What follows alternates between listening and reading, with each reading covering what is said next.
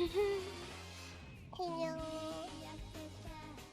Welcome back. Heath Close Ferret. Brilliant. Hello. Let me just post. Hello. Hello. Is it morning for you? Oh my god, I had to listen to this BGM so many times while I was setting up.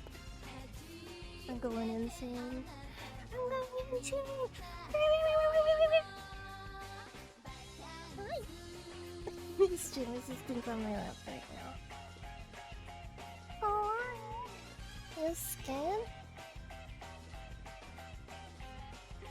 Don't be scared. Don't be scared. You're just gonna lose your gallbladder. Nothing else. You'll be fine. You don't need a gallbladder anyway. Oops.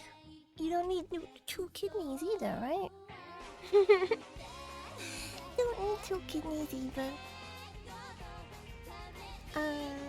You also don't need your appendix. Calabox, hello, Generic, username, hello, and Guacamigo, hello.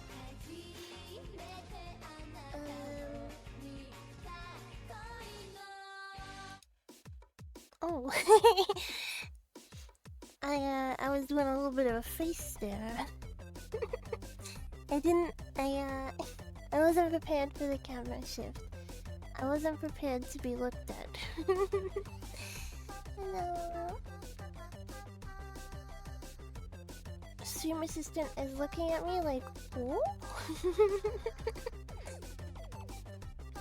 Is Saya no Uta allowed on Twitch? Well, I guess so, because there's a category for it. There's a category for it.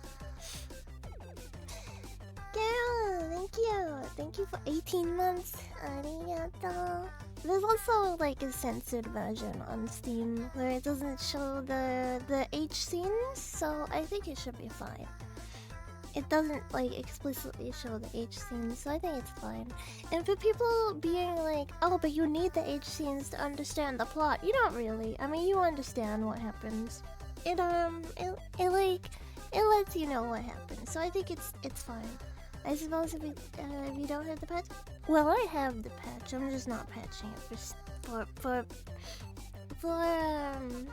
Twitch. I think I do need to swap to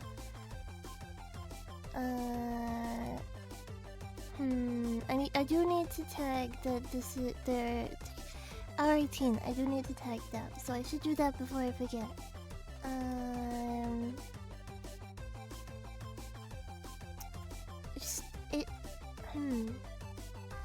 It won't let me scroll down and look at it properly. Okay, let me do this.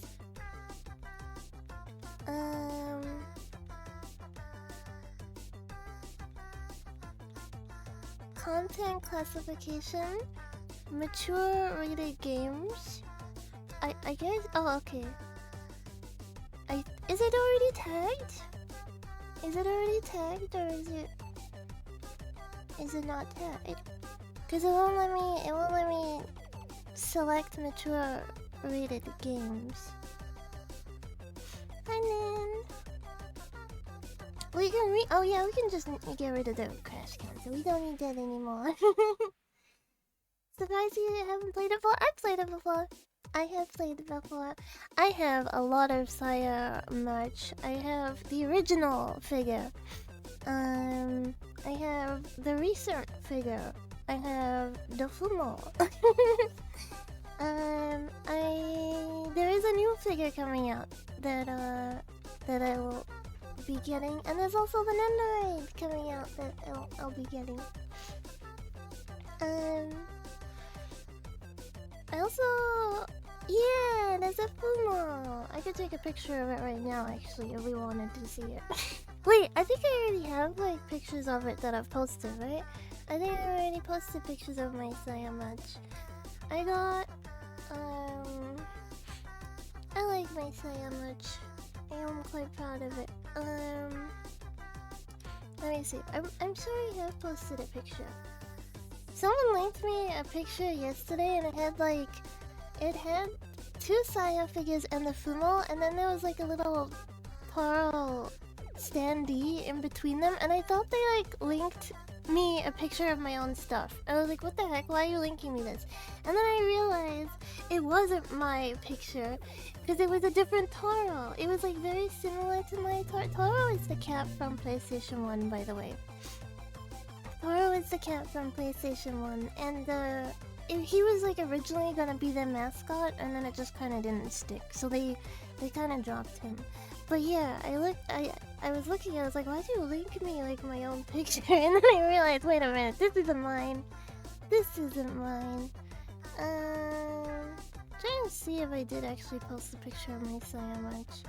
Well, I did post a picture of my Shumo with my Saya Fumo in the background, but that's not what I'm looking for.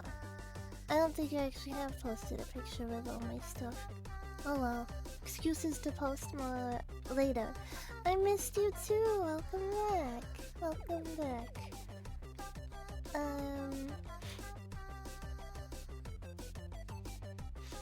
I thought people were talking about the Kagari Fumo. Oh my gosh, he's good. Thank you for 5 months. Arigato. Sorry I missed it. I was looking at my other monitor. I was trying to hunt down my stupid posting of stuff I do. Most of my like photo posts are of the stream assistant. It's just like a lot of pictures of him. Thank you so much for 5 months, so I appreciate it. I like Fumos. It would be cool to have a Fumo one day. I think it would be cool to have like your own Fumo. He's photogenic, you think so? I kind of think he's the opposite, really. I think he looks a lot better in movement. And then sometimes when I take pictures of him, what are you doing? What are you doing? Okay, you're just licking your paws. I thought he was biting my cable. Because there's a cable right in front of his face, and he's usually really good with cables, but I mean, if a cable's right in your face, how can you resist? I think this stuff isn't a tag, but content classification, but there's like, yeah, but under content classification, I can like tick it. I can like tick the I guess sexual themes, right? I should tag it sexual themes? Let's see. You're required to disclose if your content is not suitable to yeah, I do know you have to like, you do have to tag if you're doing a stream that's not like, tag it as a mukbang. I think I would get banned.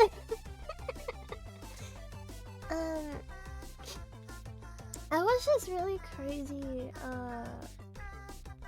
crime video the other day where it was like this son went missing, right? Like this son went missing, and he was gay, and this is relevant to the story, by the way. He was like gay, and it was like Christmas morning, and his family were like, where the hell is he? Like, he was supposed to be here. You know, like it's 9 AM, we're having Christmas breakfast, and he hasn't shown up. So they called his roommate, and they're like, hey, where is he? Like, he hasn't come to Christmas breakfast. And his roommate was like, oh, he didn't come home last night. Like, I don't know what's up.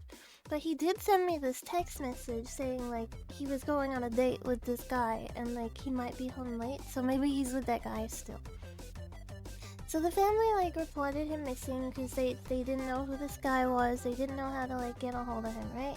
And on the same day, the police catch this guy running down the street in a leather kilt. And they pick him up, and he's like frantic, and he's like, I went on this blind date with this guy, and then I fell asleep, and when I woke up, I was like tied up, like I was tied up in his basement. So like I freaked out. I grabbed whatever, because I woke up naked. I grabbed whatever clothes I could, and I just bolted for it. So the police were like, what the hell? We gotta go check this out. And they show up, And this guy's like, no, it was all consensual. He could have left at any time. And if it was like if I had like actually kept him hostage, why did he steal my most expensive leather kilt? Like, why didn't he just take something else? There was a bunch of other clothes down there. He was like trying to be like, I think this guy just wanted my expensive products. They like go into this guy's house and they freaking find the missing son dead in like a secret like basement that this guy had. He basically had like a gimp room that was like hidden, but like barely hidden. And they found the son like dead in this room, and there were like chunks of him missing. And then it like turned out that this guy had been like eating him. They met on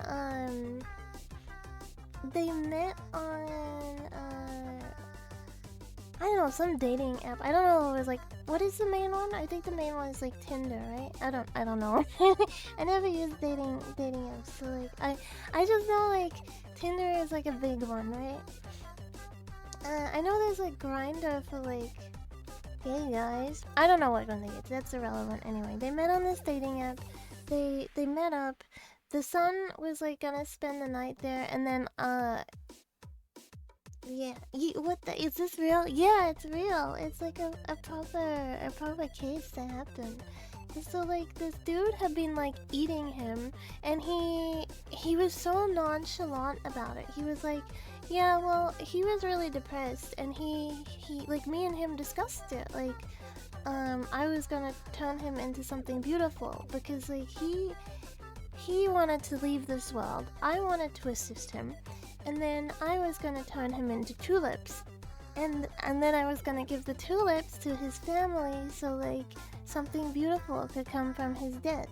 And he's like so like just relaxed about, like while he's saying it and everything. And then he's like, oh yeah, I also ordered a dehydrator so I could like keep eating him, you know, like so like I wouldn't waste him. And then I was gonna take his bones and I was gonna grind them up into bone meal powder, and I was gonna give that to like the chestnut seeds that I've been saving for something special. It was so wild. And then he was like, oh yeah, I texted some friends about this too. I told them about it, and they checked his phone, and he legitimately did. He like messaged his friends, and he's like, I just killed him, and he's my hero, and now I'm gonna eat him. And his friends were just like, oh, okay, he's being weird again. And so they didn't think anything of it, and then they like heard that there was this guy missing in the same area as their friend. They're like, wait, oh shoot. How does one turn the body into tulips? I guess if you like buried parts of your body and then like a body, I should say, then planted flowers on top, so they like use the nutrients. He also texted his like then boyfriend, the guy doing the stuff, and was like, I had pork for dinner last night, and not the pork you like. And oh no, I think he was married. I think it was like his husband, and the husband was like said something back, but didn't think it was like, you know, anything. He didn't think long pork. He was just like, oh okay, you had some pork that I wouldn't like. You know, he didn't like think anything of it. But yeah, he was like completely off his rockers. It turned out like he was schizophrenic, and he wasn't like taking his medication. And he believed like his neighbors were like poisoning his well, and like a lot of like tinfoil hat stuff. And then yeah, that became one of his things, like wanting to like consume someone, I guess. He had like a wife and kids and stuff, and when they like contacted the wife was like, oh my, what?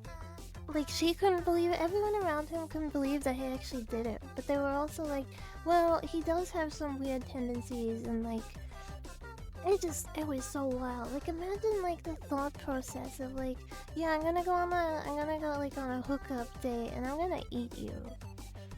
I think there was never any like concrete evidence that the eating and like death part was consensual, but the guy that got eaten had been suicidal.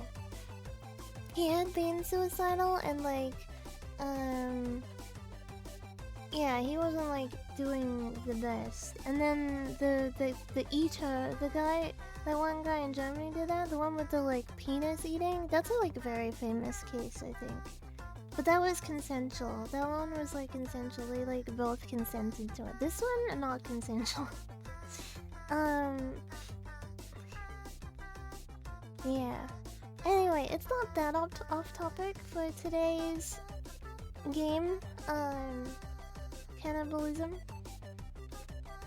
The German guy became a vegan in prison.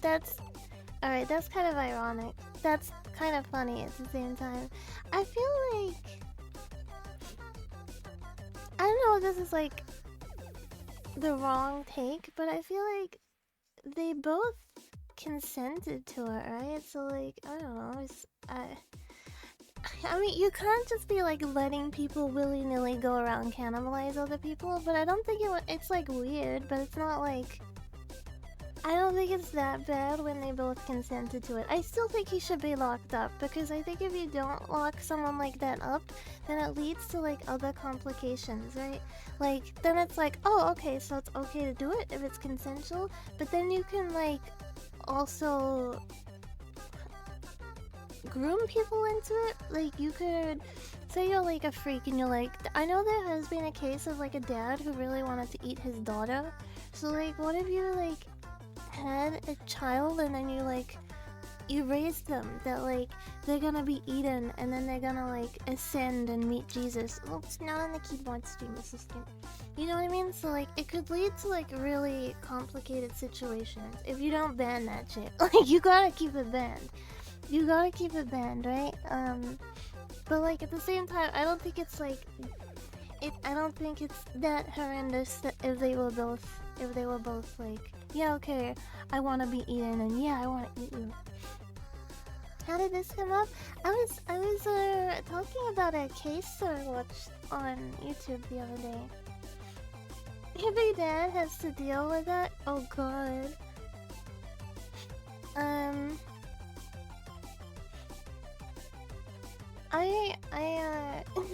Well, on the topic of cannibalism, I started watching My Little Pony. It was funny because today I was sitting there on the couch with my dad, and I was sitting there on the couch and my dad's like, oh, I've got a horror movie that I recommended. By the way, some of you who are newer to the community might not know this, but whenever my dad recommends a movie, you gotta be a little on edge, because one time actually not one time, a few times he's been like, hey, you should watch this movie with your friends, and then I'll be like, okay, I'll host it in the Discord server. And it's like really freaking weird, man. Like one time, the one that like really sticks out to me is he recommended this movie called Men. He recommended this movie called Men, and it's like this weird freaking art film about a lady coping with the like suicide of her ex-boyfriend. She goes to this like quiet little village. She's British. She goes to this quiet little village, and I don't know, all this weird stuff starts happening. It's an art film.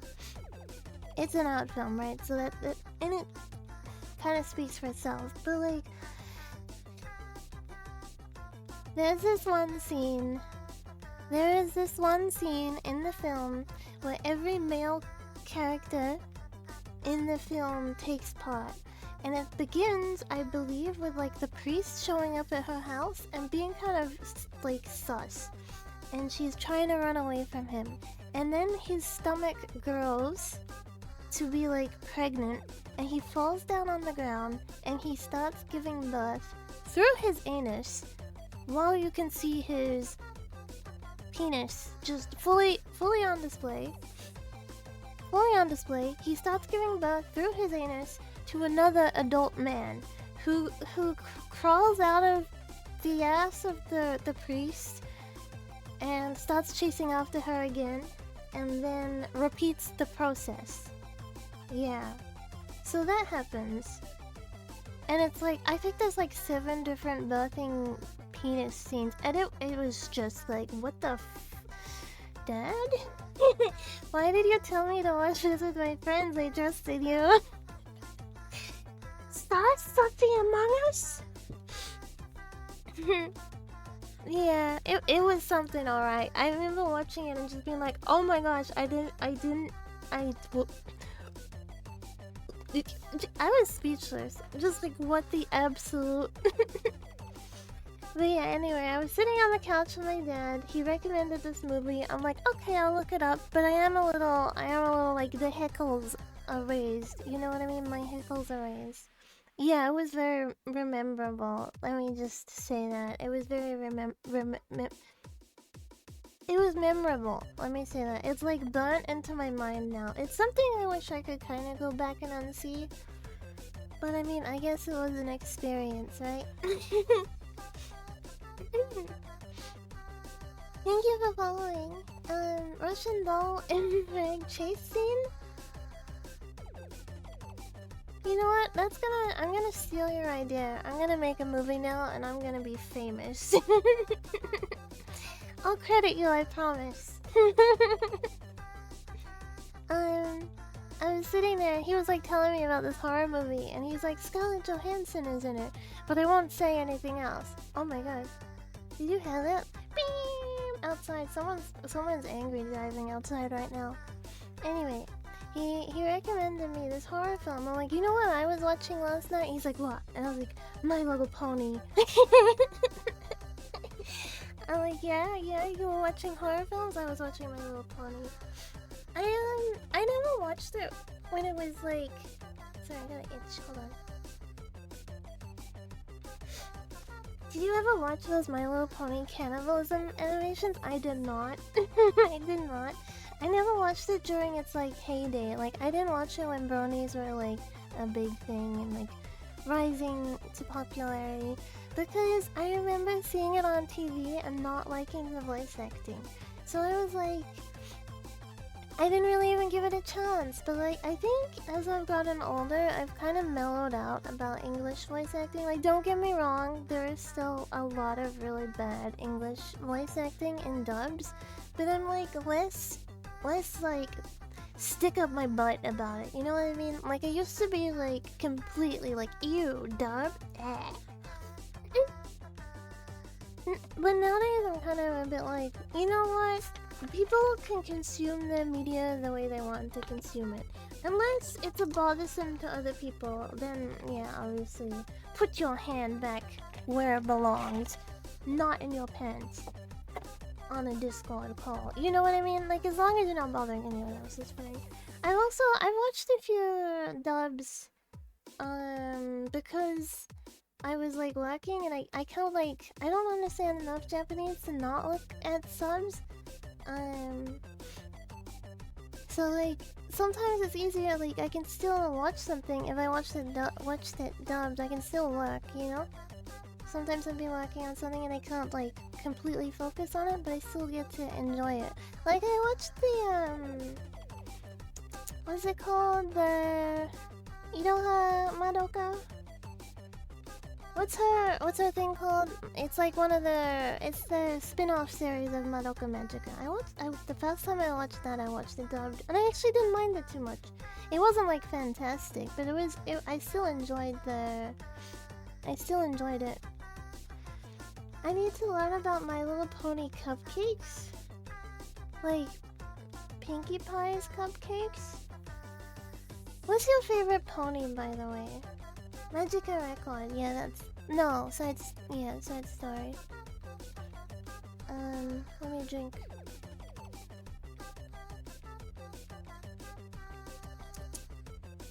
Anyway, what's your favorite pony? I saw there's like a pony live 2D model. Derpy Hooves is a side, Rainbow Dash is a main. Fluttershy best. I like Fluttershy reminds me so much of like younger me. She reminds me so much of younger me, like I'm trying to think, like late teen, early 20s. I was like a lot like Fluttershy, I would say. Like I'm still not like outgoing, right? Or I'm still not like what's the word that I'm looking for? Extroverted. I'm not extroverted, but like I can at least like order from stores and stuff now, and I can like if someone starts like basic conversation at the cashier, like they're like, how's your day going? I can like flip off like preset responsive, like you know how it's just like, oh not bad, how about yourself? I can do that now. But like back then I couldn't, so I would just like freeze up and be like, oh it's fine. You know what I mean? But like she reminds me a lot of younger me. Trixie Best Pony? Ah, the side ones? What about the main ones? Applejack? I like Applejack more than I thought I would, to be honest. I really like Applejack. I love how hardworking she is. She's like she's kind of like the mature pony, but it doesn't mean she's like, you know, she's not without her troubles too. I like Applejack a lot. Do you need a bag? Yeah. There's been times. Also, I think my medication helps a lot. But like, if when like I used to go to cashier and stuff, they would like ask something and I would be like, like sometimes I would try to speak and it wouldn't come out, so it would just be like, yeah, I've had that happen a lot of times over the years. Anyway, what is My Little Pony cannibalism? Because I'm kind of curious now. I think my favorites are Applejack and Fluttershy of the main ones, and I haven't met enough of the like side ones yet to like truly have like a favorite side. Like I've seen Duppy. I know who Duppy is, by the way, because Duppy was like very around. Like if you knew any pony characters, Duppy was very popular. So I've like seen Duppy, just hasn't been introduced yet. Duppy was everywhere. Yeah, there was like a scene, the episode where like Pinkie is like predicting things that are gonna happen, like if her like ears flap or like her tail twitches. Duppy's in that episode as a background character. Cannibalism.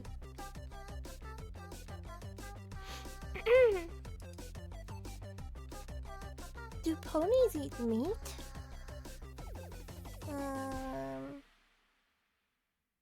I don't see any gifs of like ponies eating pony. Oh, okay, I do see some. Interesting. I like the Doctor Who's. Is that the white one with the like the cross cutie mark? What was I gonna say? There was something I was gonna say. Oh yeah, I hate the new My Little Pony, by the way. Like the new one looks like AI slop for like babies. It's so freaking ugly, man. There's also like a PlayStation game for it. He's the brown Earth Pony? Oh, I haven't met him yet. There's a lot of Grimdark Pony fan stuff. Yeah, I bet. Yeah, it looks so bad. Yeah, why did they do that? Why did they do that? Like, why did they change them to look like that? When the old style was really cute. The old style was really cute. Why didn't they just, like... I don't know. realize that that one was super successful and then be like, oh, okay, we should take notes. Focus group says X. I don't know. I don't know where that style choice came from, but it was bad. And I think whoever made that choice should be fired. And you know what? They probably won't be because it's kind of gonna be a success no matter what, just because it's like My Little Pony, right? So like, sorry, we can head out my chair. I'm just moving a little bit. It's kind of gonna be a success no matter what because it's like Care Bears, right? Like every time they revive it, there's like generations of people who are like, I grew up with this, and now it's come back, so I'm gonna share it to my child. You know what I mean? And like kids are still gonna like indulge in it. It's just not gonna be as successful, but they're not gonna be like, yeah, we're trying to outdo the previous generation, because that was like an anomaly as like how popular it was. I don't know, I haven't seen anything about this one, so it tells a lot. Yeah, I don't know any of the character names. I don't know like any of the character names. They all look really ugly. They're like, I said, they all look like they have Waardenburg syndrome. You know, it's like it's a syndrome that I think it affects your hearing, but like one of the tail signs of having Waardenburg syndrome is like your eyes are quite far apart, and I think one eye can be blue or two eyes can be blue, but like they all look like they have that syndrome.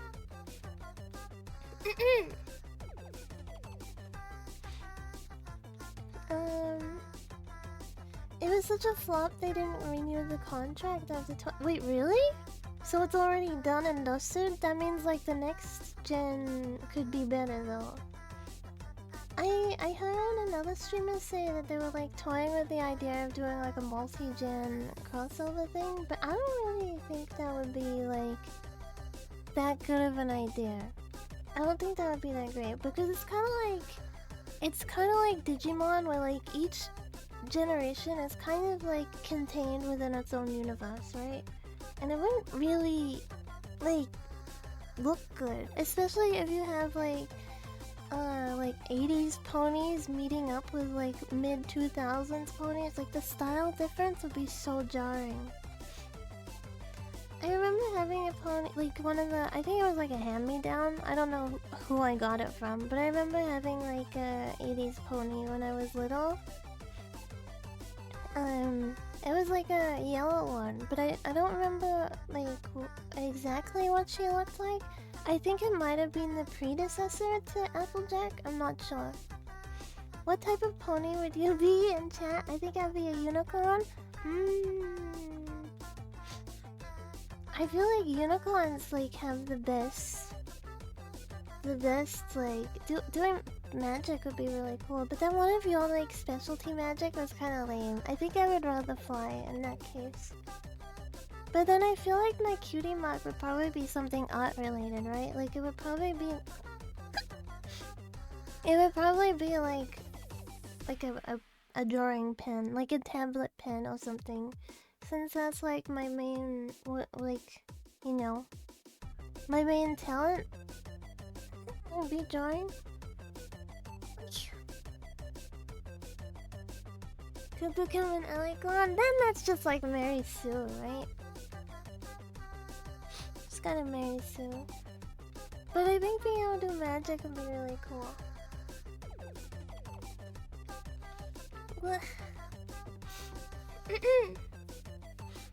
But being a unicorn would be really cool. But I think if I have to pick, I prefer having wings. Because then, if you have wings, you can like,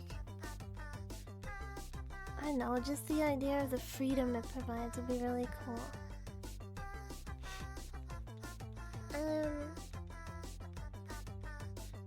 Hello, welcome back. I don't know. It'd be kind of nice to just be in a universe like that to begin with, to be honest. Like, even if I was just a regular old pony, it's like, damn, it's a lot nicer universe than ours. You know what I mean? Like where nothing like really horrible happens. Even when something bad happens, it's like the worst thing that happens is like, oh, it could possibly be night. You know what I mean? Like it's a nice universe. I hope the stream assistant is well. I think he's good. He just took off. He doesn't like it when I'm like yapping and I'm not paying attention to him, so I think he's gone to bed with Auntie Fox at the moment. Oh my gosh, last night I woke up, it was like storming, it was like thunder, lightning, and everything last night. And I don't know what well, I think I know what I did. But I had the worst stomach cramps, and not like woman stomach cramps, not like that type of the month stomach cramps. I mean like actually in my stomach, like my stomach, not my uterus. Was cramping so freaking badly. Like it was so painful. Like it was like cramping. My stomach was super bloated. It was really really bad, and I couldn't go back to sleep. So I was just like, what the like what do I do kind of thing. And then like I looked up, it said like exercise, so I did like some exercise, and it kind of relaxed for a little bit, and then I would lay back down, and then I would like start cramping again. And I did that like pretty much all day today as well. Like it was better today than it was last night. Thank you for the hand pat. See, Lando, welcome back. I did it like all today as well, but it was like less than last night, and then it finally calmed down. Like I took a nap, and when I woke up I think it was gone. But I think cause I've been fasting, and then I broke fast, and I was like, oh, I'm just gonna relax on fasting this week, and then next week I'll go back to it. But like yesterday I went kind of crazy. I like binged on like a bunch of stuff that I haven't eaten for a while, and I think my stomach just couldn't handle it. I think that's maybe what happened. So I think my stomach was like, what the hell are you doing? Because I've been eating less, and then suddenly like, yum, yum, yum, yum, you know, stomach was like, I hate you right now. I made this curry, and oh my god, it was so freaking good. But then I also had gone to the Japanese supermarket, so I bought like snacks. And then I was like, I want to try all the snacks. I'm really bad if there's like something I haven't tried before and it's in the house, so I get really excited to try it. So even if I don't like eat all of it, I still want to like open it and try a bite, right? So I did that with a bunch of sweet stuff, and I think that wasn't a good idea. I think that wasn't a good idea. Cool dishes, Kagari. It was like a apple and pork curry. It was really good. It was really really good. So I ate more than I probably should have. And I wasn't fasting yesterday, so I like ate at different times as well. So I think that did it. But today I was back to fasting, and instead of eating like a little pig, I just ate, and then I was like, okay, I'm done for today. I had the, I don't know what you call them, vitamin, the meal supplement. I had one of those, and then I had a corn dog, and I shared a bag of, there's these like chips. They're called turtle chips. I shared some of those with, I didn't have the whole bag, but I shared some of those with my dad because I really wanted him to try them. I was like, you gotta try these. Oh my gosh! They finally started selling Cool Ranch Doritos in New Zealand. And I bought a bag for my dad because I was like, you gotta try these. These ones are the best Doritos. We couldn't get them here. It was like the first time I've seen them here, so I was like, ah! Dad, you gotta try them. And yeah, he hasn't told me what he thought of them yet, but I'm sure he'll message me later and tell me if he liked them or not. I think Cool Ranch Doritos are the best flavor, but we usually don't get them here. But now I guess we're moving into the new world we're no longer a third world country. You know, there's like so many American snacks that I like that we can't get. Like, we can't get, we can't get Cheez-Its here. We finally started getting like these, they're a type of Cheez-It, but they're not like the normal Cheez-It, you know? I really like their normal Cheez-It. I got itch on my back. When I was a kid in Canada, we didn't get chocolate frosted flakes. Oh yeah, we don't get a lot of American cereals either. I grew up playing Neopets, so I learned a lot of American cereals through the old Neopets games. And I remember the first time I got to try Lucky Charms. It was so exciting for me because it was like living out that childhood fantasy. You know, it was like, oh my god, I remember the Lucky Charms Neopets game. And then I was like, I finally get to try it. But I'm not really a big cereal eater, to be honest. I like cereal as like a little snack, but I don't really like it as like actually eating it for breakfast. Also, I cannot stand cereal with milk, usually. The only cereals I've discovered that I can accept milk with them is Cookie Crunch. And this like offshoot one of Cocoa Pops. It's not actually Cocoa Pops anymore. They're like firm and they're like rings, but I don't remember what it's called. You eat it dry? Yeah, I just eat it dry. Lucky Charms actually suck if you eat it at all. I still liked it. I liked the marshmallow bit. Hello, them. Free is free. Yeah, I was looking at that freaking shirt.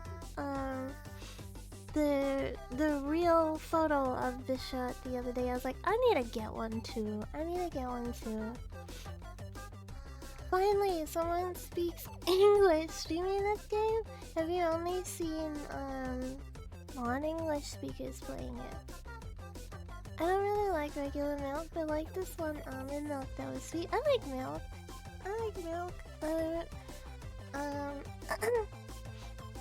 But I also like almond milk. I like soy milk. I like oat milk. I don't know. All kind of milk tastes good. But I don't like soy milk in tea. Like, if I'm gonna have milk in my tea, then I don't want it to be anything but cow's milk. Yeah. 'Cause I don't know, soy milk and tea is like, bleh. I never tried it with oat milk though. Although recently I started going back to drinking my tea black, 'cause then I can drink it at all times of the day. So even when I'm fasting, I can still drink tea. Cow's milk is the best for coffee and teas. Yeah, I agree. I think tea rules. I agree. I like tea a lot. I'm not British, but like I would say like a lot of families here are like, they have like British tendencies. Like tea is still like a really popular thing, you know? So you grow up like drinking tea and stuff. I remember like when you're really little, you usually have a Milo instead, and then you like move on to tea when it's like tea break and stuff. I remember the first time asking for a tea instead of Milo, I felt so grown up. I was like 4. I was like 4 and I felt so grown up because I was like, no, I don't wanna Milo, which is basically just like hot chocolate, right? I was like, no, I don't want that. I want tea. But I also wanted a cookie so I could. Tea is just something everyone drinks. Yeah, if you go to someone's house, they're gonna ask you if you want tea or coffee. That's just like how it is here. Coffee is very popular here, but can't beat the tea. Yeah, I think tea is still like more popular here than coffee, but there's like a lot of coffee too. coffee. What was I gonna say? I forget. I was gonna say something. I think it was about matcha. I think it was something about that, but I don't remember what it was now. I do wanna, I was gonna say something cool. Yeah, everything I say is cool though. Every word that leaves my mouth just radiates coolness.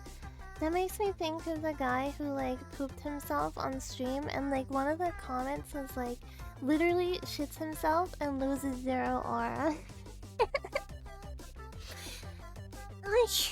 I showed my dad that. Of the guy like shitting himself, and he's like, interesting. Oh my god, I cannot. Yeah, there's like this video. I don't even know who it is, but it's like this guy with these like really intense eyebrows, and he shits himself while live streaming, like. And he's like, okay, well, I just shit myself. I've gotta go change my underwear, okay? And then he like keeps like farting, and he's like, interesting. Yeah, wow, interesting. As though it's just like something really casual. Like he's just, I don't know, wine testing or something. He's like, wow, interesting. Man, I wish I had that kind of confidence, because if I ever... It's like he already knew he shit himself and he just committed. He was like, you know what, I'm already here, I've already did it, I might as well finish. If I ever, like, even farted on stream, I would just be like so distraught that I would like end stream, I think.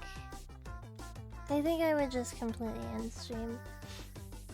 And delete the VOD, like immediately delete the VOD as well.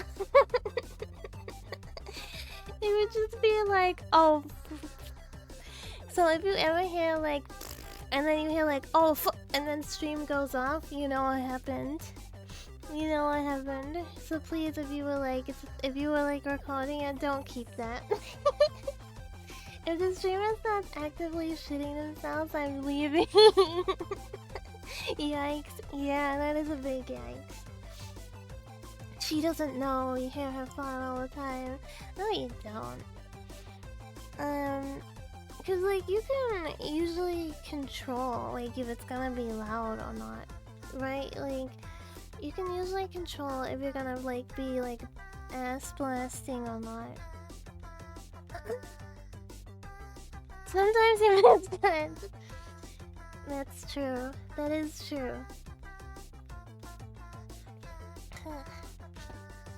Have you ever had a situation where that happened but you're in public and then it's like, I don't know how to respond, so I'm just gonna pretend that didn't happen?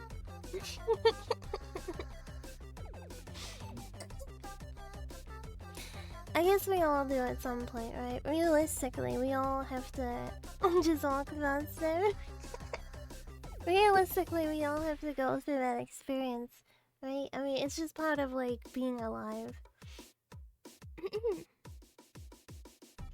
I'm trying to think of, like, a specific situation where that happened to me, but I can't think of one. I'm sure it has happened at some point. I don't think I've ever had, like, a situation where, like, a stranger knew it happened, though. I can't think of anything where that happened.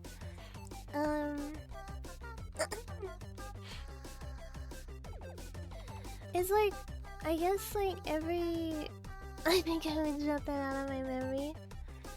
That's fair. Unfortunately, I do not have that kind of memory. My memory is like something embarrassing happened, you're gonna remember it for the rest of your life. Because I still remember like really embarrassing stuff I did when I was like 5. I remember and replay it over and over. I used to be more like still. I can still like, even if something happened like a really long time ago, I can still remember how I felt back then. You know, like I can still get in the moment, the headspace of how I felt back then. So like if something embarrassing did happen, like when I was 5, I can still like feel the embarrassment, but I don't like. I don't feel embarrassed as now anymore because it's like it was a kid doing a stupid kid thing, right? Like, oh my gosh, there was like this one time where me and like my best friend when I was in primary school was this Chinese boy, right? Like no one liked us. We were like the two friends, right? And there was one time where our class had gone away on like a camp, and I didn't want to go on the camp, and he didn't want to go on the camp. So instead of like us going to camp with our class, we just joined another class for like a week. And they only had one bathroom, like in this block of one bathroom in this like block of classrooms, because it was like still being built, kind of. It wasn't finished being built, and we both needed to go to the bathroom, and we were like, oh well, why don't we just pee at the same time? Why don't we just pee into the toilet at the same time? So we did that, and then a bunch of other kids needed to go to the toilet at the same time, and the doors couldn't lock. So like one kid opened the door and was like, "Oh, sorry," and then like ran away and left the door open. And then a bunch of other kids ran over and were like, "You guys are peeing together!" Yeah, that was embarrassing. Cause like when you're like mid pee too, we were like 5 or 6. No, we were 6. We were 6. And they're like you're like mid pee, so you can't do anything either. So like you can't just like stand up and close the door, right? Like you're just stuck there peeing, like peeing for an audience. Had to turn off the tap, yeah. Yeah, you can't just like stop. Just pee. Maybe waddle over while peeing.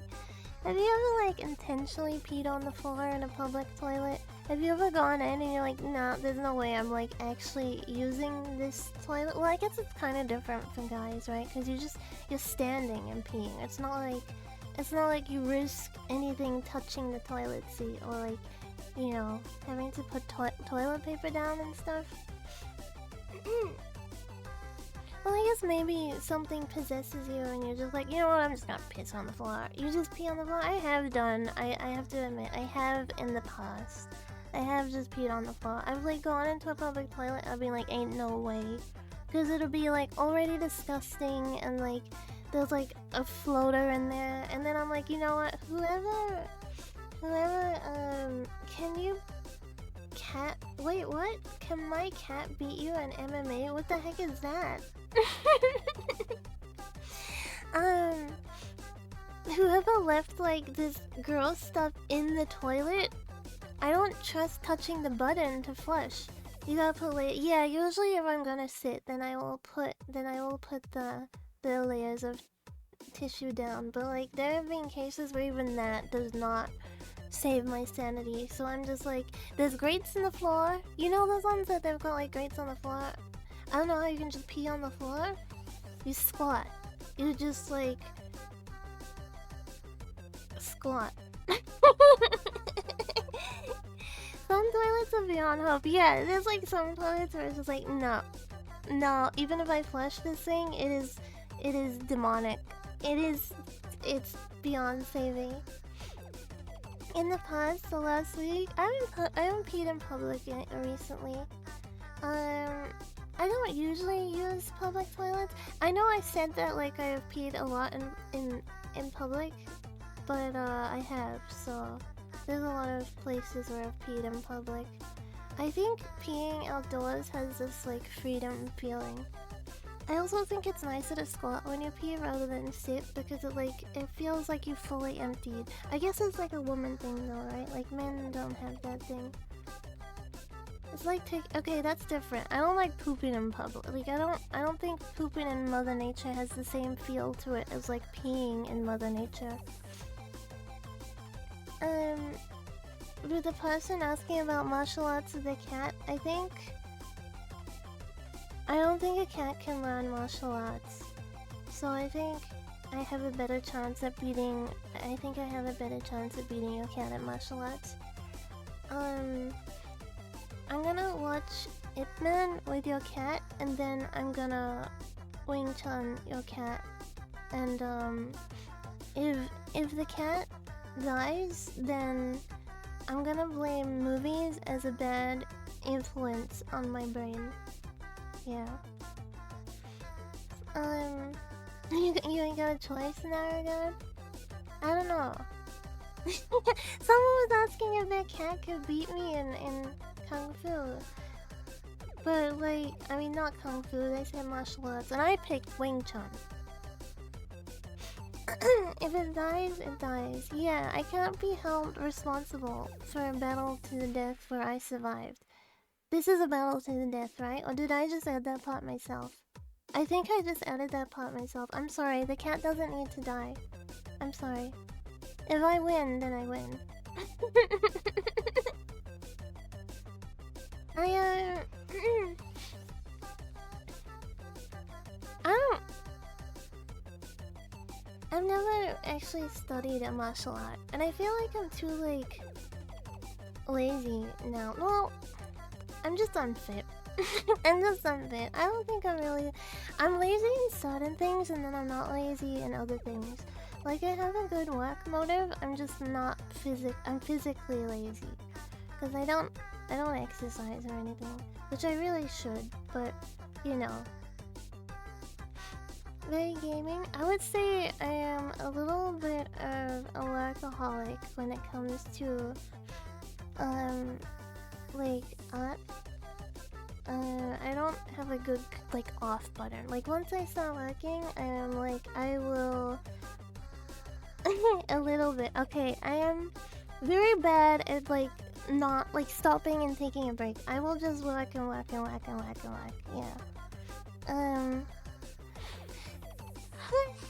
To the point where it's, like, detrimental to myself, right? Like, I will not sleep because I'm working too much. Like, I get addicted to it. And I've tried to be better this year and, like,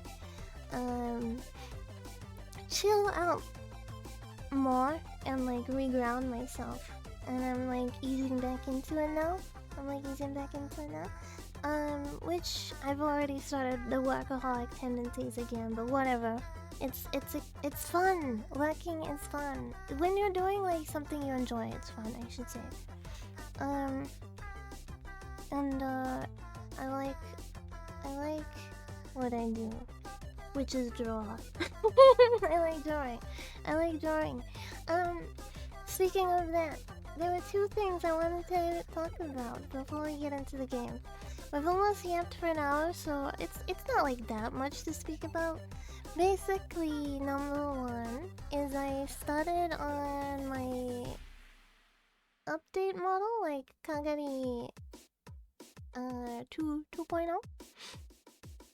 And I was thinking I could maybe, like, stream some of the process, like stream it while we chat and, like, watch stuff. Maybe we can do, like, React Andy while we draw, you know?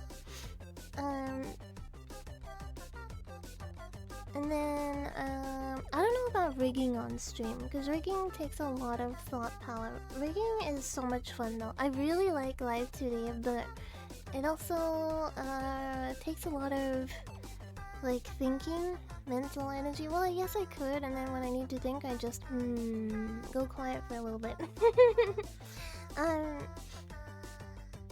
That's the first thing. And then the second thing is Antifox is going away for a week. Antifox is going away for a week, starting from tomorrow, which means I can basically stream like all day if I wanted to. So I was thinking we should do something special for, like, maybe like I'm thinking like I'm not gonna be able to stream like 7 days straight because that would be crazy. Can we watch a movie? Of course. We can watch a movie. For Halloween year, it was actually suggested to me. But I'm thinking that we can play Repo, and I'll stream and we can play Repo, and then I can like. I think I'll do like the invite thing through my Discord server just so like no one completely random joins. Like there is a little control over who joins. But we can play Repo on stream, and then I was thinking maybe we can watch Scary Movie in Discord after. I think maybe for like being able to stream more, maybe we could do like 2 streams. So like early in the day when I wake up, I do like art stream, and then we take a little break, and then I do like game stream. Is that on Friday? It would probably. What day does Halloween fall on? Maybe we could do a 2-day Halloween stream, so it's like my Halloween and then your Halloween as well. Because a lot of people, yeah, it does fall on Friday. So it would be like Thursday, Friday for a lot of you, because Friday would be a day ahead for me. But yeah, I think I should take advantage of having like the free. Your birthday is on Halloween? Do you like that? Do you like that? Or you wish... Because I know some people would be like, damn, that's so cool, my birthday's Halloween. But then other people would be like, I wish I had a day that was my day, and not like a holiday that everyone else celebrated. You love Halloween? Then that's a good thing. My birthday is super close to Christmas. But it's not on Christmas. But people still lump my birthday into like Halloween. People still lump my birthday into Christmas a lot. Gets an update on Halloween? That'd be cool. If there's any other suggestions for like another game we could play, feel free as well. Like multiplayer games that we can play on stream. I mean, I know there's like the like typical the ones where you try to be funny and stuff, but I don't know, those ones kinda, they're like really hit or miss, right? Like sometimes they're funny, and then like after like 3 runs they're kinda just like boring. I mean like horror games. If there's any like horror games we wanna play, feel free to suggest something. It's only like 2 days until Halloween, wow. Well, 3 days, sorry. It's like tomorrow, the day after, and then it's Halloween. But, yeah.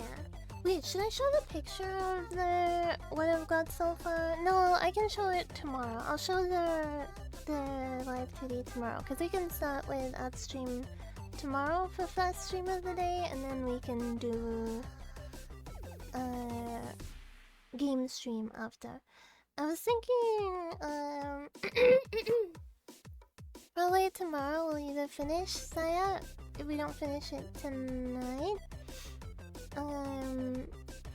or we can play like, I was feeling like Yume and Nikki.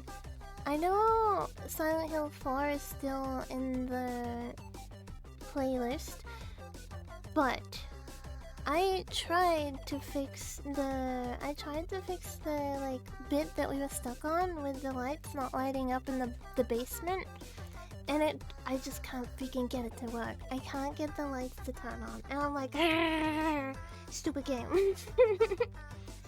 You keep wanting to slide your whip? No, yeah. The other day I was talking about something else that I was working on. Today I'm speaking about Kagari.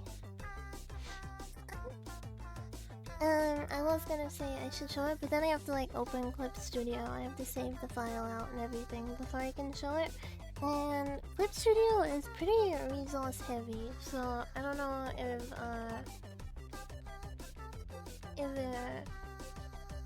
it's like a good idea on the fly, you know what I mean? Okay.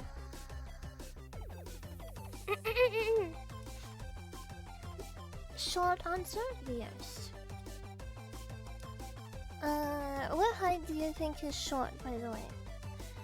At what height do you think someone is short? Ah! Hi KG. Hello.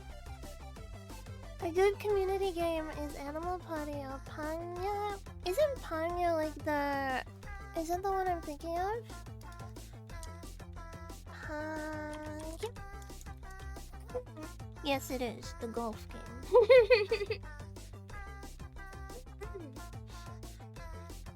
I do not like the image you sent me. What did I send you?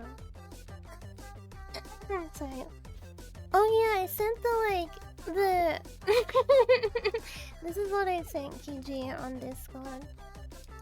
I'm sorry, I'm so bad at making conversation. I don't know how to start conversation a lot of the time, so I just send the link. And then I'll be like, okay, they'll respond. What if they don't respond? Then you get ignored. I got ignored from this, by the way. I sent this and I got ignored.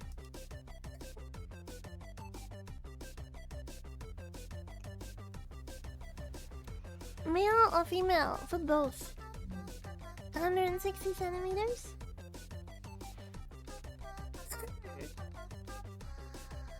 I only disliked it because that's what they called me in high school. No one called you that. I was there. No one called you that. I saw it while it's half asleep, so I didn't respond. Oh my god, I do that all the time. It's like the worst thing to do is to check your phone to see if anyone messaged you when you first wake up. Because then you go back to sleep and you're like... And you completely forget that anyone messaged you. Sorry, my throat is like... You haven't spoken this much all day. Please help. Bug. There's Bug. There's a snake in my boot. Okay, resolution, full screen, I want windowed. I am launching the game. Ugh, excuse me. I am launching... Oh, it's big. That's what she said. Just kidding, it's not what she said. Okay. Male 5'6" to 5'7", female 5 foot. That's fair. Okay. Rip my throat this game. This stream, because this game is like reading. That's something I'm very good at, by the way. I'm... Cyano uterus. Mukbang time.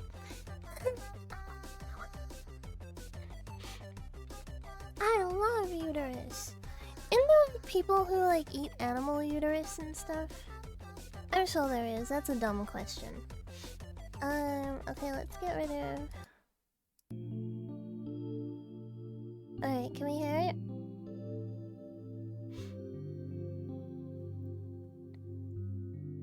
Yeah, we can hear it. Is it loud enough, or you want it to be louder? By the way, the ending song for this game, if you don't get one of the endings, is so good. Shoes of glass. I can't remember how to say that in Japanese. It's like glasu no something. In kutsu shoe? You know, off the top of my head, I can't remember, but I really like that song.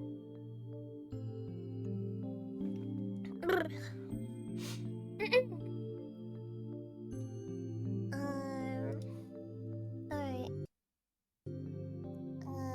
Start. Is it like my normal cursor? It is. Do you want the game to be bigger on screen, or is this good? I feel like this is pretty good. There's like smack, bang, me, free is free. Yeah. We have to look at me and my big old head. That's good, right? Me and my big potato head.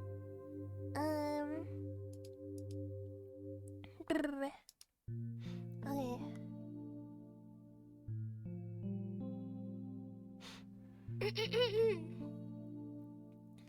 We're back in the different outfit. I don't remember how to... No, not that. That's my tail. Am I crying? No. I want to put my sleeves up. How do I do that?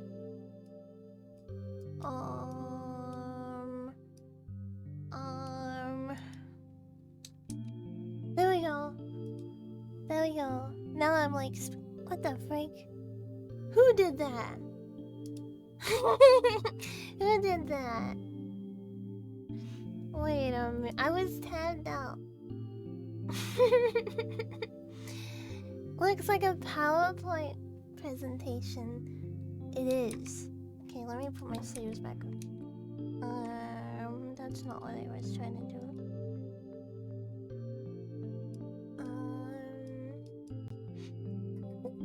Sorry.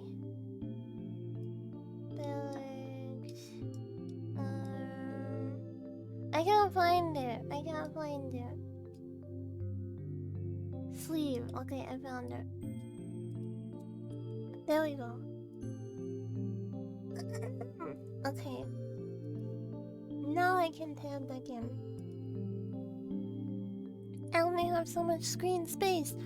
I have 3 screens. Okay. Ready. This story is a work of fiction.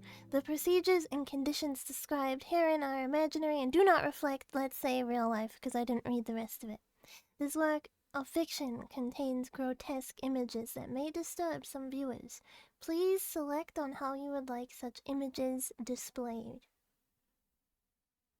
Hey guys, welcome back to my video. Today I'm gonna teach you how to cannibalize people. It's not fiction. This story happened to my buddy. It's so stupid. Do not modify grotesque images. Default. Obscure focus of grotesque images. Lower brightness of grotesque images. Obscure focus and lower brightness of grotesque images. I think it should be fine to like not modify it. I think it should be fine. Wait, it's freaking loud. Oh my god, that blasted my ears so badly. Okay, let me turn it down. Okay. Xbox mic. Alright. Oh, I was not expecting that loud.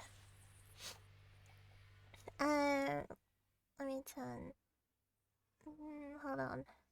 To be fair, we couldn't really experience the sound until we got into game. My goodness. Okay. I'm gonna put it like here and trust in the process. No, you can't hear the BGM. Maybe like this. Speedrunning a Twitch ban? It's okay, we don't have the patch. We don't have the patch on. #Y. The wriggling massive flesh burbles.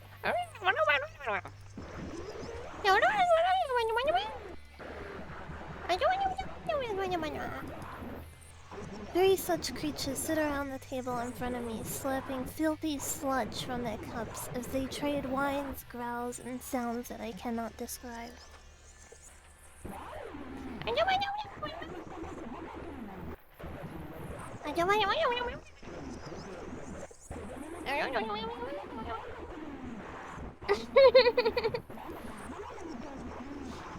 By listening carefully, I am able to grasp the gist of their conversation and respond when it is required of me. This is necessary to avoid arousing their suspicion. However these creatures look, they are my friends, apparently. I wish that I could still deny it, but I gave up on that a long time ago. Night after night, I went to sleep praying for an end to this nightmare, only to wake up each morning the same twisted hellscape as the day before. I know now that I have to blend in, that I have to act like one of them. Such has been my life these past 3 months, and so it will remain until the day I die.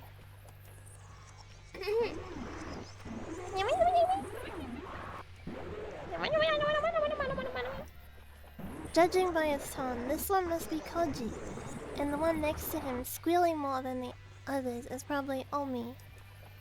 Which means that the one next to me is Yo. Though I can no longer see any trace of her once attractive features, I try my best to ignore the rotten stench of excrement that issues from her quivering flesh.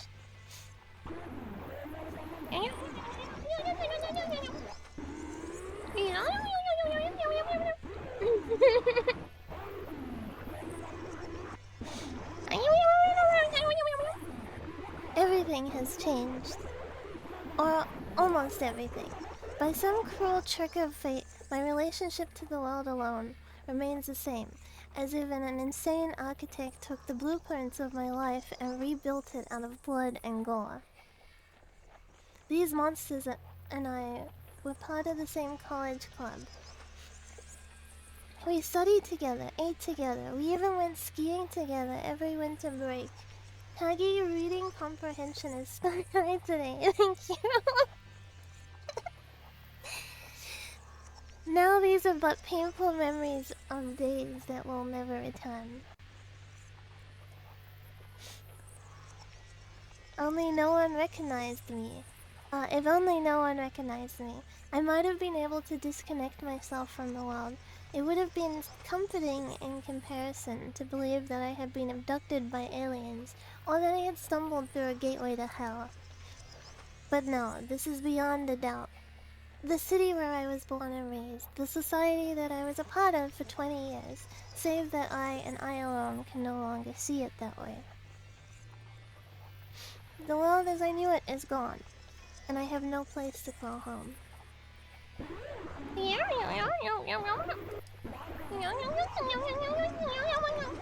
Those gibberish sounds, grammatically incorrect. Skip it, you skip it, 34 RG.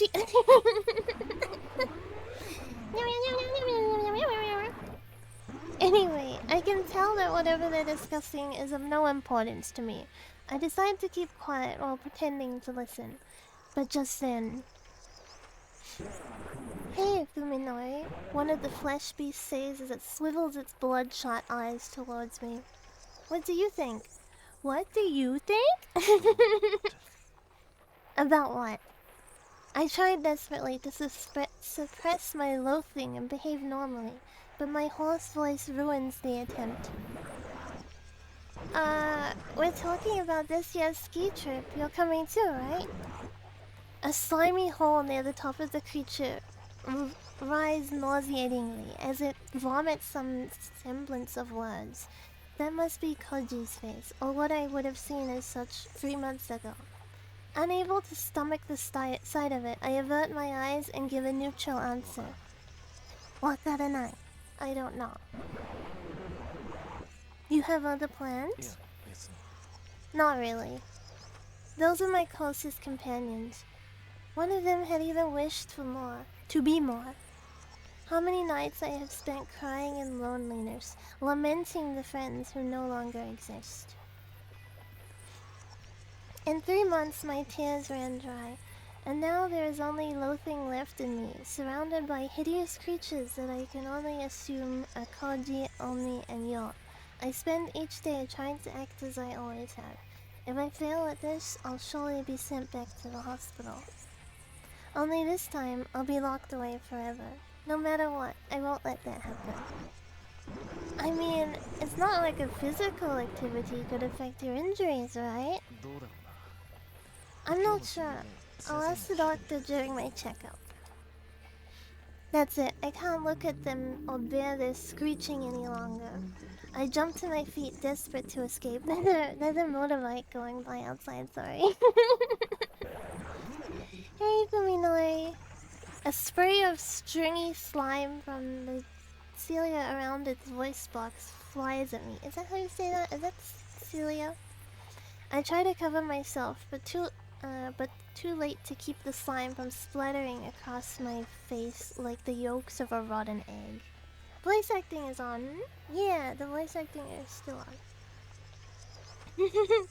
This flesh room seems not so bad. I get it. I guess it would be kind of stinky though. Like, you know, like when you buy meat and it has that smell to it. it would be kind of smelly. I'm about to lose it. I want to grab a chair desk, anything within reach, and use it to smash the life out of this creature, ending it all. I barely suppress the impulse. I mustn't let on that something is wrong, however they look to me. This is their world. I'm an outsider here, the outsider. Like I said, today's my checkup. I've gotta go. Struggling to put on a smile, I reach into my wallet, pull out the first bill I find, and put it on the table without looking at it. I don't care about the change. I don't care about the change. I just need to get out of here. Now. Later, I mutter hastily and flee the cafeteria. I think it would smell kind of rotten. Not all of it looks rotting though. A lot of it looks kind of fresh. Like, this looks kind of fresh and stuff. I'm not crazy. Hey,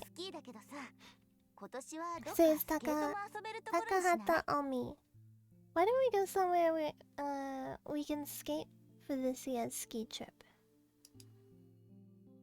Tsukuba-yo frowns at the suggestion. Skate? Skate? But why go to a ski resort to skate?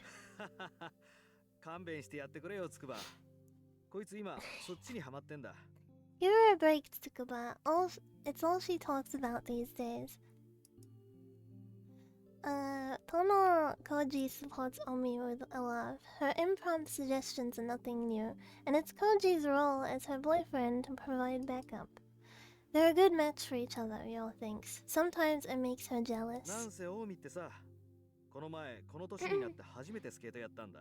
I mean, she'd seriously never gone skating before. I took her the other day. Hey, is it really that strange? Not many people start skating in their 20s, you know?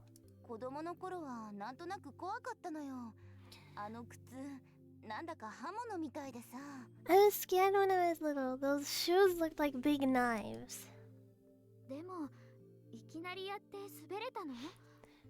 But you picked it up just like that? That's pretty amazing, Omi.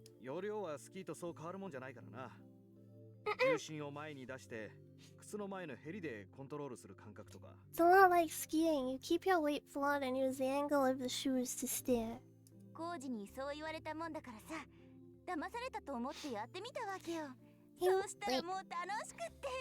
He made it sound so easy. I figured I should give it a try, and it was fun.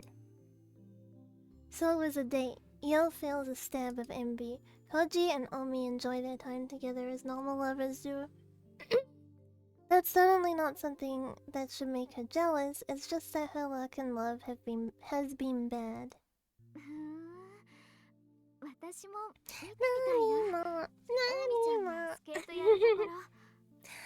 Oh, well, I want to see Omi skate too.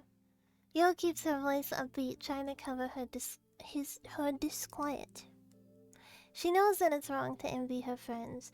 She too would be spending time with the man she admires if not for the terrible tragedy that befell him. His true misfortune, her bad luck, doesn't begin to compare. Thank you for following. Welcome.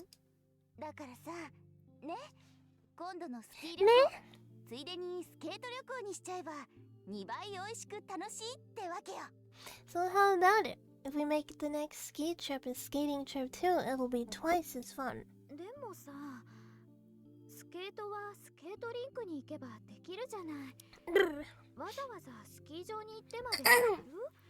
But you can skate at a skating rink, can't you? Why go all the way to a ski resort?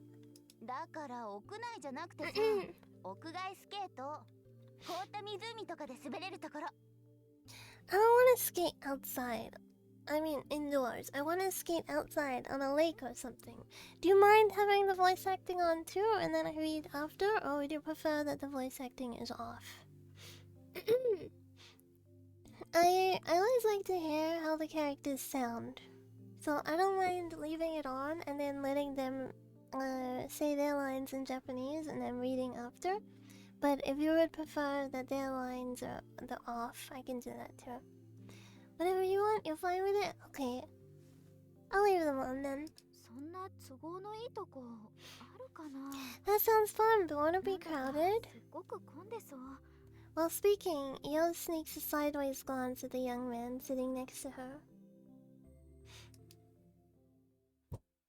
Although the conversation has involved only 3 people so far, there are in fact 2 couples at the cafeteria table. Yo's boyfriend, though there's still some doubt, although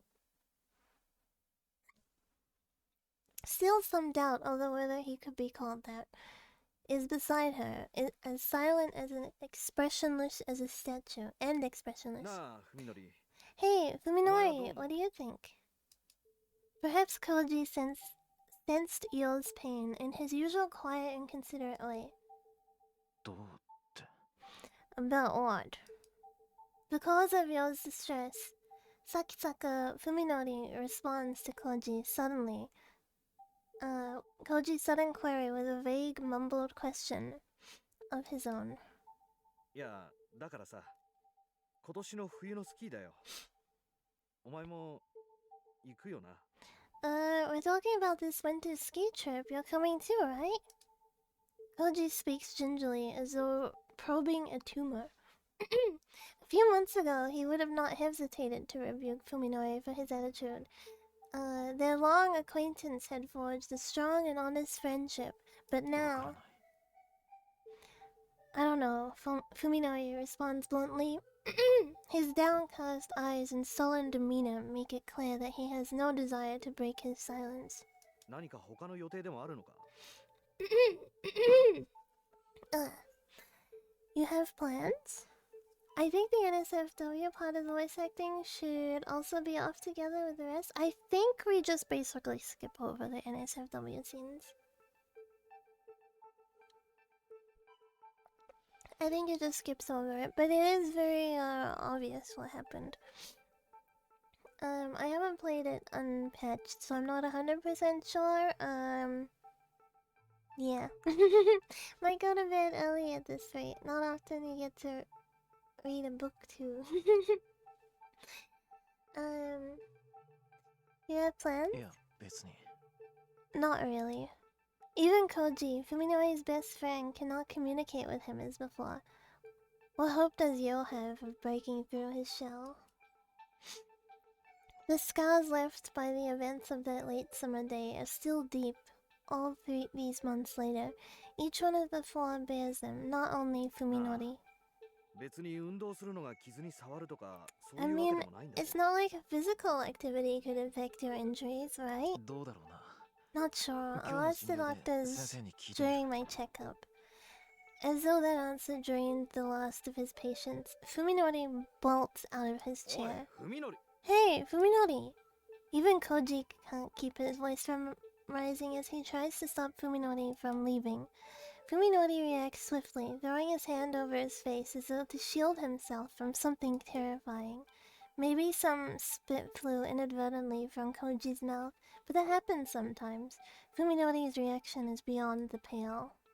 だから今日も診療なんだ Like I said, もう時間だから。 Fuminori snaps, making no attempt to relive the discomfort of his friends.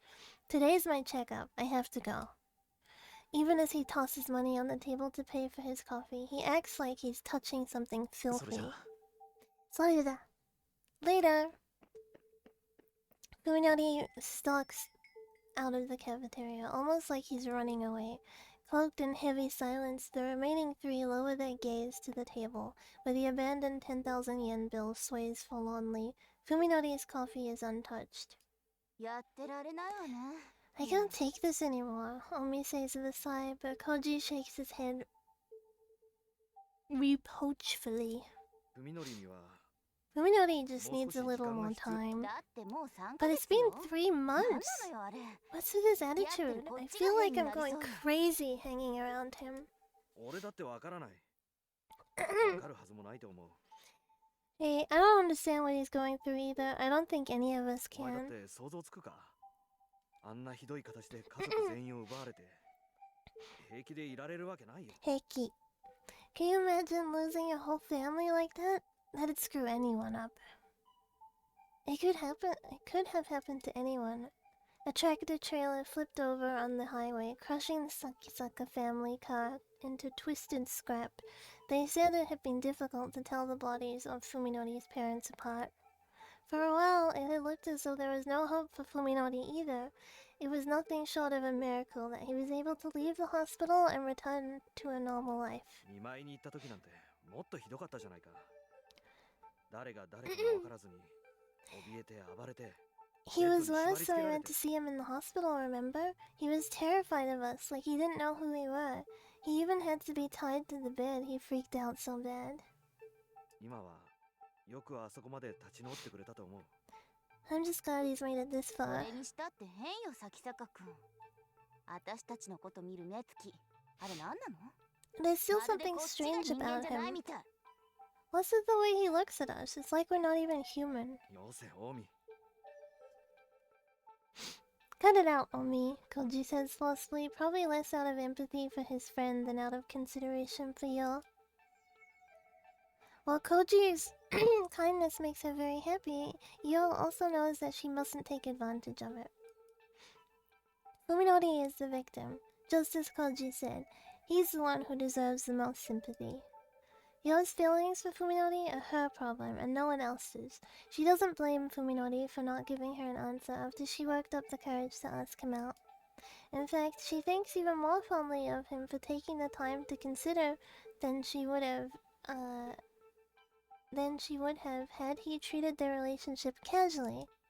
Apparently, the fact that Fuminori did not reject her was enough to make them a couple in Koji and Omi's eyes.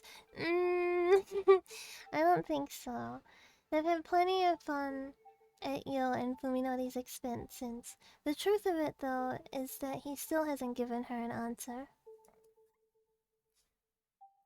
After revealing her feelings to him, Yo didn't see Fuminori again till a week later, and then she could only stare at his broken body through the window of the ICU.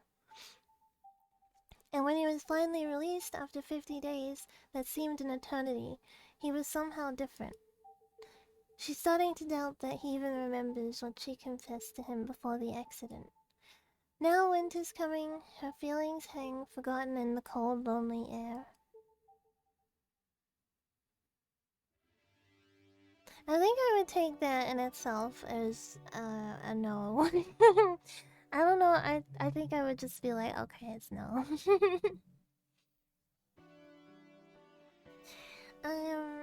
Dr. Tanbo Ryoko has never had a more troublesome patient. その後の経過はどうですか？ Any changes since your last visit? いえ、別段。 No, nothing to speak of. His voice is hard and flat, his words tossed carelessly into the air. It's like he's speaking to himself in an empty room. Ryoko is a surgeon, not a psychiatrist, but even she can sense the thickness of the wall he has erected between himself and the world. 吐き気やめまい、幻聴や幻覚といった体験は？ Any nausea, dizziness, or hallucinations? いえ、何も。 Yeah, nanimo. No.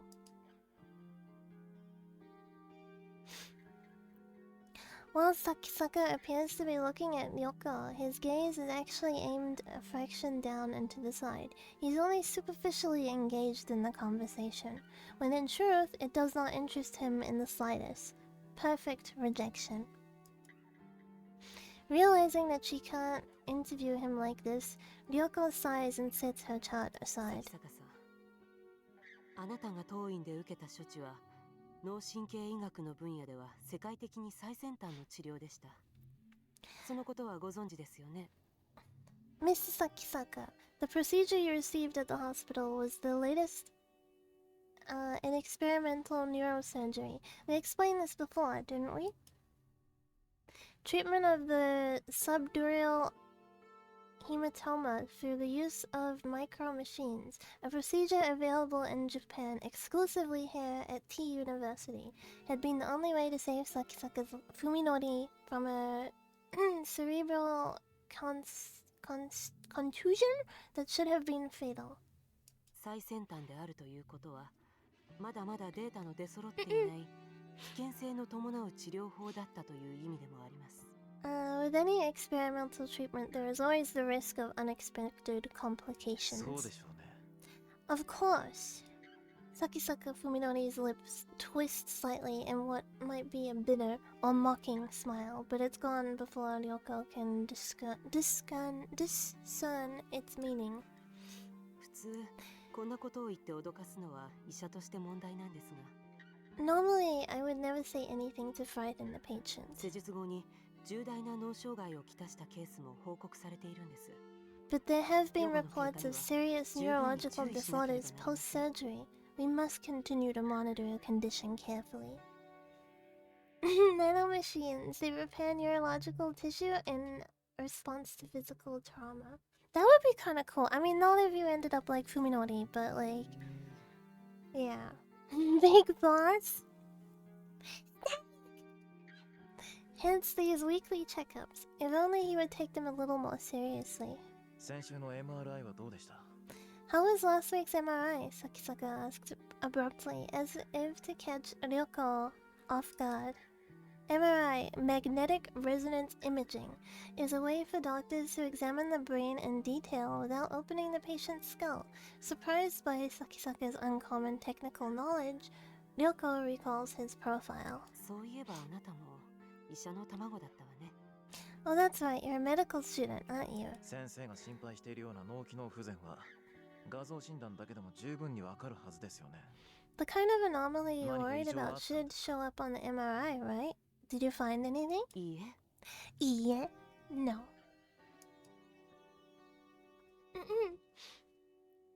There was nothing, not the slightest hint of abnormal activity.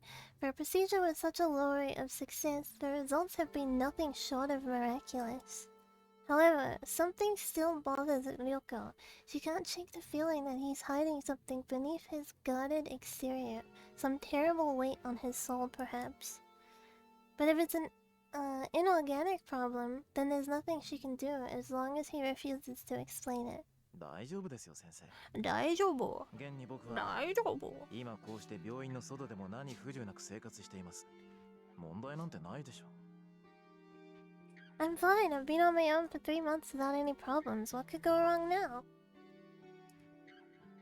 ねえ咲坂さん、こういった難しい手術は予後不断が原則なんです。もう少し私たちを信用してもらえませんと。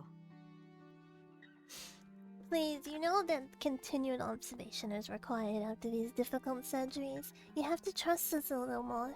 そうですよね。 I suppose you're right. 僕だって先生方を信用したい。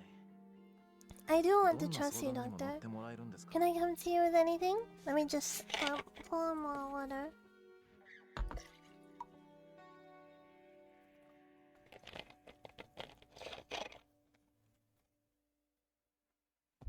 Okay. ええ、もちろん。 Yes, of course. Ryoko answers, smiling to cover up her irritation. Sakisaka asked exactly the same question during last week's visit. じゃあ Well then, 先週の let's 話の pick 続 up きな where ん we です left が、 off. 先生、あれから大貝教授については何か分かりましたか？ Have you learned anything about Dr. Ogai? Unable to answer, Ryoko hardens the mask of her smile. As before, the patient is inquiring about someone whom he has no business knowing. 大貝教授のことは、あなたの治療とは何の関係もないでしょ？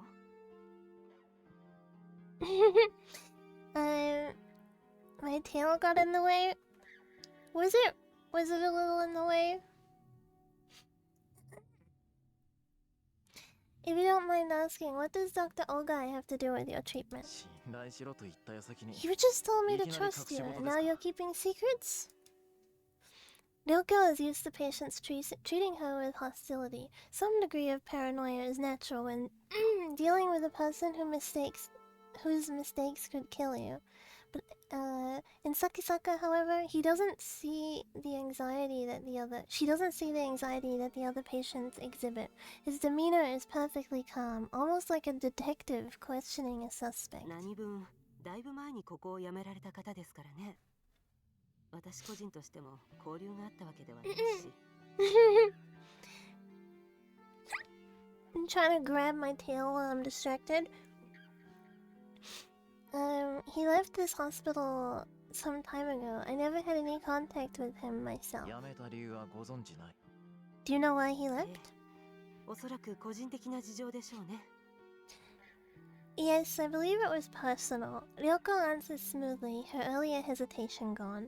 Having decided that at the outset to lie, she has no trouble doing so with a straight face. それにしても、咲坂さん、Mm. なぜあなたはそんなに大貝教授にこだわるんです？ But why do you keep asking about Dr. Ogai?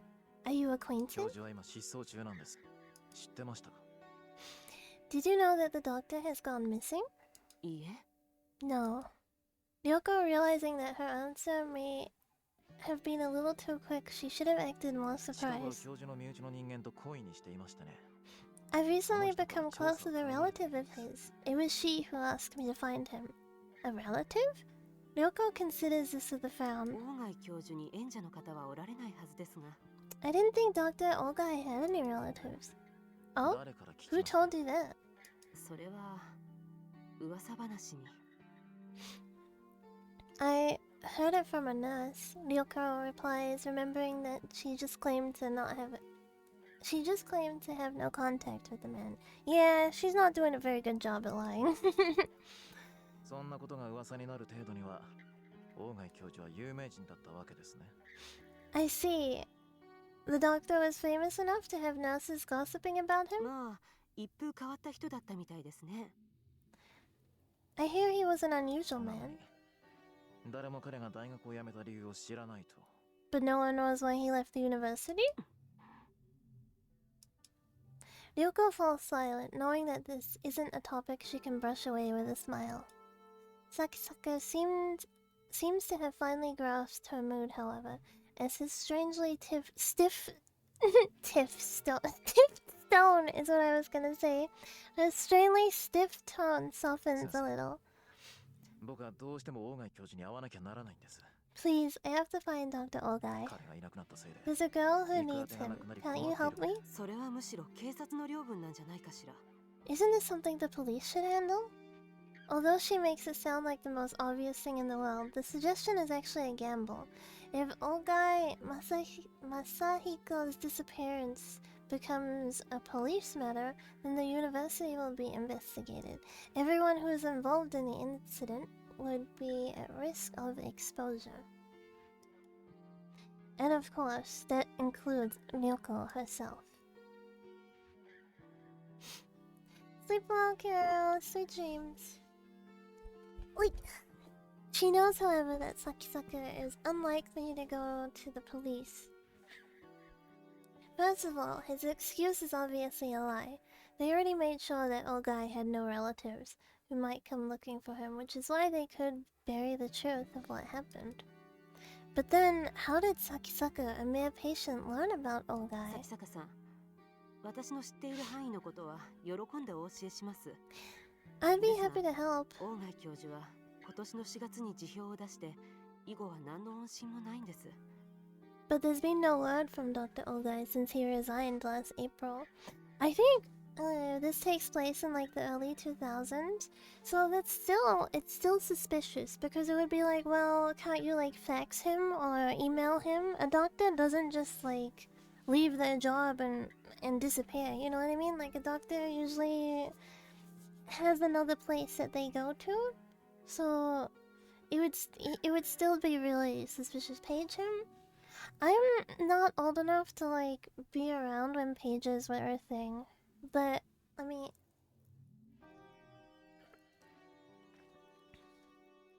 it's the 2000s. Cell phones are a thing. Cell phones are already a thing, so they could have texted him. Especially in Japan, right? I think I scratched my leg too much and I have... Yeah, I gotta put a band-aid on later.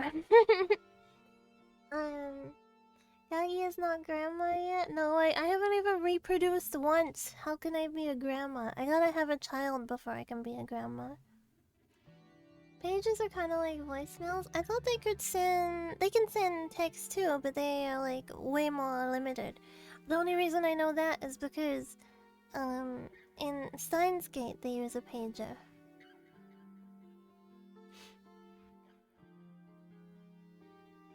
Yeah, about that. I have a secret. I have a secret child. Oh no! Can you be my uncle? I'm an only child, so it won't work. I don't have any siblings. I can't be an uncle. But I can be like a... I can be... I can be a daddy. There's actually phones inside, like old phones. Yeah, cause cell phones like took off in Japan before the rest of the world, right? They were like pretty common. They just send texts. I assume that was obvious. Yeah, but they're like really limited. Like you can't send like a bunch of texts like cell phone. I guess old cell phones too. It would like break up your text message if it got too long. Skype's not born yet. Skype's not born yet. Mitzi, thank you for following. Welcome. But Skype hasn't been born yet, and in this time, and you would get charged by the character, or like how many over? Yeah, when in old phones, when you would text and the text would be too long, it would like break the message up into like 2 texts, right? But then it would like charge you on the second text by how much you went over it. Yeah, so you couldn't have like people, you know, nowadays like people can just go off on you and send like these huge messages, like I don't know, like you know, you see those like messages where someone is like going crazy and they're like yep, like a angry chihuahua. You couldn't do that back then because it would cost you. It would cost you more money. I guess you would have to leave like an angry voicemail. So the message would have been, Dr. Oh, where are you? Please call. You gotta pay to be angry. Yeah, back then you did. The simplicity of today's world, huh? We didn't know how good we had it when sending each other copy pastes. Oh my gosh, the old days where it would be like, you'd be like on DeviantArt and you'd get a new comment and then you would go look and it would be like, if you don't forward this to 5 different people before midnight, you will have bad luck for 5 years. You will be cursed by the ghost of Sadako. Like, you know, it would be like those kind of messages. And then you would like send it to 5 other people just in case. Even if you didn't really believe it, it'd be still like, okay, I don't want to risk it though.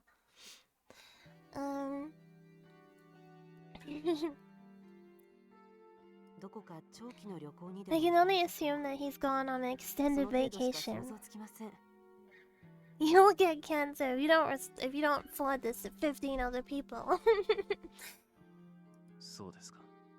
I see.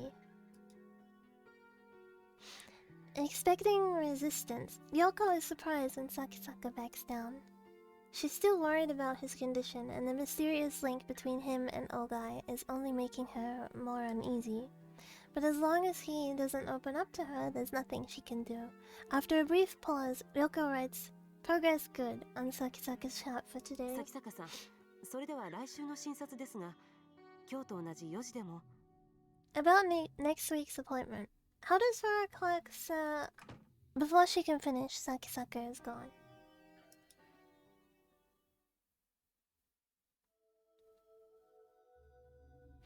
It looks like someone sprayed the walls with pig guts from ceiling to floor. Are they specifically pig? I mean, the insides of pigs are like really similar to humans, aren't they? Nowadays we don't even have memes anymore. I guess we do. They're just like more short-lived than what they used to be. But to be fair, back in the day, memes were like really over. Like one meme would become really popular and then it would just like stick around for a really long time. And it was like, it was time for it to die. it had already been buried, it had been dug up, it had been pissed on, and then it had been buried again, and it still wouldn't go away. Like, you think of like old stuff like Charlie the Unicorn. I freaking hated Charlie, man. I hated Charlie, and you could not escape him for like 3 years. They would be like, "Have you seen Charlie the Unicorn?" "Yes, I've seen Charlie the Unicorn." "Have you seen Charlie the Unicorn?" "Oh my god, he's so funny. Charlie the Unicorn, Charlie the Unicorn." It's like, it's not funny, it's not funny, it's not funny. You know, like, it was just like, Jesus Christ, Charlie the Unicorn, please, go away. Trollflake is my beloved. Yeah, and then like the Velociraptor. What were the other ones? There was like Velociraptor, there was like there was like the puppy, I can't remember what it's called, but there was like the puppy, there was the baby, you know, the baby with like the fist up. But it was like something. Nowadays it's just nothing. Even in video editing, it's all decade-old assets. Yeah, Charlie bit my finger. Yeah, I don't know. There's still funny things around today. Llamas with hats, yeah, there was llamas with hats. There was also like Annoying Orange. I don't know. It's like veggie, mushroom. The holds up my Spock. What even my new model? I have a Spock. What even my new model? I put that meme in. Holds up Spock. It's so unfunny, but like the idea of having that as a model toggle is kind of funny. All of Newgrounds, I actually didn't use Newgrounds that much because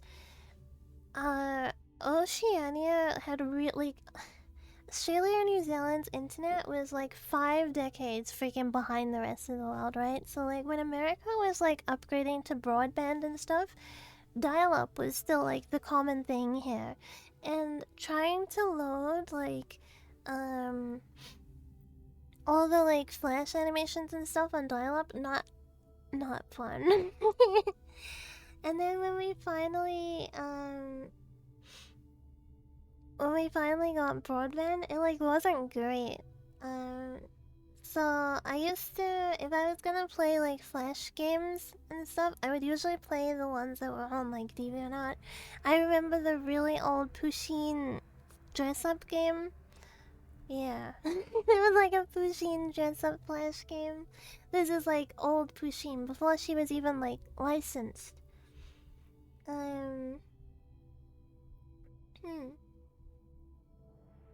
Old school MMF games online. Oh, and I would play really shitty MMOs back in the day.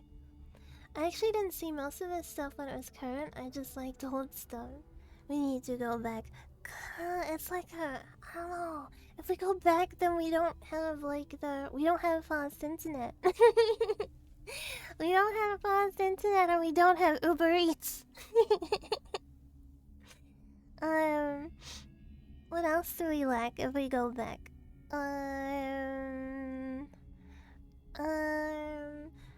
Fate hasn't been translated, so I can't meet Gilgamesh yet.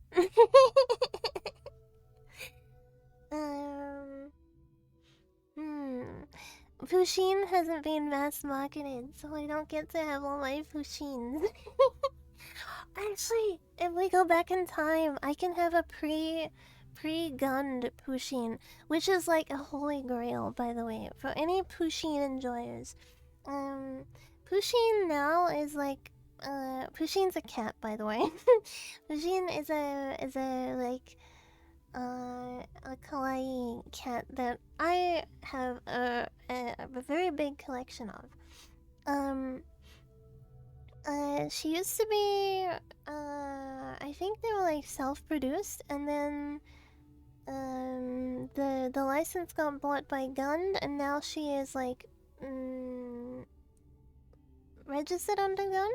But prior to like modern Pusheen, there's like this one Pusheen that is like really hard to come across now. It's really expensive, and the sewing is different. And I want it, but it's really, it's like a holy grail sheen. But if I went back in time, then I would be like, okay, buy this before it becomes like 600 bucks. If gacha existed back in old internet, it would traumatize the world. It kind of did. It just was in a different form. Because any MMO player back then, you know, loot boxes they were already a thing. They were just like not as common. Like you could still buy. They were like lucky boxes. You know, there would be like lucky boxes, and you could buy them for a lot cheaper from the cash shop at a chance to get an item. I remember when Terra first started introducing that.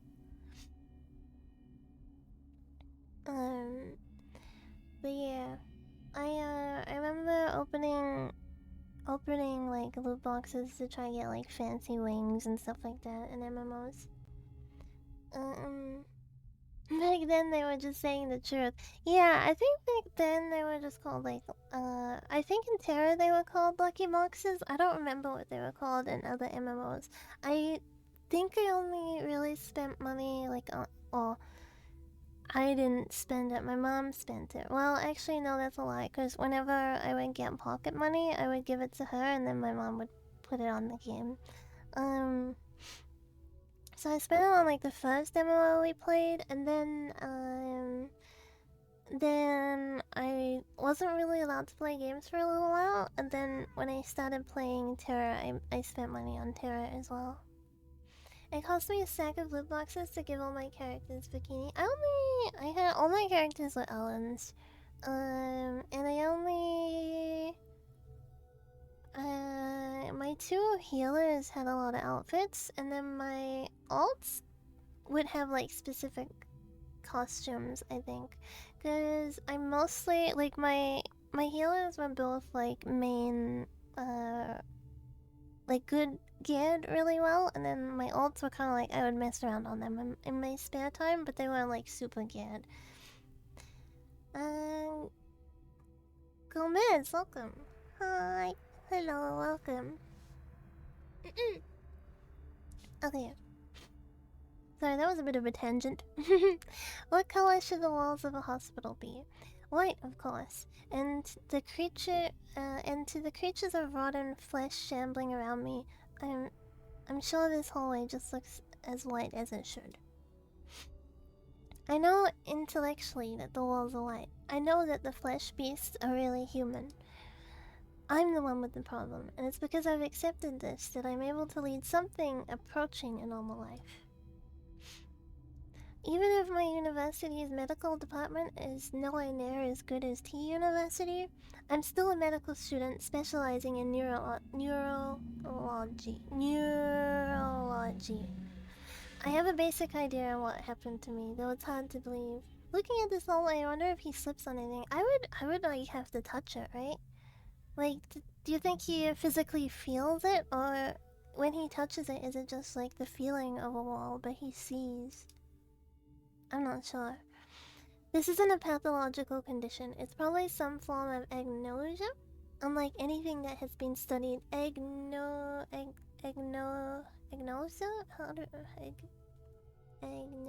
Let me look it up, because that doesn't sound right. Agnosia?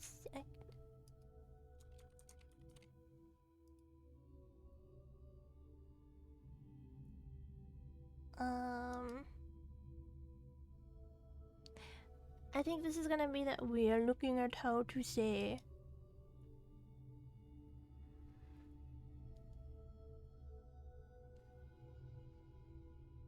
Agnosia. Agnosia. Oh, okay, I said it right. It wasn't the channel that I thought. Agnosia. I think his sense of touch is out of whack too. Probably.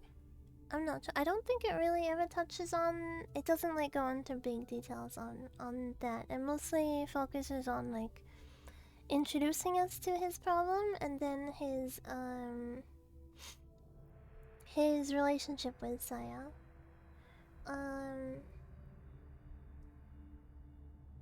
finally I can hear you. You were talking low, then I had to put my earbuds in. Oh.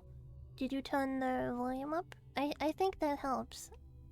I think that might help if you turn the volume up. Brain can deceive itself to a grandiose degree. That's true. Like once there are like problems within your brain, it's really wild. Have you ever had like a schizo moment where you thought you saw something and like it wasn't actually like that? I remember once like the light was on in my roommate's room, like the light was coming on from under the door. So I opened the door to like speak to them and the light was just off. And I was like, "Oh, did you just turn the light off?" And they're like, "No, I've just been sitting in the dark." And I was like, "Oh, okay." I remember that happening and being like, "Uh-oh." Uh-oh. And then I remember another time seeing, you know, like when there's like a bag outside your like door, like the front door on this house is like a glass door, but it's kind of like squiggly, right? Like it's not like straight glass, so you're not like directly looking in. You're like seeing the like kind of what's in there, but it's like too squiggly to make out what's actually there. So when like an Uber delivers food or something, there's like a brown bag, and you can see like the shape of it. I remember seeing a brown bag like out the front of the door, so I was like, "Oh, that's weird. I didn't order anything." And then I opened the door, and there was just nothing there. And then I shut the door, and I was like, "But there was just a brown bag." Like it was. That was another moment where I was like,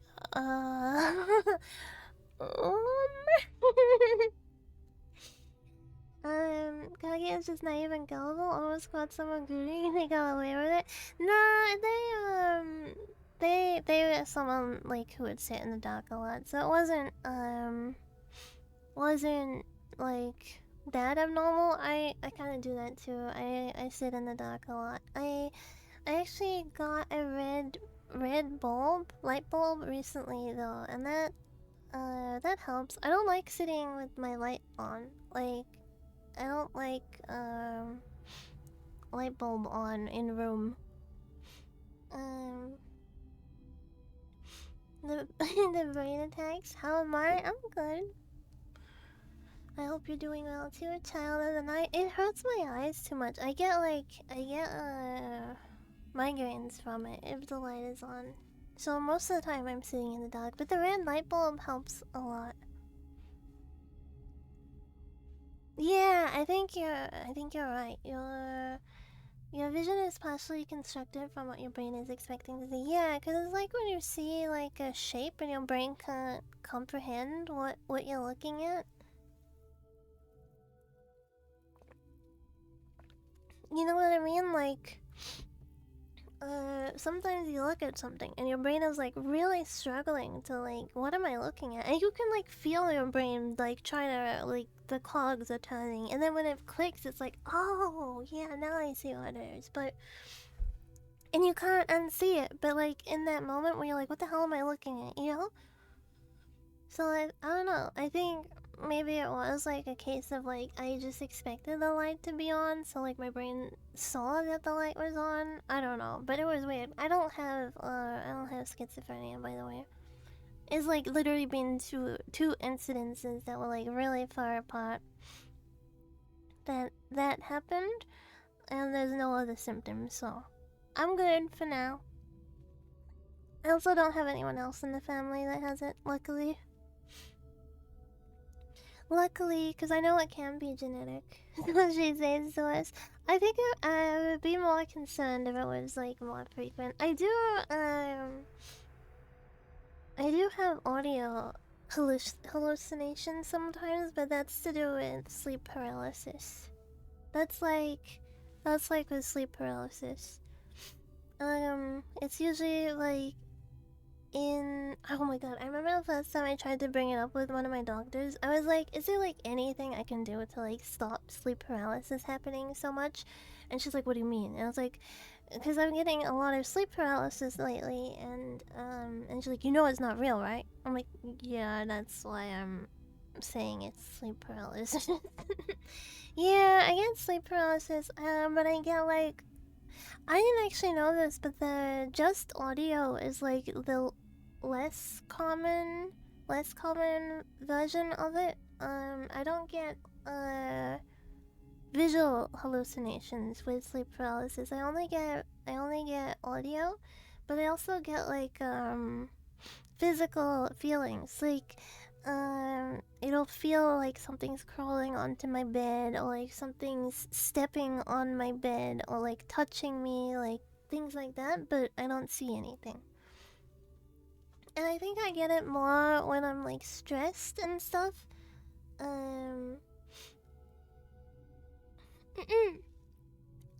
Cause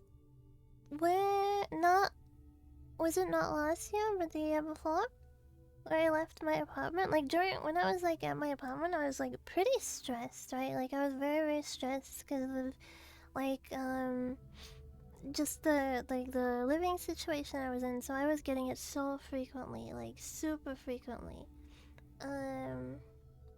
But since like life has chilled out a lot, it is like chilled out a lot. Like I get it very infrequently at the moment. You need to fix your scoliosis and crane neck back to fix sleep paralysis. No, it didn't really matter. Like when I was like in the most I was getting it was like every night, right? It wouldn't matter how I slept, it wouldn't matter when I slept. I would just, if I was going to sleep, I was going to get it. And it really sucked for a while, but posture check. I actually, I had better sleeping posture when I was getting it than I do right now. Because I was sleeping on a futon, which was like on the floor, right? The stress has, I don't know, but I do know, like, I've pretty much gotten it since I was a teenager. It's just when I was a teenager, I didn't know what the hell was happening. I thought I was like being possessed or something. I thought like I'd done something bad and like a demon was there. I was like, what the frick is happening? I didn't get it that often as a teenager, and then it really cranked up when like when I got into my 20s, it started cranking up more. And then when I was really stressed, then I was getting it like every night for a while. And now it's kind of like every now and then, but not really that often. And it's not like nightmarish lately. Like, you know, sometimes sleep paralysis can be like really scary because like you think something bad is happening, but the ones I've had recently are like really random. Like it'll be like I hear someone speaking, but there's no possibility that that person is right there. You know, like it'll be like my dad speaking in my room. But my dad doesn't even live with me, so it's like my dad can't be speaking in my room. And then when I like wake up, I realize like, okay, it's not him. Or I'll hear like the stream assistant like meowing, like meow meow meow, but he's asleep right next to me. You know, it'll be like things like that. That sounds really schizo if you don't if you don't know sleep paralysis. It's literally like in the kind of like the in between being asleep and awake. So as soon as like I'm awake, I don't have any of that. It's like when I'm waking up, coming out of sleep, that it happens.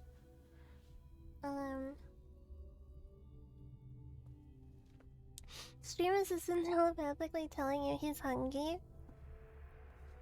Oh, he wouldn't waste time telling me if he was hungry. I only had it a few times. It was super weird.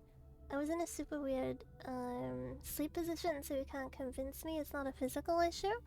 Well, like I said, I've had it like in every position. Like I'd sleep on my back, directly like on the floor. So like my posture is pretty much like as good as it can get, and I would get it. Slept on my side, would get it. Sometimes I'd be like, oh, maybe I need to like sleep like on a like an angle that like I'm feeling like I'm breathing more air. It wouldn't matter if I slept it with like through my mouth, breathing through my mouth, breathing through my nose. Yeah. Each person is different. Yeah, because it's essentially like something goes wrong like with the wiring when you wake up. That's why you can't move, because your brain hasn't like released the chemical that lets you like move when you're awake and stay still when you're asleep. It's like a mishap between that. It can be a physical trigger for one, non-physical for others. Yeah, it just depends. It's basically like a hardwiring gone wrong in the like being asleep to becoming awake phase. I mean, that's essentially what it is. My dad gets it too, so I think I don't think he's had it recently though, but like he's mentioned like basically describing sleep. Do I sleep on my stomach? No, not anymore. I don't know, like just being strong enough to beat the demon easily. I guess I did, right? Cause I don't get any like I don't get any bad ones lately. One that I had the one that I had most recently was just the stream assistant being like meow, meow, and like in the sleep paralysis it was like him on the other side of the house, but like he was sleeping right next to me. I have this last nightmare. I forgot to wear my cross when I was sleeping. I had a mark on my head. The El Diablo.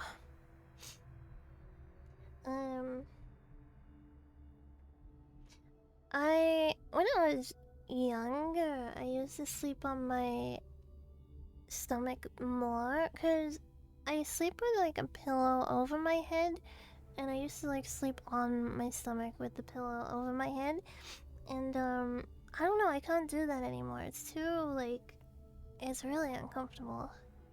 And I remember like when I stopped doing it, one of my friends would be like, "Oh, but it's so comfy. Like if you have boobs, like it's really comfy to like sleep on them." And I'm like, "No, it's not. It just feels like they're getting squidged. Like it's sore, and it makes your back all uneven and stuff. Like you like I don't know like how to describe it. It's like." Your head is going down to like the pillow, and then there's like a lump where your chest is, and then your back goes down. I don't know. It's not comfortable. It's not comfortable sleeping on your stomach. But I used to think that it wasn't comfortable to sleep on your back, and now I think it's like way more comfortable to sleep on your back. But I'm mostly like a side sleeper. I sleep on my side, and then I'll like shift onto my back. Anyway. I'll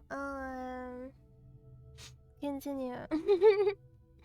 The flesh feast called Tanmo Ryoko said that the other patients had developed neurological disorders after receiving the same treatment I did.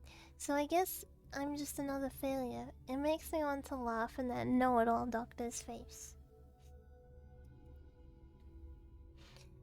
That said, I don't blame the doctors who operated on me. After all, I do owe them my life. I know as well as anyone how low the chance of success was, and that I had no other hope of survival. This, I feel, would be pretty cool to, like, experience. Not permanently, but it would be pretty cool to, like, experience this. I was unlucky, that's all there is to it. The point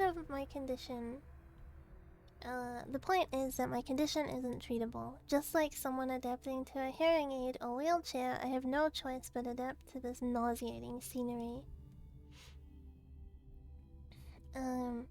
Of course it's hard. It wasn't easy to resign myself to this fate. But now there's more than just despair. Even for me, there is a glimmer of hope. Keeping my eyes on my feet, I hurry home.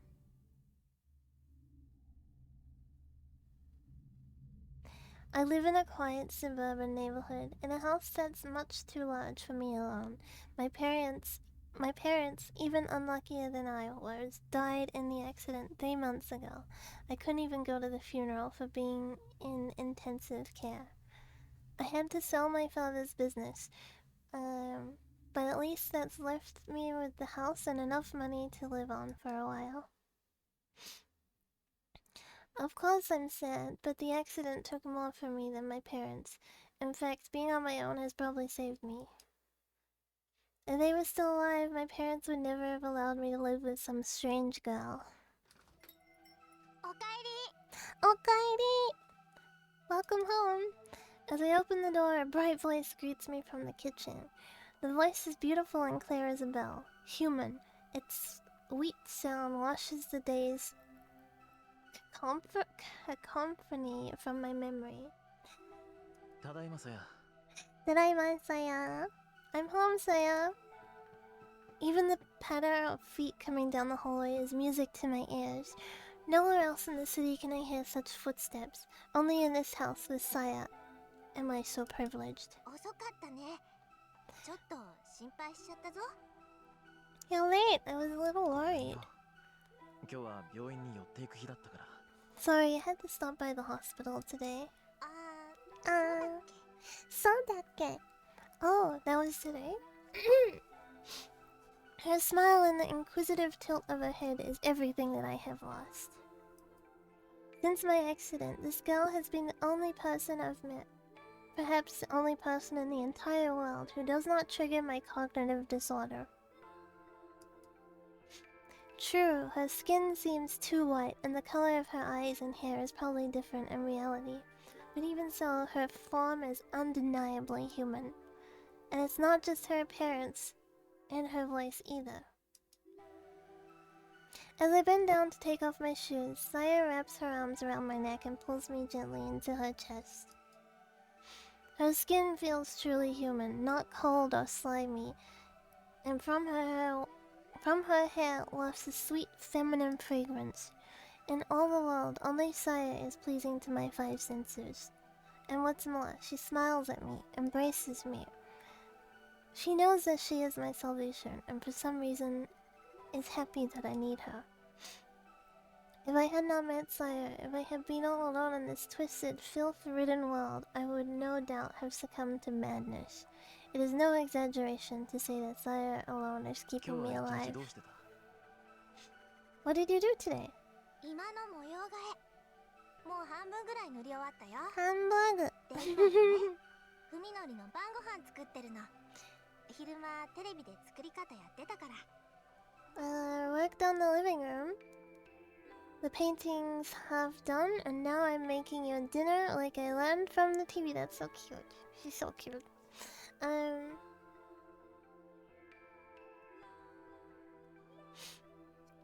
finished it without voice acting back in the day, so I missed on this hag pretending to be a teenager doing embarrassing noises. Really? I don't think I played it without the voice acting.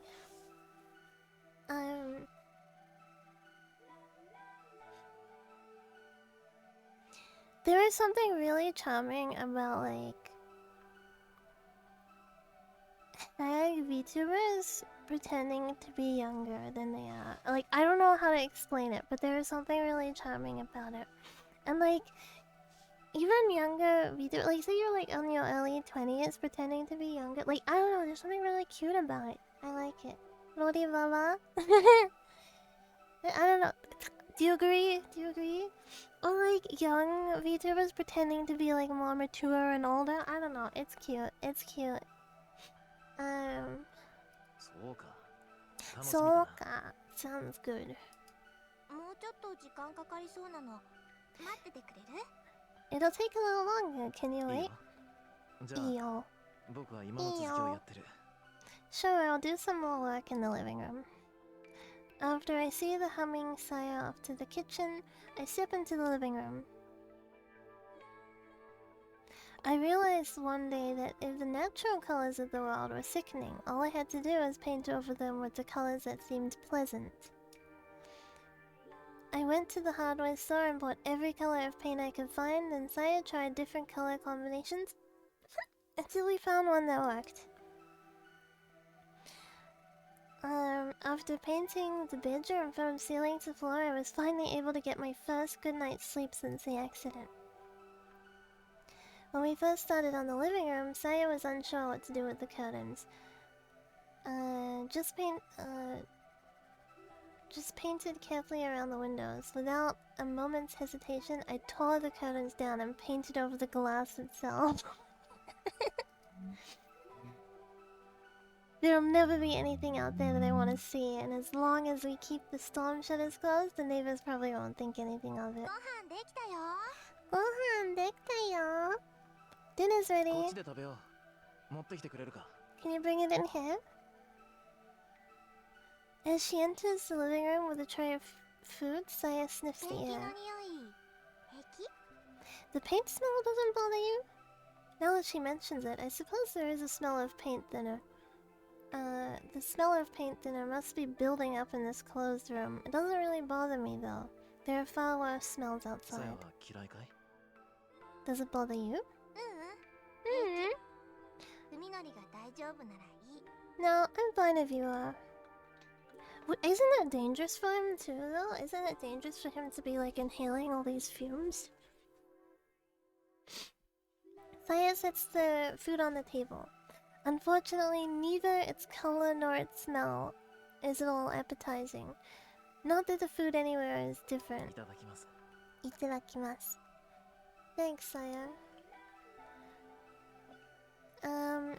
As has become routine, I steel myself and methodically transport the food into my mouth. The taste is as gut-wrenching as I expected, but it's not Saya's fault. I'm sure she made it exactly like the cooking show said.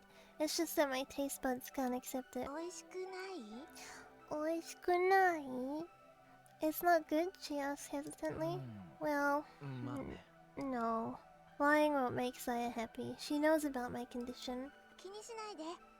明日はまた別のものを作ってあげるから。 Don't worry about it. I'll make something different ごめんな tomorrow. いつも。せっかく作ってくれたのに。 Sorry, you always go to the trouble of cooking, but いいのよ。こうやっていろいろ試していけば、いつか文則でも美味しく食べられるメニューが見つかるかもしれないじゃない。 It's fine. If I keep trying, maybe I'll find something you'll like.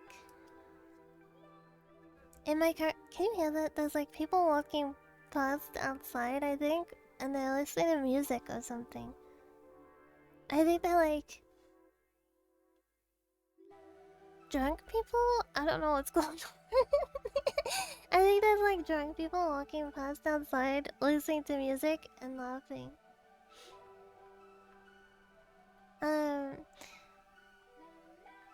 Noise suppression is pretty good, really. I'm surprised it's not coming through. Well, I mean, it's a good thing that it's not coming through, but it is kind of funny. In my current state, eating... Wait, did I read this? It's fine. Yeah, I did. In my current state, eating is nothing more than an unwelcome duty. As much as I hate it, I need food to survive. God, that would suck. Like, losing your taste buds, because you would lose so much enjoyment in life, right? Like, even, like, the enjoyment of having, like, a morning coffee. You know what I mean? Like, you don't get that anymore. If I stay alive, then perhaps one day, as Saya says, I'll be able to taste something delicious again. Any theory about what the F is happening? I know what's happening, but I won't spoil. I think a few of us know what this story is. I think a few of us already know what this story is.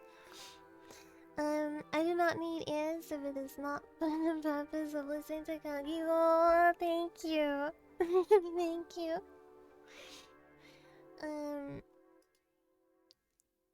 I met Saya, didn't I? さやは食 It's べ a ない。 very wholesome story about love. Are you going to eat? 私はもう済ましたから。 No, I already ate. In all the time we've been together, Saya has never once eaten with me. I don't know why she refuses to do so. It makes me a little sad. Still, I'm not about to push the issue. Not when she's putting up with all the problems I have. そういえば、今日もう一度病院で君のお父さんのこと聞いてみた。 By the way, I asked about your father again. パパの？ Papa no? You did? Dr. Ogai Masahiko is Saya's father and her only living relative. Saya has asked me to unravel the mystery of his disappearance. やっぱり何も教えてくれない。なん they still wouldn't tell me anything. I get the feeling they're hiding something. By the way, the same writer of This Is the Writer of Fate Zero also worked on Madoka. そう Sure. Oh. I expected Saya to be a little more disappointed. 心配じゃないのかい You haven't given up, お父 have さん you? のこと No. Saya responds with an unreadable expression. It's not that. She gives a little shake of her head and smiles once again. ありがとう海のり私のためにいろいろと Thanks for what you're doing for me. 君はそれ以上のことを It's nothing compared to what you've done for me. I thank you for the meal and set down my chopsticks. He was eating a hamburger steak, not hamburger. And I have din din, so have a good stream. Thank you, cheese. Enjoy your foodies. I thank you for the meal and set down my chopsticks next to the perfectly clean plate. As wretched as the taste was, thinking of the care that Zaya put into it gave me the strength to finish every bite. Funari is stronger than me. If it was something gross, I wouldn't be able to like be like, oh, you made it for me, so I gotta eat it. I'd be like, I know you made it for me, but it tastes disgusting. Ja, is it bath time? Well. Yeah, will you wash my back again? Ever since I moved in, it's been like having my own wife. Let me just make sure we don't see nothing. Saya, why are you so good to me? Okay, it skipped it. Is this truly what you want? What am I that you can give yourself to me, body and soul? I had my hand on the hide button just in case. I was like,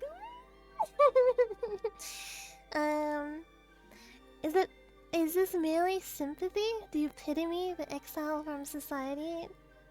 Is that enough for you to surrender yourself to such a mad desire? Are you so wanton? What is wanton? Is it like, are you so... Wanton meaning? A cruel or violent... Oh, deliberate and unprovoked. Sexually unrestrained or having many casual sexual... Oh, okay, so is it... Yeah, yeah, okay, I get it.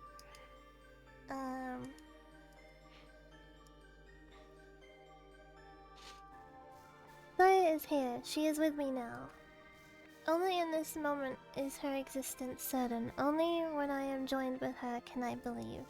No matter what cruel fate might await me, Saya, there is nothing I fear more than losing you. みのり泣いてるの Minori, are you crying? Can you imagine being Saya right now? Like, can you imagine, like, your boyfriend, husband gets home from work, you're like, I cooked for you, and he's like, you already know that he's not probably gonna like it, right? So that's fine. But you're like, it's okay, we'll keep trying. We'll keep trying until we find something that you like. And then he's like, okay, let's have a bath. And you bathe together. It's like a nice moment. And then you go to bed and he starts crying. It would be like, oh, like the bath is like a nice moment and everything, and you go to bed, it's like he just starts crying. I'd be so confused if I was Saya. I'd be so freaking confused. I realize that my cheeks are wet with tears. Why Saya? Why do you go so far from me? みのり Minori, I don't understand. But I'm losing myself to you more every day. I can't live without you, Saya. I wrap my arms tighter around her, praying that our bodies will melt together and will never be apart. どうすれば君を失わずにいられる Doshita? 何をすればいいどうやって I 君に just 報い spilled ればい water い on my keyboard. Uh-oh. I hope your keyboard's okay. I lost the keyboard not that long ago to that happening. But I wasn't the one that spilled it. Stupid stream assistant. Tell me, please, what must I do to keep you with me? How can I repay you?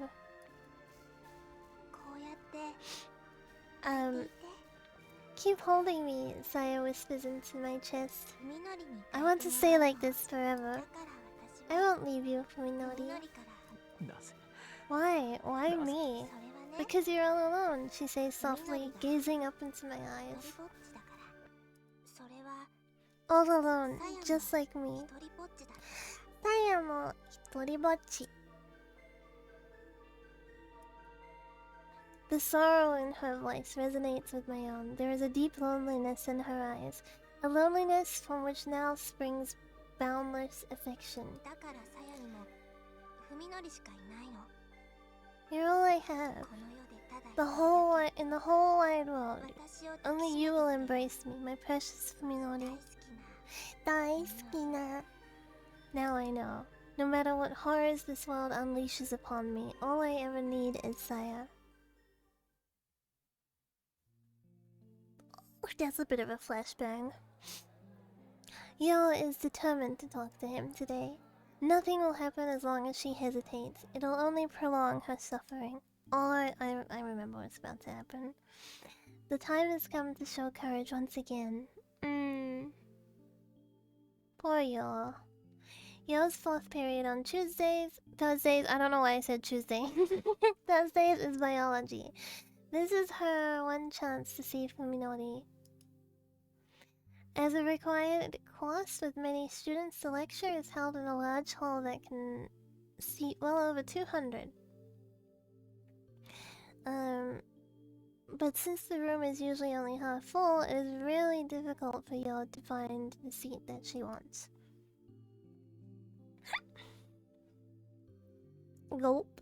Yo, is that your meeting?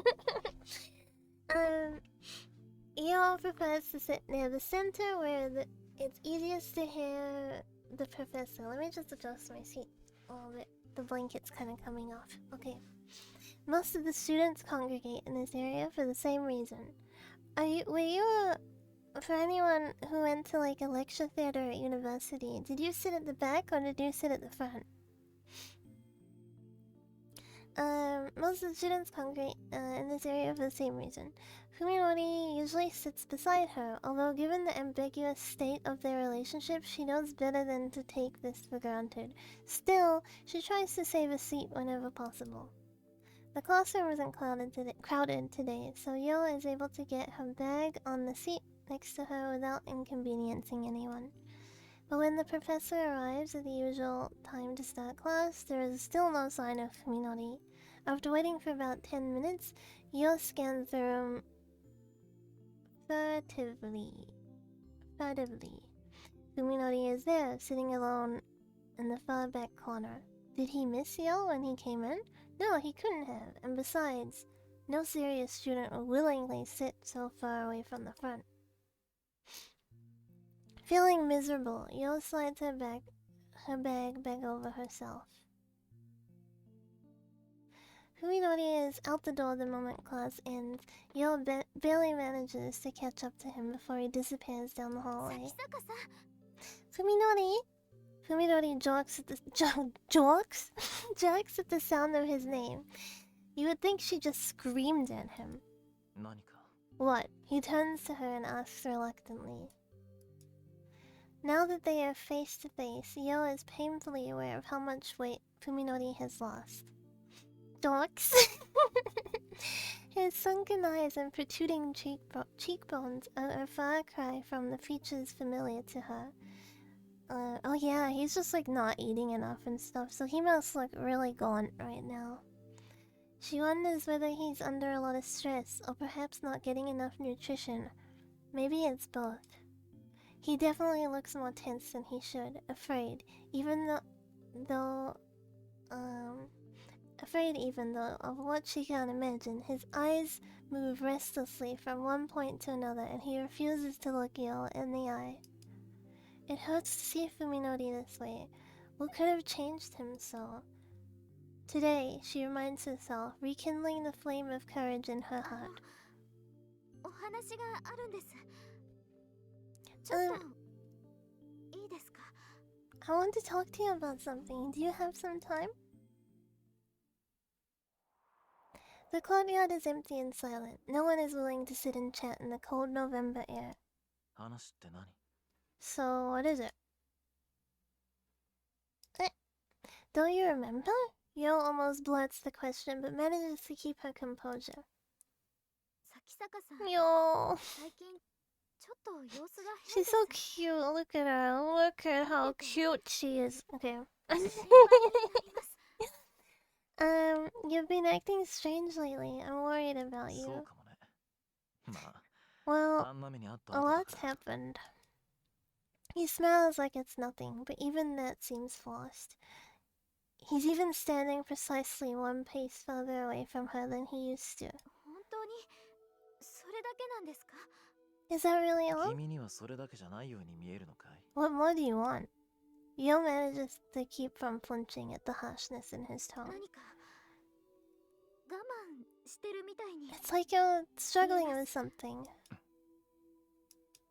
Rather than answer, Fuminori grinds his toe into the dead grass at his feet, fearing that her determination might flag. Yo lets the words come out as they may. どうしようもないものを It's like there's a 無理して terrible weight on your shoulders and 壊れ it's そうに slowly なるほど breaking you. 頑張って我慢してるみたいに。今の咲坂さんは That's how you look to me. そうかい。 Oh really? Fuminori mutters through the clenched teeth, no longer trying to deny it or change the topic. This is even clearer sign of rejection than his prior evasiveness. But Yo's determination is strong. Today at least she won't back down. 友達ってこんな時のためにいると思うんです。 It's times like these she implores, trying to convey the sincerity of her feelings for him. That you need friends.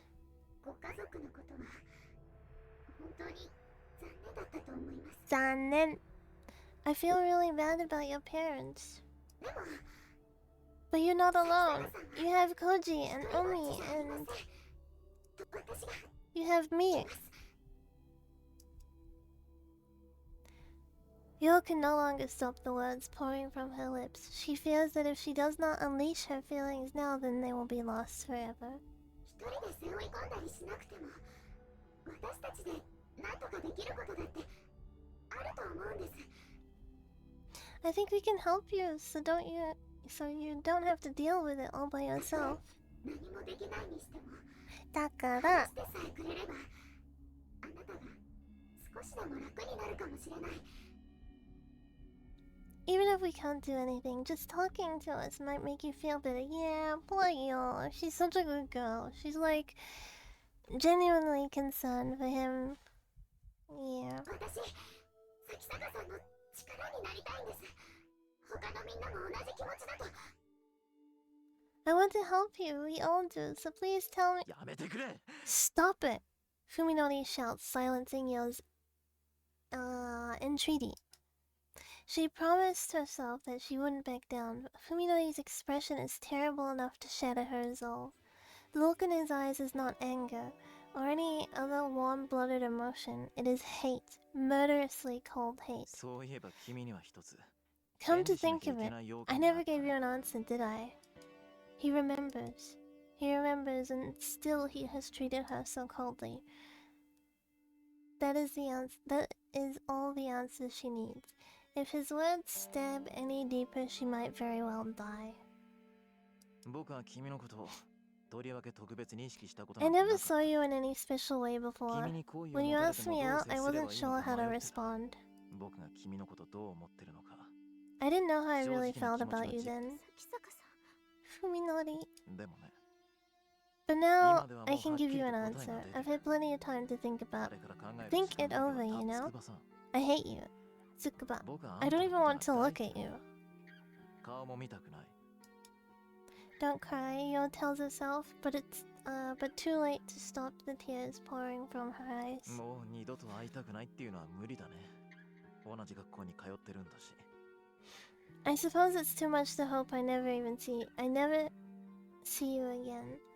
We do go to the same だから school. せめて今後は僕に声をかけないでく So れない just か make this the last time you speak to me, okay? Your voice makes me sick.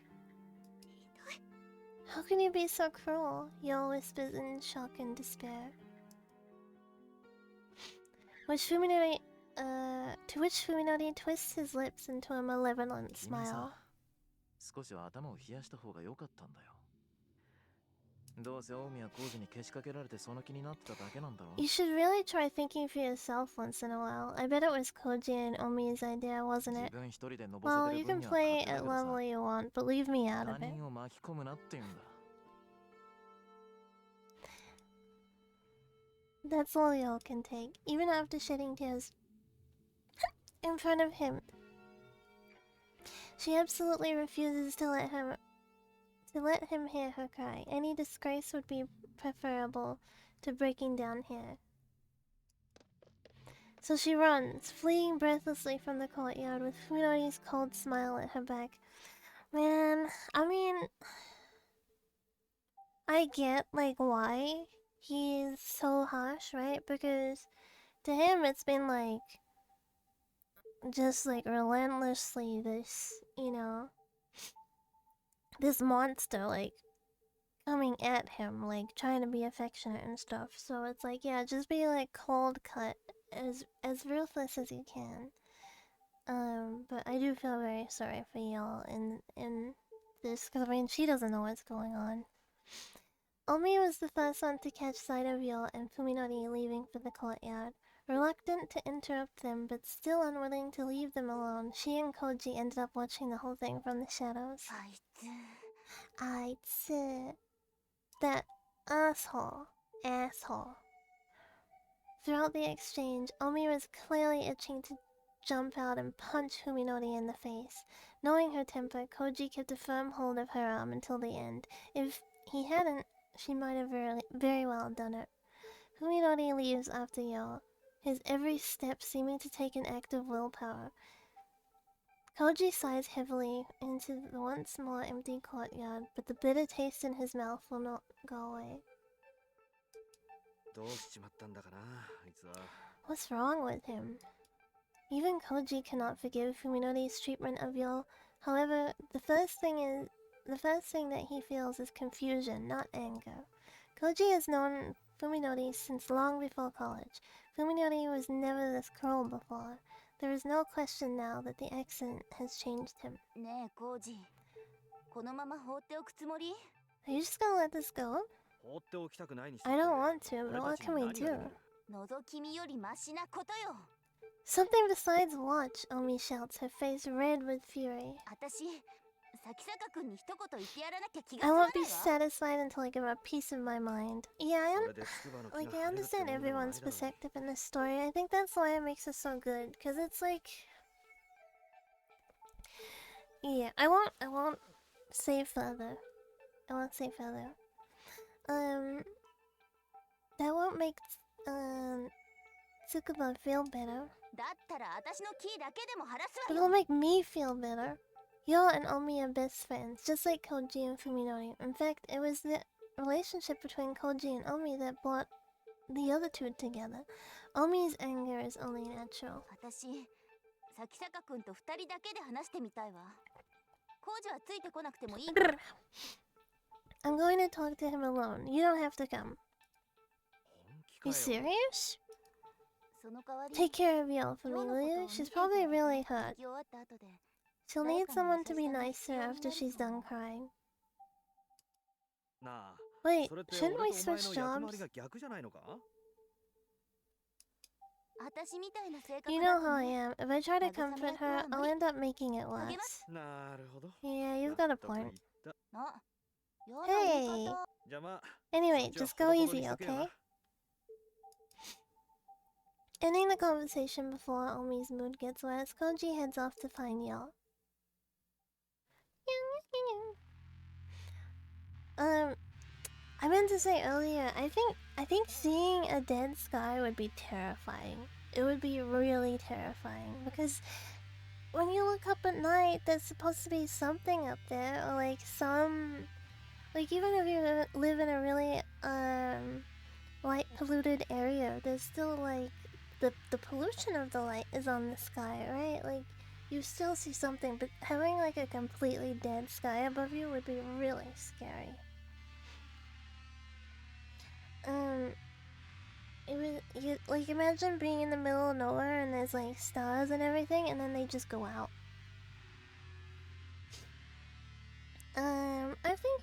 I think I listened to like some horror story where something like that happened. Although, was it like part of the Mandela effect or something? I can't remember. But I remember like the stars going out. The dread of it. Yeah, I think that it's the absolute dread that would come with it. This place reminded me of where this place reminds me of where I live, Sky included. Yeah, like even in like a really big light pollution area, you can like still see like the light pollution on the sky. I would be just like, well, guess I'm dead. Yeah, that's what you really can do in that situation, right? It's just like, okay. Bye, I guess. Oh my gosh, I listened to this like creepypasta story the other day, and it was so freaking cool. This guy was in a car accident, right? And he wakes up, and then it's like, this beautiful lady comes over to him and is like, "Oh, you made it to heaven, good job." And then like she opens her mouth, and there's like thousands of teeth, and she like distorts into like this like very scary like demon. And starts chasing him, and he gets away, and he meets up with some other people, and they like they help take down the creature, and they hide out in like a little underground bunker, and they basically explain like, yeah, this was heaven, like this was heaven. It used to be really like beautiful and stuff, but since God basically in the story, like God killed himself to birth our universe, but God doesn't just like immediately die, poof, he's gone, right? He's been like slowly dying over the like hundreds of millions of years that our universe has been alive, and while he's dying, all the angels are basically going insane. They're going insane, and they believe that if they sacrifice enough of us, then they can bring God back to life, or they can like resurrect him, or like help him, you know? You know what it's called?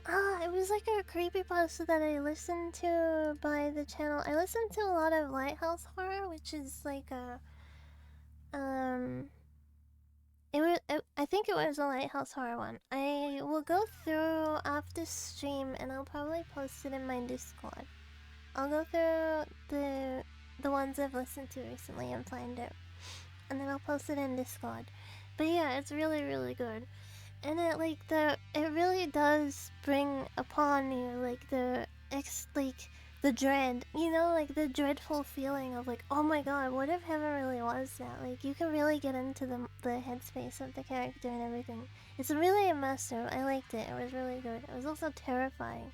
Like the way God was described in his like dying form and everything was like, damn, I don't like the options of like go to hell or go to this like hellscape heaven when you die. Oh yeah, and at the end of it, like when God would eventually die, then everything would just go poof. So that's like no resolve to the whole scenario. Yeah. Great choices. Yeah, it's just like a hopeless, like the whole thing is just hopeless.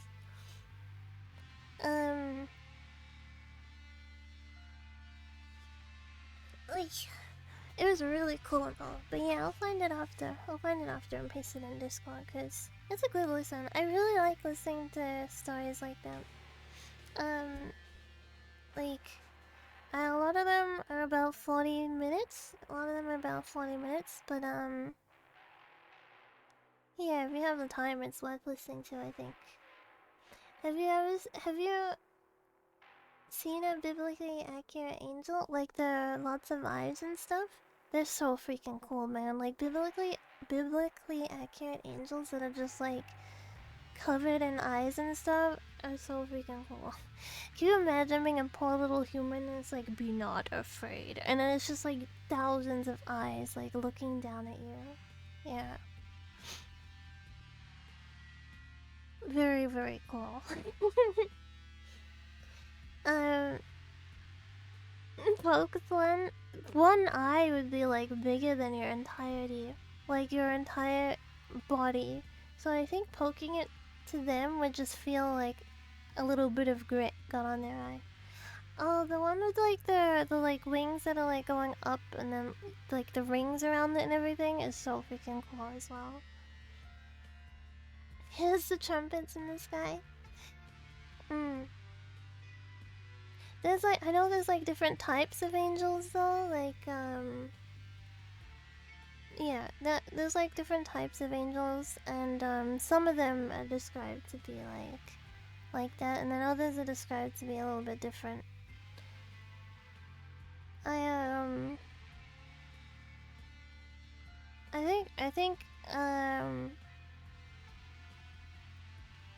think that's cool. I was trying to think of how to word it. I was gonna say like, I think what's the opposite of demonology? Like what would the angel one be? I guess just angels. Angels are pretty cool. I think angels are really cool. But I also think demonology is really cool too. Angelology. Yeah, I guess. Angelology. Oh, they're so cool. And I love how there's like different kinds of ones with like different purposes and like, yeah. Yeah, I could get on that topic very, very easily. It's fun to talk about. I guess there's like more types of demons though than there are of angels, as far as I know. Because I know like with demons there's like so many like off spins and stuff, right? Let me have a drink.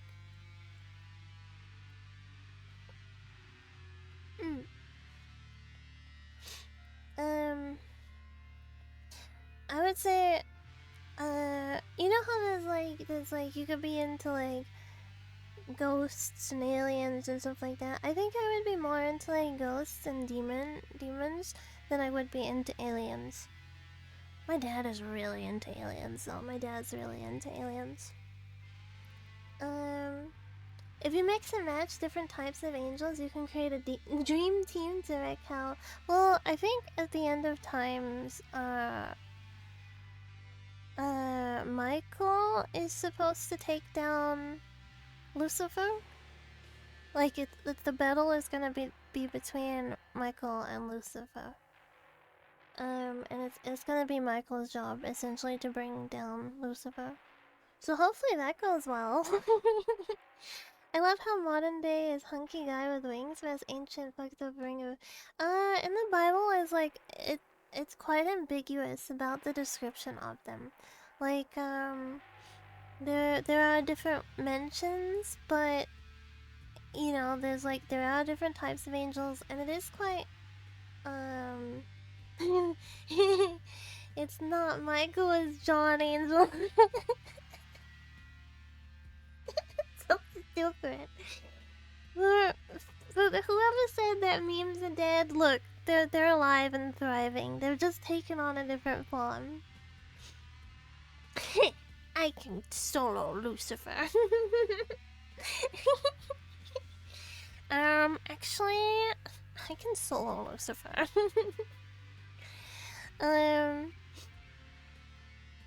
Man, you remember, you know, like the guy that was like going on about the rapture happening and stuff, and then like people were like freaking out about it. You know, it was just like one random dude in Africa who was like, "Oh, I had a dream, and in the dream, God told me that the rapture was gonna be on this day. But I know in the Bible, no one's supposed to know when the rapture is gonna happen, so it's actually gonna happen between this day or that day, but it could happen on any day because no one's supposed to know." How did people freak out about that? How did people freak out about that? So is Lucifer Slacks as God's support team? What a bro. One day someone will be right. Well, it's like it's not canonical, but like the rapture itself is non-canonical, but it's also not supposed to be like no one is gonna know when it happens. It's just gonna happen. Rapture will happen? Yeah, old man. It actually happens. He goes to heaven as a road. Oh, when he was doing like the live stream, like he was literally like, I'm gonna live stream it. I'm gonna live stream the rapture. And he like disconnected and then like disappeared for a while. And then they were still live streaming, right? So then eventually he had to come back and be like, yeah, well, I'm still here, but I'm holding out because there's still 58 minutes to go. As a new prophet, the rapture will happen, I think every age of human thinks that they're the last ones. Right, because you look at like people in the 1700s being like, oh, the world is ending, world's coming to an end. Then in the 1800s, world is ending, world is coming to an end. 1900s, world is ending. You know, it's like yada yada yada. The world will end when it's meant to. 2012, oh yeah, because the Mayan calendar ran out, so people were like, it's the end. Why did it end there? Why did the Mayan calendar end right there? It must be the end of times. No, they just simply had to end it somewhere. Well, it's ending tomorrow. Oh yeah, there was like this lady like having a breakdown on TikTok saying that like, think about it, guys. I only have like 2 days left with my kids. I only have 2 days left with my kids. It's like, but if you truly believe that you're gonna get raptured, like they're gonna get raptured too. They're children. I think like the general age is like it's between 9 and 12 when you're supposed to truly know like what's wrong and right. So if you're under that age and her kids are because they're young, then you immediately go to heaven. Like you get an immediate pass because you're a child. So it's like if she truly believes she's getting raptured, then shouldn't you be like, oh, I'm going to heaven with my kids? Like, wouldn't you be happy about that? Has 2 days left with the kids, spends on TikTok. Yeah, I guess that's, yeah. People aren't very smart. If they aren't baptized, it depends. It depends if you're a Christian or a Catholic, etc. Because I know in Christianity, it also, I guess, depends on the sect, but like most of Christianity, you don't need to be baptized. Some kids are less than adults, so it's just, that's not true, because as like a 5-year-old, you gotta think, like, you've only been on this planet for 5 years, right? Like, and half of that time is like learning how to speak and not shit yourself. Like a 5-year-old can't possibly be worse than a 20-year-old in doing wrong, like in wrongdoings, I should say. Like a 5-year-old, even if a 5-year-old is like pulling a goldfish out of a pond and like watching it die, it is messed up, but like kids don't understand action past consequence in the same way that a 20-year-old does. I mean, we are facing that challenge every day, hitting ourselves. It's an unending battle. Unintentional wrongdoing. Yeah, kids don't understand that. I'm not baptized, I'm a gamer and I'm sneaky. I'm not actually baptized either, but my dad and my mom are. Almost everyone I know has been baptized too. Kids are inherently cruel. It's up to adults to teach them not to be. I think it's the opposite actually. I think kids are inherently not cruel, and usually children doing cruel acts is a sign of something else. I think children are inherently basically like you're born a blank canvas. But I think empathy is not something we truly feel until a little bit later on. Like I think when you're a kid, you understand like bad thing happens. Like you don't want to see your parents cry, or you don't want to see someone being hurt, right? But it's not out of like empathy, it's out of like general discomfort of seeing those things happen. Or when your animal dies, like it does upset you because you're not gonna see them again, but you're not upset in the like sense of like I'm upset because they died. It's like I'm upset because I won't see them again. And then you kind of like get into your teenage years and like empathy like comes in, like the emotion develops, right? And then it's like teenagers don't empathize with like each other very well, but they do empathize with like other things. Empathy isn't really learned at around 10ish. I think like you can understand empathy. I just don't think you feel it fully yet. And love and like more complicated emotions. Like of course you quote love your parents as a child, but you mostly love them because you know them, not because you physically feel the emotion of love yet, right? Like the way you love your parents as an adult is very different to when you love your parents as a kid. I think when you're a child, it's like because these are the people that provide for me, they take care of me, and it's like a natural response, you know? But then when you get a little bit older, it's like, oh no, I actually like care about these people, and like I would be hurt if they got hurt, kind of thing. At least for me, I feel like I didn't have like those complicated emotions when I was young, and they sort of like came on more when I got a little bit older. Teenagers empathize with dog. Yeah, teenagers aren't very good at like empathizing with each other, I feel, but like they still like I remember the first like harsh death I experienced was my rabbit, right? Like my rabbit passed away. And my cat had passed away a few years earlier, and I remember being sad, but I wasn't like heartbroken. But when my rabbit passed away when I was like 13, I was like immediately like hurting, like my chest was hurting that he died. You know what I mean? And like I was sad when my cat died when I was like 9, 10? 9 or 10. I think I might have been 9 still.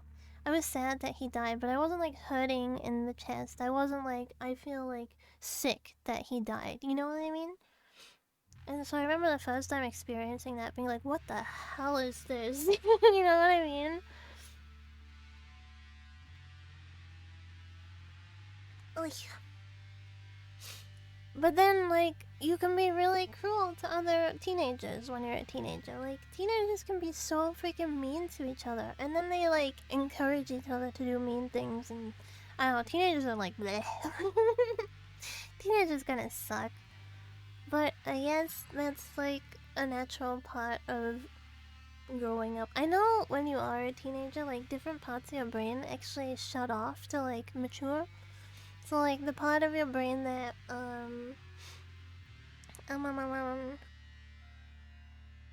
the thing that basically says, don't do this, it's dangerous and you could die, shuts off for a while when you're a teenager to, like, mature into its, like, adult state. It's really wild. It's really crazy. Cause I, like, remember being a teenager and being like, okay, I understand, like, you still want to preserve your life, right? Like, you still have the natural response to, like, preserve thyself. You remember, like, okay, obviously if I jump off a cliff, it's not gonna end well. But you don't have, like, the fear. Like, you don't have the same kind of fear that you do as an adult. It, like, suddenly comes back and you're like, wait, I don't want to do that because I could get hurt. I don't want to do this because this could happen. But, like, as a teenager, you're, like, you're way more fearless. You're way more, like, it doesn't matter if I do this, it's gonna work out. Things are gonna work out. Things are gonna be fine. And then you're an adult and you're like, no, nope. This could go wrong. That could go... Excuse me. That could go wrong. As adults, we face even bigger fears, like taxes. That's true. That is true. Taxes freaking suck, man. Oh yeah! I made the appointment for the diagnosis. I made the appointment for my diagnosis. It's next month. I gave myself a little bit of time so I can like sit with it and like acknowledge that it's gonna happen. Speaking of like taxes, like New Zealand has like a general, like a, what is it, general services tax, which is like,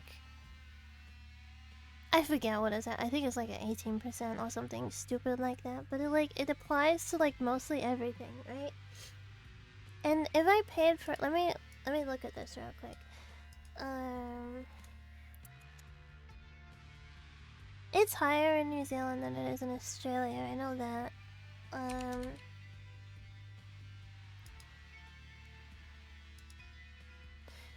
Okay, let me see what the cost was.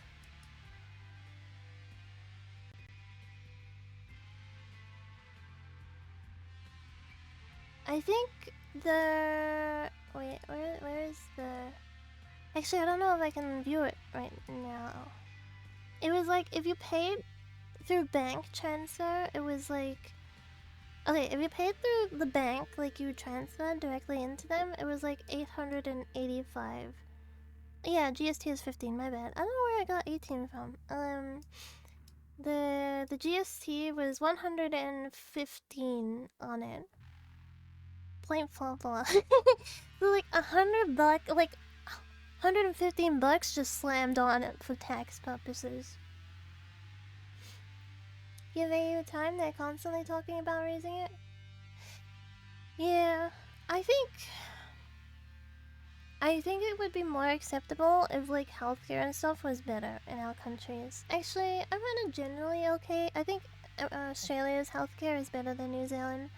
I've had a generally positive experience with healthcare in Australia. I'm not saying like it's the most amazing, but I think it's better than New Zealand. Especially that dental and stuff can easily be covered by health insurance. Like, health insurance here, like, won't cover dental stuff. I don't know, it's stupid. Anyway. Let's continue. I feel awful, miserable, but also refreshed. I finally crossed the line. I knew it would come crashing down like this sooner or later. Having become unable to feel anything but disgust for other people, there was no way I could hope to maintain relationships I'd had before the accident. I like this. I like this. Today's incident will definitely get back to Koji and Omi, and everyone will be convinced I've had a major change of character. Honestly, I don't care anymore. At least I probably won't be committed for this. I just need to avoid acting any stranger than I already have. If this puts a rift between me and the others, good. The thought of all the stress I'll avoid brings a smile to my lips. I'm fed up with them, sticking their noses into my life like they don't care that they make my gut turn just by being near them. I've been terrified of them until now, but today I struck fear into one of them. In that sense, it is something of relief, but I'm not entirely without remorse for what happened. The person I just demolished with verbal equivalent of nuclear bomb used to be my friend, y'all. Even if my senses don't believe it, my mind accepts the theory. I don't have any particular grudge against Yo herself, and I didn't want to hurt her. In retrospect, perhaps I should have just ignored her outright. Yo was an attractive girl. I certainly didn't think bad of her, to be honest, though. I was annoyed when Koji and Omi tried to stick us together. It felt like they were using us as entertainment, and Yo seemed totally oblivious to the fact that she was dancing to their tune. Her cluelessness was irritating. Still, I knew that none of them meant any harm. Back then, I didn't have any reason to hurt others just to get my way. If having a casual relationship with Yo would keep our circle of friends together, I was willing to make that compromise. I don't think it was ever gonna work, to be honest, because she didn't want a simple, like, casual relationship. She wanted him to take it seriously. So I don't think it ever was gonna work out. He's got Simp disease? I think he's got the opposite with Yo. I've had a decent healthcare experience. I haven't used it much. Yeah, I had decent. From when I have used healthcare in Australia, I've had pretty okay experience. The only one weird one was the tooth one, where the numbing didn't work. But I guess also, like, what could he do? I had like a filling done, and he said that it probably should have been a root canal, so he did have to take some of the pulp out, but he was gonna, like, he packed it though, so that it would, like, hopefully save the tooth, and he's like, okay, we're just gonna try this, and if it works, it works, but if it doesn't, you will have to come back and get a root canal, right? And the anesthetic didn't work, so I felt the whole thing. And when I told him that I could still feel it, he was like, "Oh, sorry," and just kept going. But I think he didn't understand that I was saying, like, yeah, it's not that it hurts, like, it didn't work. It was super weird. Every time I get anesthetic, my body starts shaking. Like, so that happened, and then like it immediately stopped. So I was like, oh, this is different. Like usually, like I shake more, and then I could feel it. I was like, okay, I don't think it worked. I don't think it worked. Playing this game is risky gambit. I think as long as any of the scenes don't show, I think it's fine. I think it should be fine. It does have a category on Twitch as well, so I think it's okay. Saya, my wife? No, she's mine. Stay away from her. I'm Fuminori in real life. Yeah, it's mostly safe work. I mean, we still kind of understood what was happening, right? We understood what was happening, so it's fine. This is the Steam version, by the way. This version, I haven't patched this version. I think I still have the patch on my Google Drive from like years ago. Okay, anyway. Now, however, there is no room in my heart for such forbearance. Merely talking to someone is an ordeal, if merely talking to someone is an ordeal, then how can I be expected to show them kindness? These ruminations have left me exhausted. I want to return to Saya as soon as possible, but thinking about the packed trains, the crowded downtown streets between here and home saps my spirits. Catching sight of a nearby bench, I sit down and close my eyes. To the horrors of the world. I can't do anything about the stink or the noise, but I can at least calm my nerves enough to rest.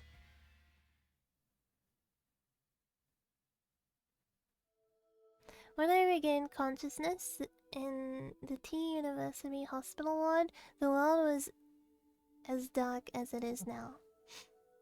I had not yet recovered my sight, even though my eyes and optical nerves were undamaged. It must have been an after effect of the accident. Blindness was a shock, but now I know that my suffering then was nothing. After all, my senses of hearing, touch, taste, and smell were fine at the time.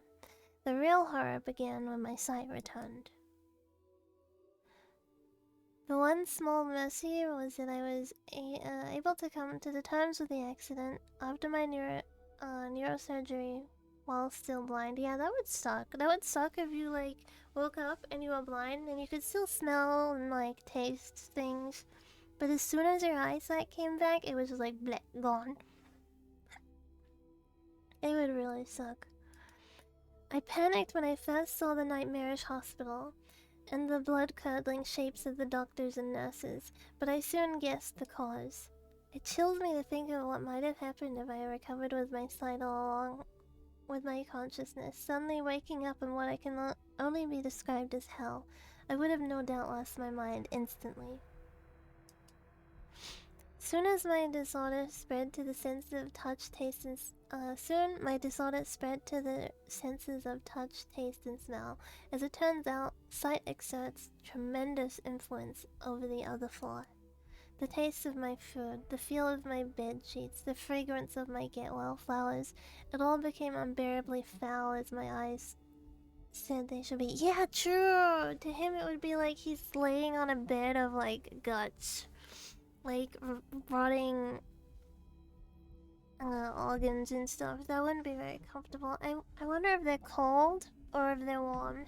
Like, does he experience them being warm and squishy, or are they like cold and squishy?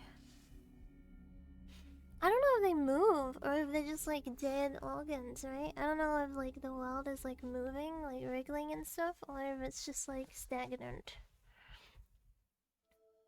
Obviously I guess if they were like moving around it would be worse, because they're like trying to sleep and there's like wriggliness happening. Either way, it sucks. His condition sucks. Eventually, when the doctor's voices became even the doctor's voices became unrecognizable. He said the people's flesh is cold, so I think, oh, yuck. Imagine lying in, like, Like, imagine buying like so much ground beef from the supermarket, laying it all over your bed, and then like laying in it. That's essentially what he's experiencing. As unrecognizable as human, I decided to kill myself. I didn't believe for a second that I could live in this new world. At least not until I met Saya. One night, while I was thinking of a painless way to die, I found myself succumbing to sleep, drifting between the nightmares in my dreams and the nightmare of reality. I didn't notice her enter my room. The next thing I knew, there was a face staring down at me from next to my bed. The face was not covered in pus or slime or earthworm-like feelers. It had smooth white cheeks, round eyes, a lovely little nose, all things I never expected to see again. The face is that of a girl, undeniably human and positively glowing with beauty.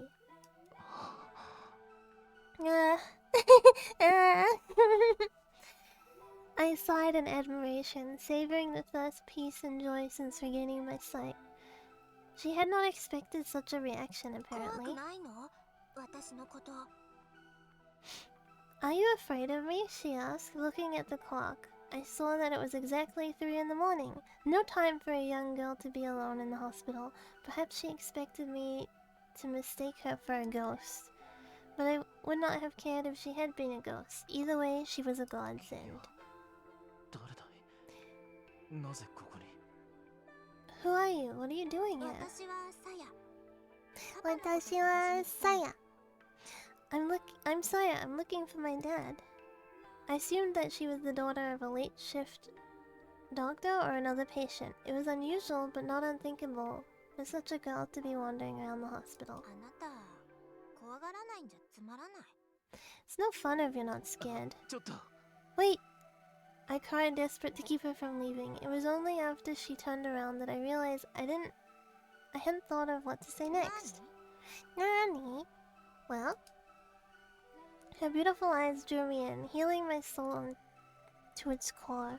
Through the white haze clouding my mind, I struggled to form a coherent sentence.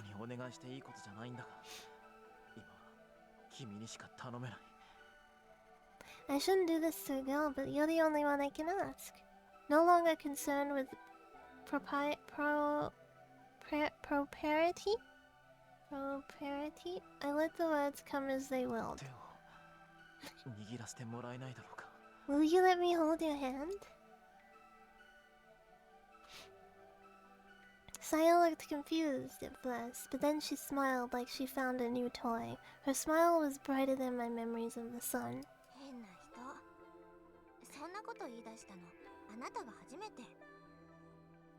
You're strange, she said, holding out her slender white hand. No one's asked me anything like that before. Ever so carefully, as though catching snowflakes, I placed my palm against hers. I could feel her human warmth and the softness of her delicate fingers. She was there, just beyond the palm of my hand. Thinking back on the joyful tears I shed then, I know that this is the moment I was saved from my fate.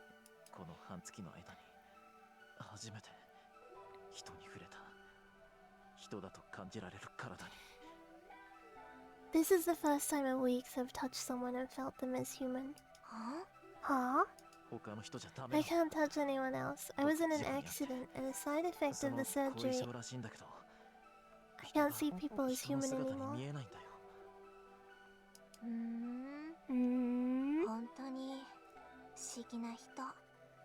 How mysterious. あなた面白い. You're interesting, she said, winding her fingers gently around mine. Can I come back tomorrow night? Yes, of course. But are you sure it's okay? 大丈夫よ. Don't worry, she replied. The night belongs to me. And so our rendezvous began. Saya came to my room every night at 3 a.m., skillfully taking advantage of the duty nurse's shift change. I was astonished to learn that she was living inside the hospital. 隠れる場所には事欠かないか It's ら。 so big that I never run out of places to hide, she said, answering my surprise with a nonchalant smile.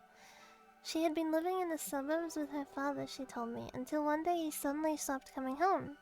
After she had tired of waiting, Saya declared one night to sneak into the hospital where he'd worked. And there she lived for over 2 months, searching for his whereabouts all the while. 学校には行かなくていいのかい？ Don't you have to go to school? No, 勉強は全 Dad 部パ taught パ me に教え everything て I もら need った to か know. ら。 I'm really smart. さやはとっても頭がいいんだよ。 She was a strange girl. On one hand, she looked and acted like a child. On the other, she was remarkably self-reliant and at times exhibited a sharp intelligence and deep knowledge that many may have found unsettling. I didn't care. Saya was the only other human in a world gone mad. Her existence meant far more to me than the standards of society. 危なくないのか？見つかりそうになったことは。 Aren't you worried you might get caught? 全然平気。全然平こ気。こにいれば食べるものにも不自由しないし。 Nope. パパのうちに一人 I don't have to ぼっ worry ちで about food here. It's a lot more fun than staying in Dad's house by myself. 入院してる Oh, 患者さんたちの Saya. うちちょっと精神的に参ってそうな人を事前にチェックしといてね。 I looked through the patients list and found the ones who had mental problems, Saya continued, grinning 時 mischievously. 々部屋に真夜中に忍び込んで脅かしたりするの。 Sometimes I sneak into their rooms late at night and そういう scare 患 them. 者さんの言 Even う if こと they は raise a みんな fuss, 真に no one 受けたり believes しない what から。 mental patients 結 say. 局は悪い夢ってことで片付けられ They ちゃう just し。 brush it off as a bad dream. Her confession reminded me that the hospital was famous for its ghost stories. Who could have imagined that there was actually a real girl impishly roaming these じ hallways? ゃあ僕も最初はそのつもりで。 So that's why you came to my room the first time. うん。ご Yeah, めんね。 sorry. 怒った？ Are you mad? Okata? Brat, yeah. Bratty Saya. While her pranks were hardly praiseworthy, I couldn't bring myself to scold her for the very thing that had brought us もうや together. らない方がいい。その代わり夜は僕の話し相手になってくれないか？ You shouldn't do it anymore. You come talk to me instead. さやもその方が楽しい。 Yeah, that's more fun for me too.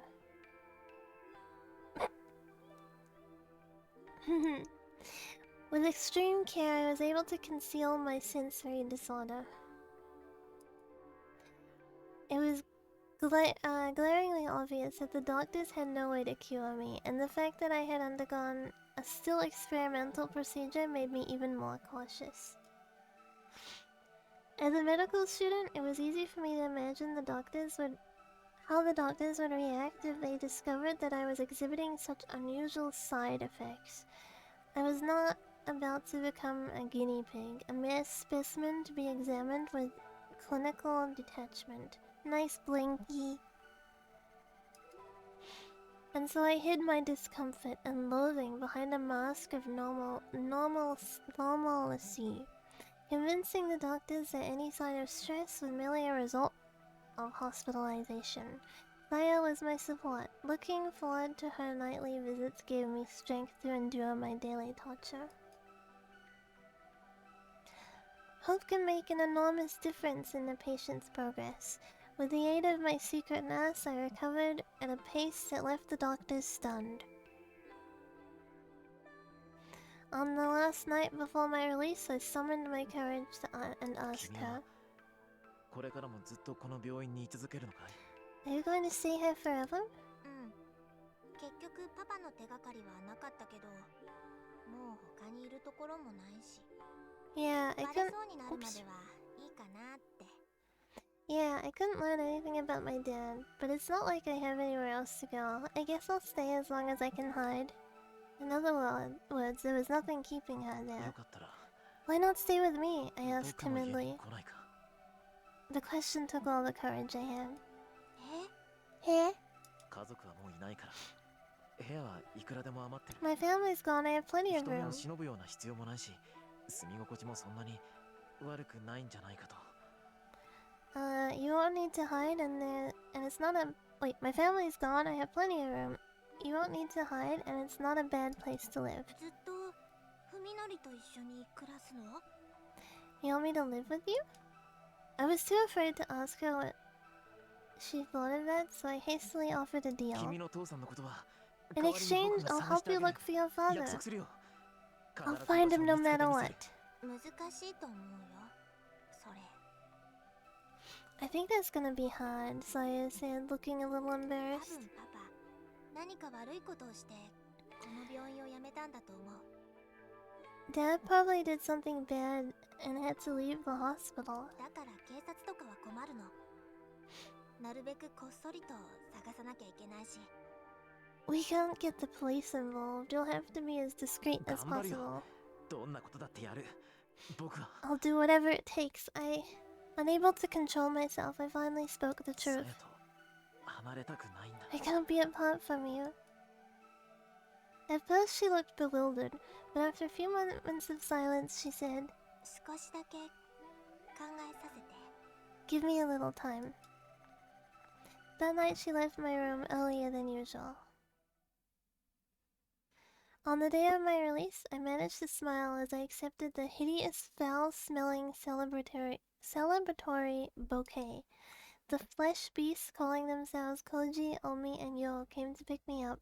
Though they had come to see me many times during my stay, it never got easier to see my friends change so horribly. My sudden tears of despair drew suspicion, but I managed to explain them away as tears of joy. While we walked to Koji's car, I looked desperately for Saya amid the grotesque scenery. Even as we drove away, I kept watching the hospital fade into the distance, praying for a last glimmer of hope. But Saya never appeared. After Koji and the others dropped me off, I paused a while to regard my surroundings. I had lived my entire life on this block, in this house. There was no other place that I could call home. But nothing was as I remembered. As I walked up the path to the front door and took in the yard where I had spent my childhood, I could feel those memories being defiled by the twisted, festering shapes around me. Inside the house, I found nothing familiar, nothing to offer me comfort and warmth. What I had once called home was now a whole other world. 帰る場所なんてない。 I have no home, I whispered with a smile of self-pity. There was one last stop to make, one last nail to hammer into my coffin. I stepped into the room that had cradled me from childhood. The walls were papered with human entrails, the bed tangled mass of warm flesh, but none of that mattered. There, curled up on the bed like an abandoned cat, was Saya. As I stood there in shock, she looked up at me and a tiny, weak voice said, 本当にここにいてもいい？ Can I really stay? This game is a classic. It is, yeah. I honestly thought this game would be banned on Twitch. Should be fine. I think it would obviously be banned if it wasn't the Steam version. But the Steam version cuts out the H scenes, so I think that's like the saving grace. Yeah.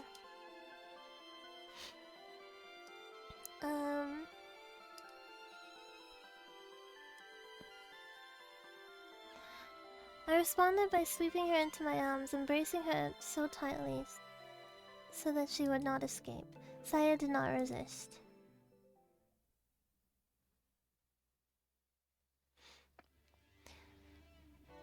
When she arrives at the Sakisaka home, Omi first takes in a deep breath to calm herself. Her anger does not vanish entirely, of course, but at least now she can hear herself think.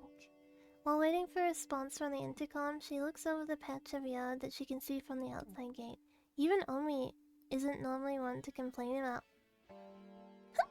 excuse me, other people's housekeeping, but this is going too far. The grass is growing wild and there are piles of dead leaves scattered everywhere. It doesn't just look unattended, it looks uninhabited. Like an uninhabited ruin. It's still light out, but every window has storm shutters tightly sealed. Omi guesses that they've been closed since morning. What kind of life is Fuminori leading? Even if he's living alone, he can't neglect his housework forever. And is it just her imagination, or does something stink like rotting meat? It couldn't be coming from the yard, could it? There's still no response, so she presses the buzzer a second time, and a third, and a fourth. Finally, after this has gone on for 10 minutes, Omi loses her patience and opens the cover of the intercom.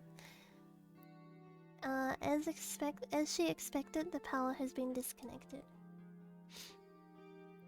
Perhaps Fuminori has a good reason for shutting out the world, but Omi can only see it as a lack of respect for others.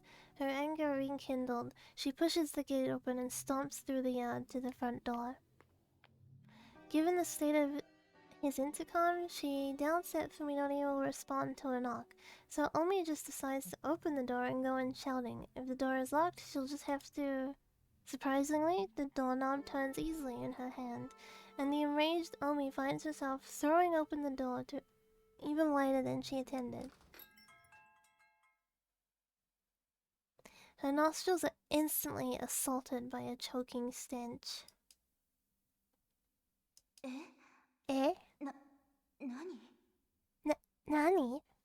What is that smell? As Omi stands petrified on the threshold, the cowbell hanging on the inside of the door chimes loudly.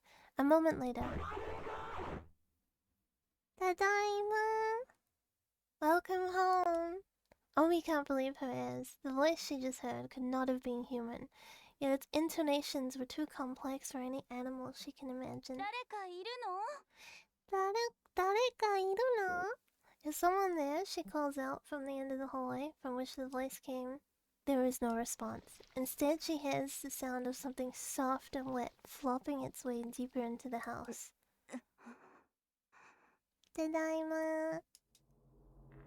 Finding it difficult to place a meaningful image to the voice she just heard, Omi stares blankly at the empty vestibule. There's nothing there, not even Fuminori's shoes, which can only mean that he's still outside somewhere wearing them. The house should be empty, but then what was that voice just now? I feel... At that moment, the second I heard that, I would turn and leave, like, immediately. As soon as I heard the, like, you know, I would be like, no. No. I think it's time we left. At this time, I would book it, yeah. Why? Yeah. At this time, very, very kawaii.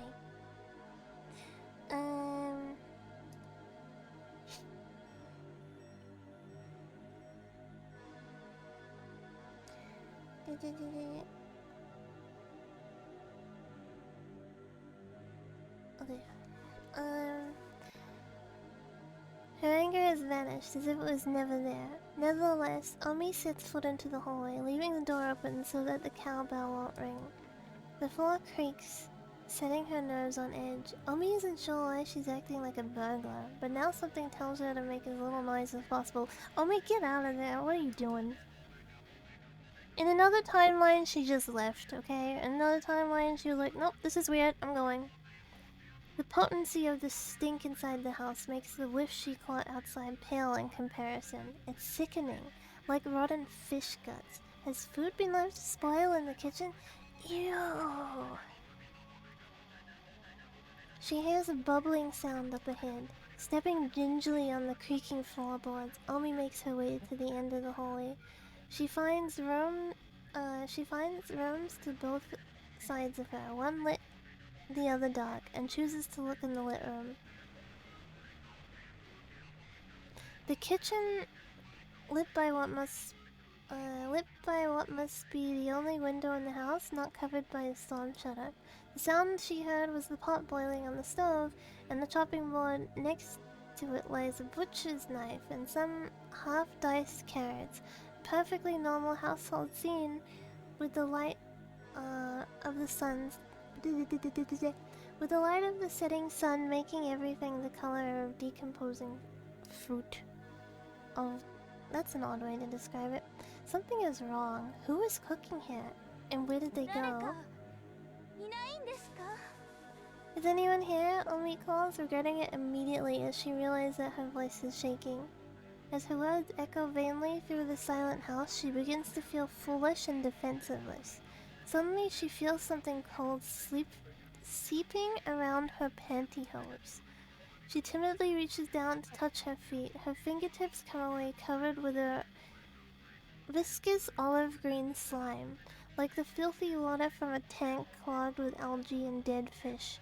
The whole floor is covered with it. It must be the source of the stench. Omi now wishes that she had worn her shoes inside. Manners be damned. When she looks back ruefully the way she came in, she realizes that her current position is not visible from the entrance. This kitchen must be where the strange voice came from.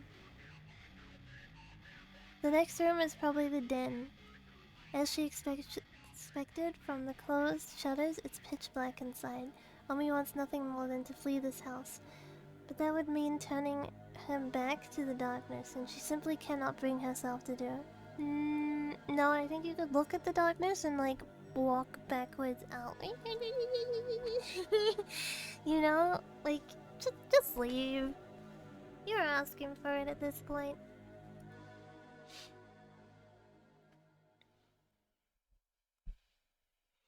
Moved by some irrational compulsion, Omi sits slit into the den. It is too dark to see anything, and the stink is far worse than before. She slides her hand along the wall, feeling for the light switch. Finding it much sooner than she expected, she flicks it on like her last hope. The colors. The colors, so many colors. The purple of entrails, the brown of rotten meat, the crimson flesh of blood. Fresh blood. The yellow of fat. These colors and more that cannot be described cover every inch of the room in a maddening array. The colors say all that needs to be said about the painter's hatred, malice, and insanity. Omi's legs give out from the shock, sending her to the floor. Slime immediately soaks through her jeans, its cold tendrils creeping up her legs, crotch, and her neck. Her hand flies to her neck, where it is greeted by another drop of chilly slime. Above her, something is dripping down on her head. Making perhaps the worst decision of her life, Omi looks up. The predator clinging to the ceiling is poised to leap upon its prey. She sees it in every detail. Her mouth and nose are sealed before she can scream, and her belly is torn open as something enters it to feast on her innards. By the time she feels any of this, Omi has already gone mad.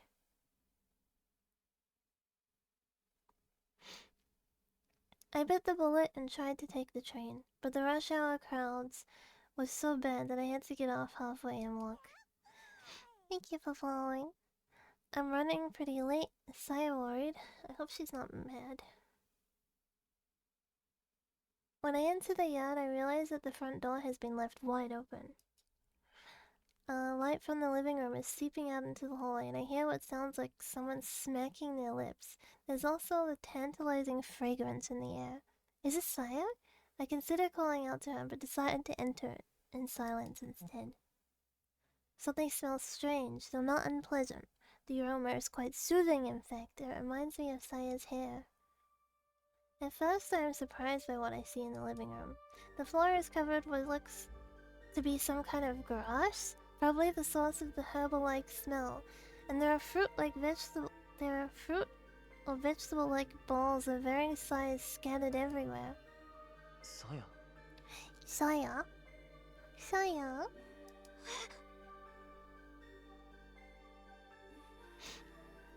Ah! Saya turns around, her eyes of surprise, and she looks away sheepishly like a child caught in some 何 prank. を食べてるんだい？ What are you こ eating? れはその This is, well, she stammers so flustered that I suddenly feel bad for sneaking up on her. Remembering that she's never eaten in front of me before, I realize that she must be quite embarrassed. 一ついいかな？ Can I have one? I scoop up the closest fruit thing and pop it into my mouth, ignoring Saya's attempt to wave me off. It has a strange texture, soft and pliable, like a peach or a pear. When I bite into it with my back teeth, a succulent juice fills my mouth, combined with a sharp, strong fragrance. It's unlike anything I've ever tasted. 何か味付けとか調理 How して did あ you るの make か this? What did you use? 調理ってほどのことはさばいてからちょっと溶かして食べやすくしただけでほとんど生なんだけど It wasn't hard. I just took it apart and melted it a little to make it easier to eat. It's practically raw. うーん Oh? I picked up a different lump, this one consisting of fruity flesh around the hard core. Tearing a chunk of it off with my mouth, I find that it has I find that it has a similar taste to the last one. ねえ大丈夫そねえれって Daijoubu? Hey, are you okay? That's うん Yeah, even I can eat this. In fact, it's good. っていうよりうまいよこれ Omayo. そうなの So Really? At first, Saya looks dumbstruck, but then she bursts out laughing. そうなんだふみのりもこういうのが好きだったんだなんだあれこれ工夫して頑張ってた私がバカみたい So this is what you like. Now I feel stupid for going, to all that さ trouble. ていつもこういうものを Is 食 this べ what you always eat, Saya? こんな大物は久しぶりだけどね Yeah, though it's been a while since I had one so 取っ big. てくれるやつ I usually catch them in the nearby park. There's an impressive nature preserve not far from here. I've never heard about fruits like these growing. Yeah, but, well, of course, they only look like fruits to me. They're really something else. ごめんね一番美味しいところはさっきさやが全部食べちゃった Munch, munch, munch, munch, munch. So I already ate the best いいよ parts. また今度で Ew. でもこれで That's okay, there's always next time, and now we can eat together. Saya seems really happy, and I'm happy too, of course. Eating with someone is much more fun than eating alone, and it makes the food taste better too. まだまだいっぱいあるし Mada. 食べきれない分は冷やせば There's still 2-3 plenty 日大丈夫だ left. よ I'll keep it chilled for 2 or 3 days though. It won't taste as good. じゃあ早めに片付けておこうか Then we'd better start putting it away. Sealing the small fruits in Tupperwares and the larger one in pots and bowls, Saya and I store the remaining food in the refrigerator. Thinking of tomorrow's dinner fills me with anticipation. I feel that little by little I'm starting to regain the joy of living. Saya will guide me with her. I can live on. Hell yeah. True Scary Stories, Hospital Edition. Chapter 4, The Monsters in the Hospital. A medical student relates his shocking experiences. Will you believe him or not? Strange things start happening at the hospital around the end of last spring. It began with patients waking up in the middle of the night, screaming. They all spoke of terrifying nightmares, and many of them had to be sedated. Some patients even transferred to other hospitals because of it. The weird thing was that they had all had exactly the same dream. A dream about some horribly disgusting monster staring down at them from their bedsides. But the really strange stuff started happening after that. There used to be a lot of stray cats around the campus, looking for scraps from the students. One day the cats suddenly disappeared, and it wasn't that they had stopped coming, it was more like they had vanished from the area entirely, and people stopped walking their dogs around. According to the rumors, the dogs were refusing to go anywhere near the school. Eventually, things started going missing in the hospital, organs to be precise. Transplant organs kept disappearing from storage. People came close to losing their jobs over it, and it wasn't just 2 or 3 times that it happened. They tried to keep it from the students, but we heard it was a lot worse than that. People started saying that there was something living in the hospital, that the janitors would find strange messes that could only have been made in the middle of the night, traces of something that had crawled down the hallway, or weird stains caused by something dripping through the ceiling. The late night shift nurses talked about hearing strange noises on the same nights that patients woke up screaming.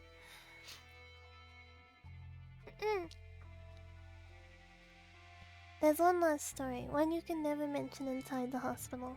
One day, the how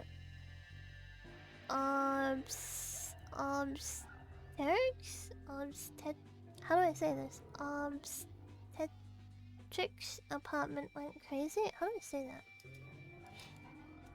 Obstetrics.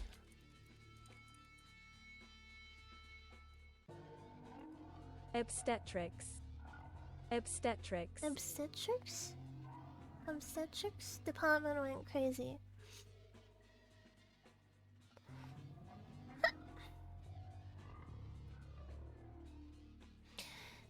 They said that a newborn had disappeared in the night. If that were true, the police would have come and it would have been all over the news, but they just say the big shots managed to make it all go away. It's just a rumor, of course. These strange incidences suddenly stopped towards the end of summer. Now there are almost no patients complaining of nightmares, and the cats have started coming back to campus. But still, I wonder what happened in the hospital that summer. Even now, just thinking about it gives me the creeps.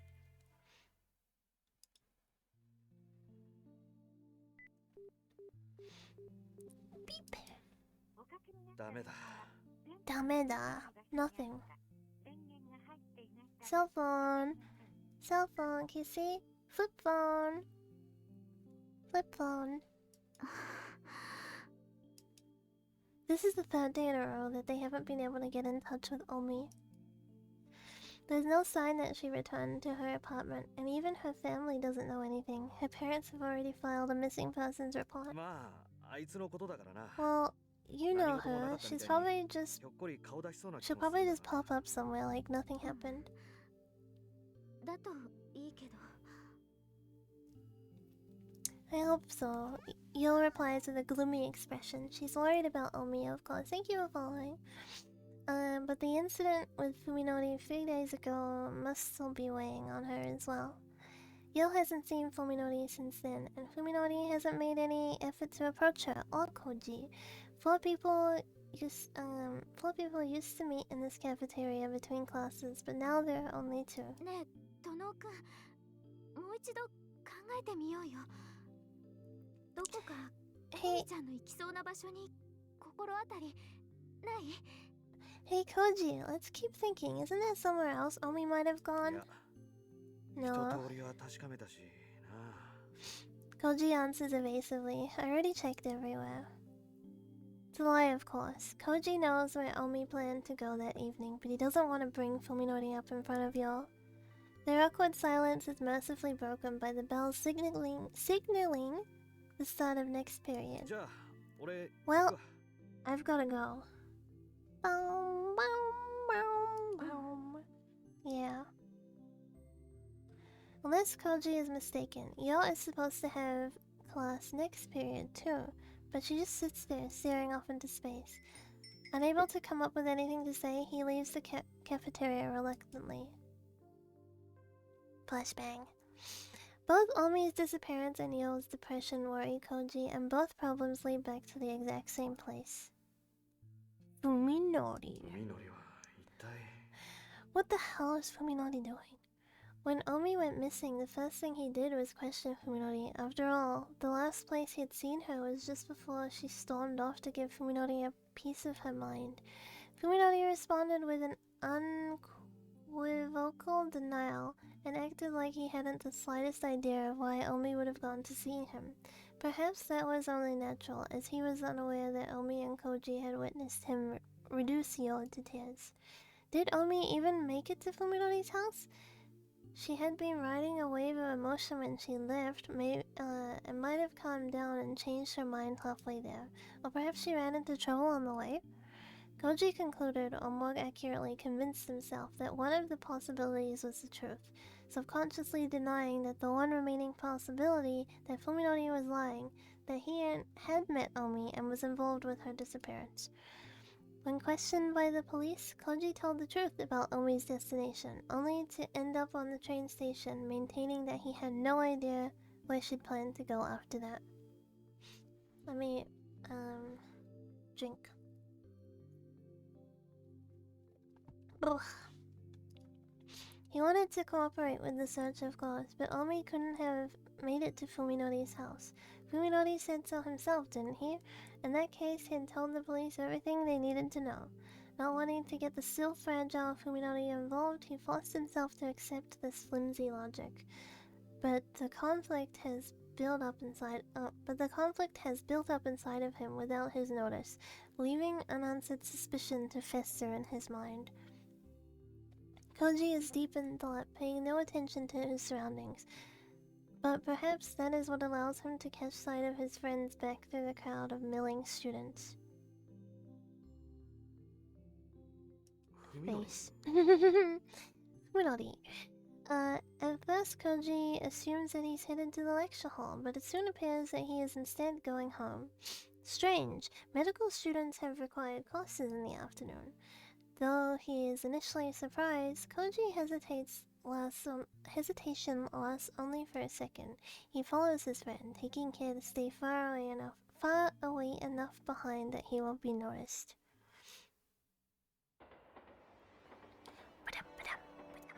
Look at him, all gloomy there in the corner. Fuminori wasn't going home, as became obvious when he boarded a train heading in the opposite direction. Koji's next guess was that he was going to see his doctors at the T University Hospital, but Fuminori rode straight through the closest station. Where is he going? At first, Koji felt ashamed for telling his friend like this, but I'm gonna hiccup, I can feel it. But his, conscious fell silent as Fuminori's actions grew more mysterious. The stranger it gets, the closer Koji feels to discovering the truth behind Fuminori's sudden transformation. Any knowledge would be welcome, no matter how slight. Even Koji is beginning to think that there must be more behind Fuminori's change than the accident alone. He wants a more satisfying answer, one that will help him decide whether Fuminori can still be trusted. Fuminori gets off at a small station in a nondescript suburb of Tokyo. Koji follows, trying not to lose sight of him, and amidst the other disembarking passengers. The area is quite desolate, with only a small... What does that say? No Fuji Station? Is that a real station? No Fuji Station. No. Apparently there's no Heiji Station.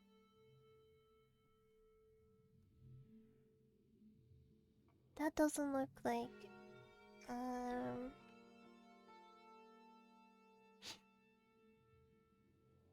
Unless they just put that there.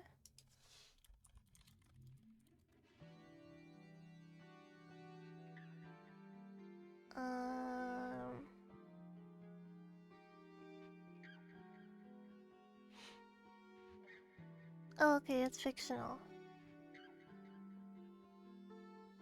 It's a fictional station.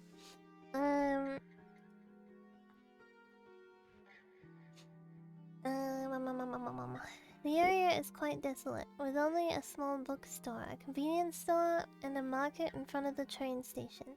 It's easy for Koji to keep Fuminori in view.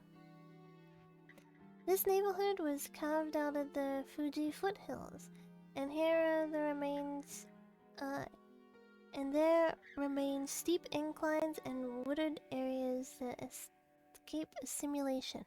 Koji is amazed that such a quiet place exists less than an hour out of central Tokyo. Let me see if No Fuji... I don't know if this is... What's the kanji? Yeah, you got it right.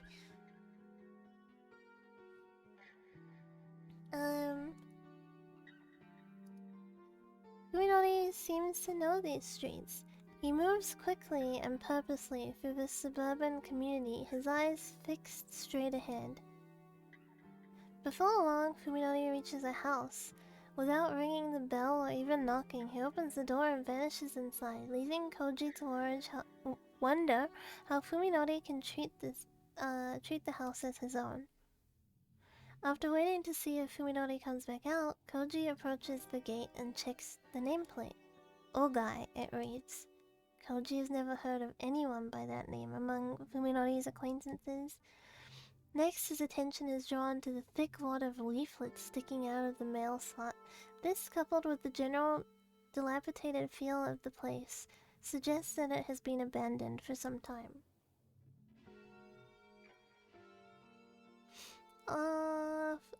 No Fuji isn't a rail station, but Fujino is. Oh, okay. Let me look it up.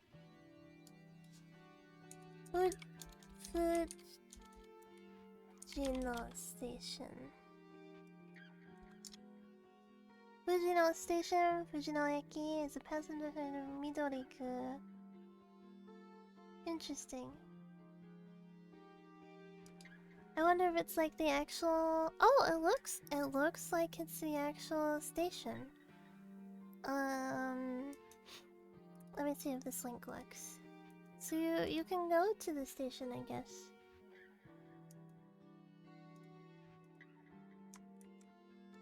There we go. There's a picture.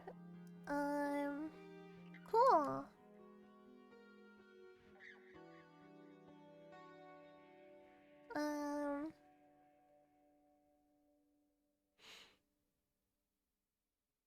Where it is?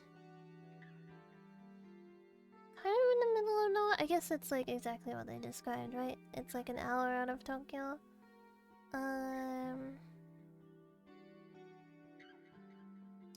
That's cool. I would like to go.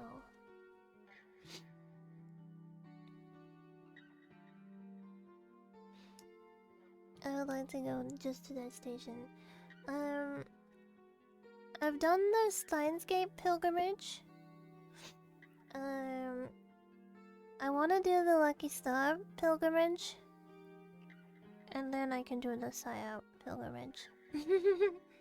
What if you find Saya there? I mean, I'd be kind of concerned.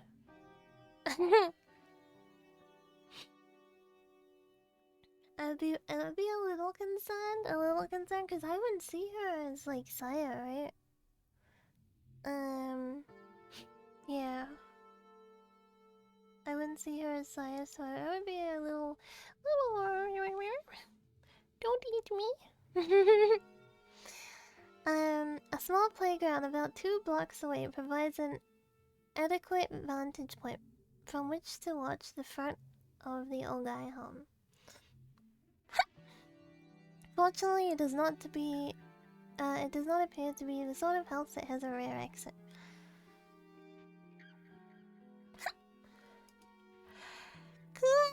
Koji settles down on a bench to begin his stakeout. I should have bought more smokes. Koji, you fool. Smoking is bad for you. 1 hour passes, and then another.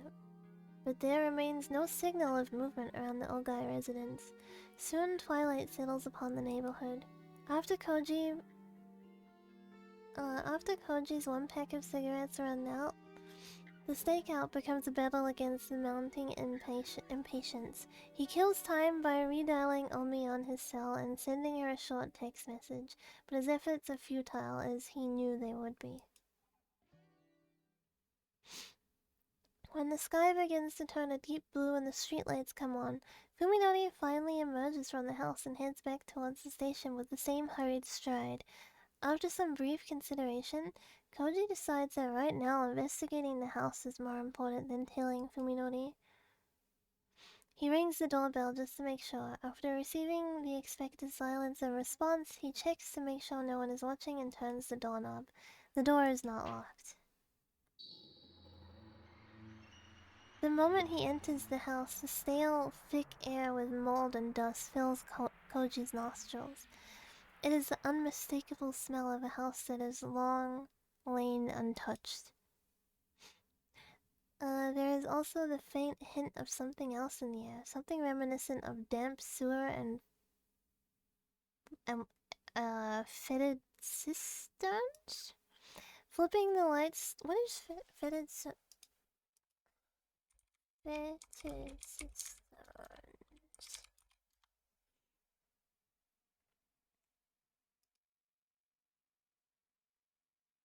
Oh, like the drainage system. Flipping the... Yeah, like stagnant water, I'm guessing. Along those lines. Flipping the light switch does nothing. The power must be cut off. Koji uses his cigarette lighter to illuminate the immediate area. In the thick dust-covered floor, he sees several brand new trail of footprints that could only be made by shoes. Fuminori's. Koji decides to follow suit and dispense with courtesy. He enters with his shoes on.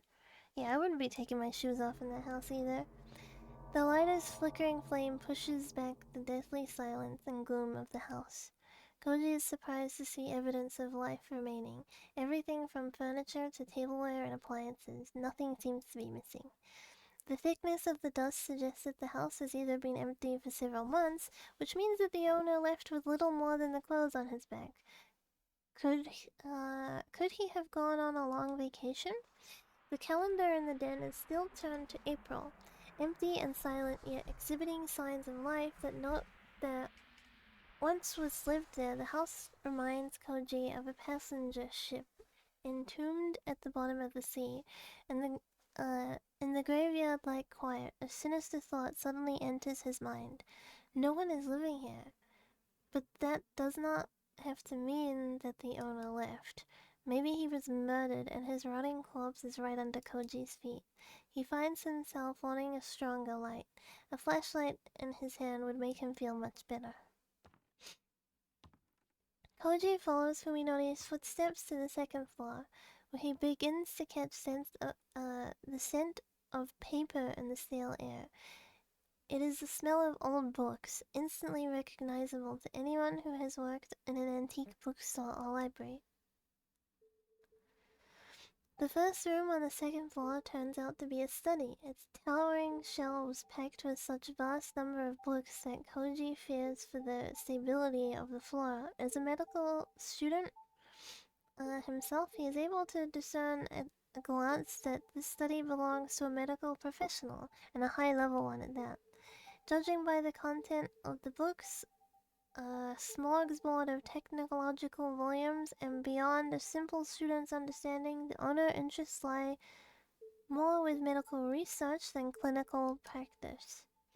Fuminori must have spent most of his time here. The scattered dust suggests that he was searching for something, and the contents of the desk drawer are in obvious disarray. A small pile of books stacked on the side table catches his eye.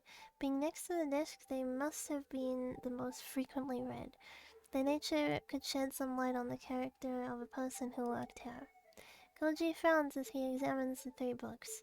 These aren't scientific texts like the rest, but old leather-bound Western tomes like the sort you would find in a rare bookstore. The titles are meaningless to him. French appears to concern semiotics, but Ars Magna et Ultima is some kind of treatise on divination. And there's also Voynich manuscript, which looks like some sort of picture book. When he pages through it, he finds the text utterly incomprehensible. Maybe it's some kind of cipher. Whatever they are, they clearly have nothing to do with medicine, refuting Koji's earlier guess that this Ogai was a doctor. Looking down, Koji suddenly notices the glint of something black and metallic under the chair. A pocket-sized flashlight, quite out of place amongst these dusty books. Fuminori must have brought it in. With relief, Koji exchanges his light for the flashlight. Its tiny body emits a powerful light beam that casts away the white darkness. His courage restored, he decides to explore the rest of the house. Koji notices something strange that was not visible in the weaker flame. The slime. Dark, oily stains everywhere. Thank you for following. The stains are especially thick around the doorknobs and the stairs banisters, like something grasped them with hands wrapped in greasy cloth. Looking closer, he sees places where slime splashed low on the walls, almost as if it was a wet mop running violently across the floors. Hello. Could Ogai have made these marks? If so, how? Koji begins to feel sick as he imagines a man shambling through the house with slime dripping through his body. A kiwi, yeah.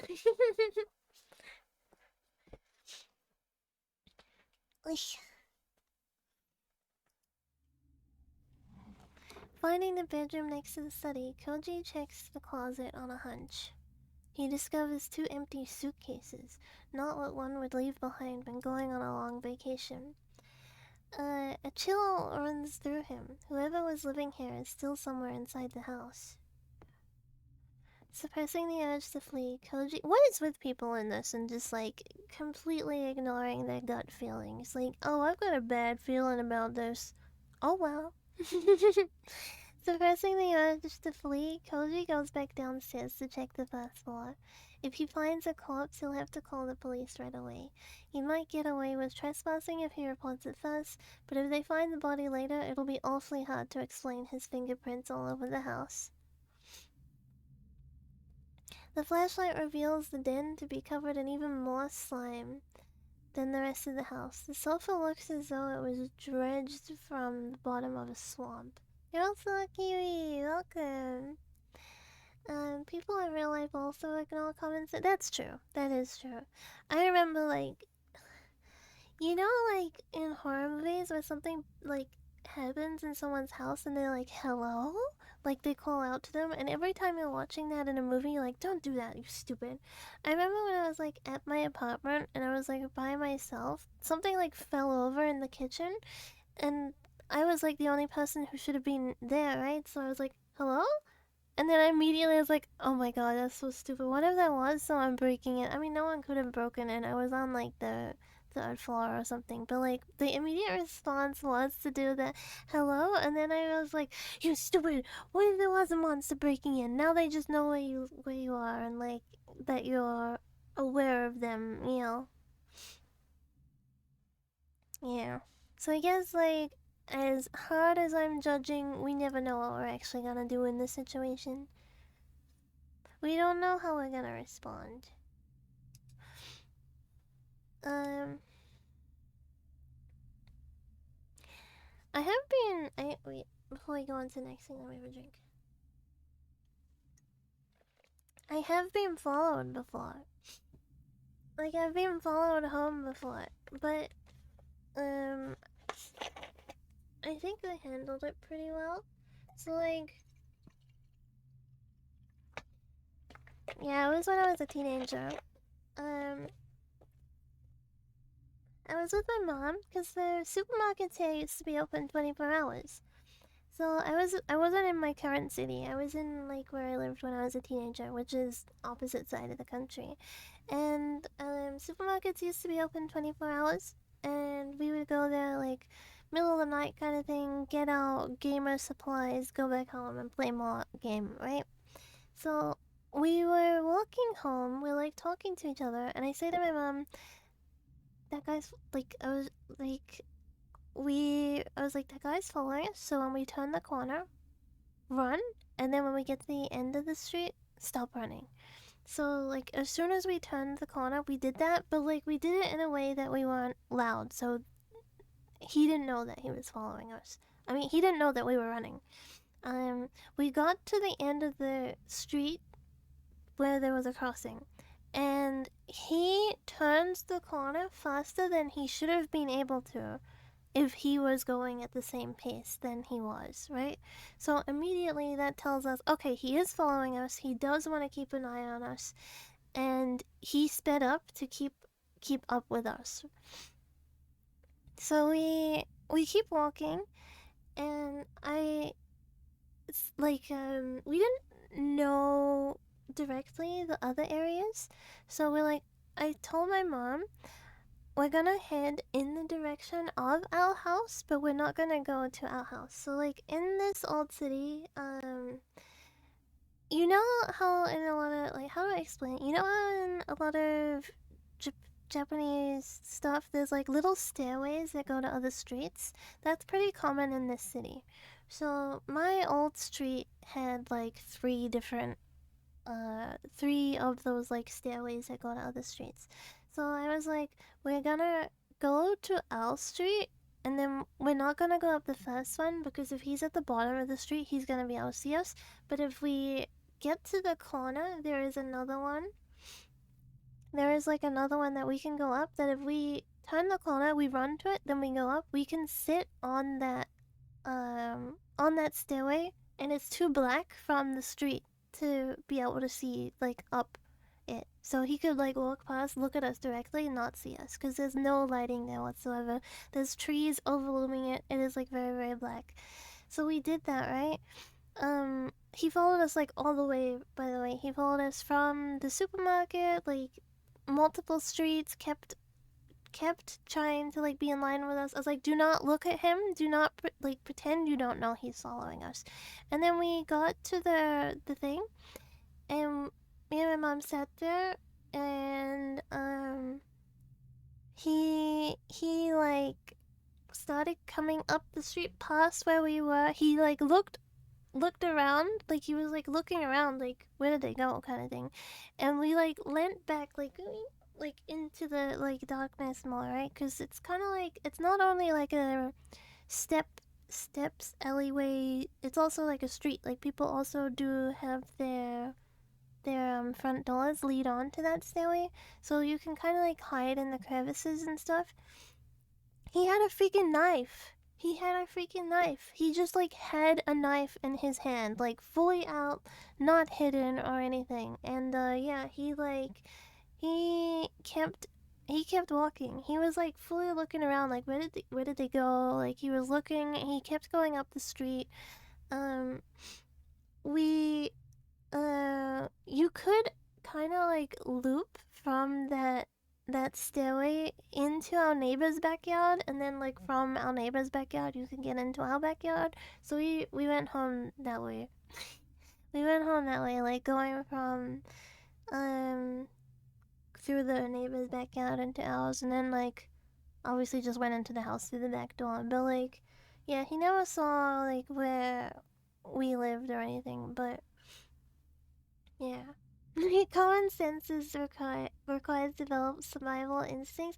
I think I have pretty decent survival instincts in that regard. Like I immediately knew that like, okay, I know people say don't lead them towards your house, right? But if I went to an area that I just completely didn't know, then I wouldn't know where to hide. I wouldn't know, like, it wouldn't be on my turf, right? So I wouldn't be at an advantage. I would be at a disadvantage, because if he knew the area better than me, then yeah, he would be able to get the jump, essentially. But like, because I led him to an area I still knew, but wasn't like my house, then I was able to like hide safely, kind of thing. Yeah, it was really scary. I know like around that time too, someone did get murdered, and it was like, I think it was like a few days after that, someone got murdered, and it turned out to be a guy that didn't even live in the city. He was like driving through. He like would drive through the city, and then like, I think it was like the second time he'd done it or something. I don't know if it was the same guy, but it was like very, very scary. Also, I took lead of the situation. I don't know, like my mom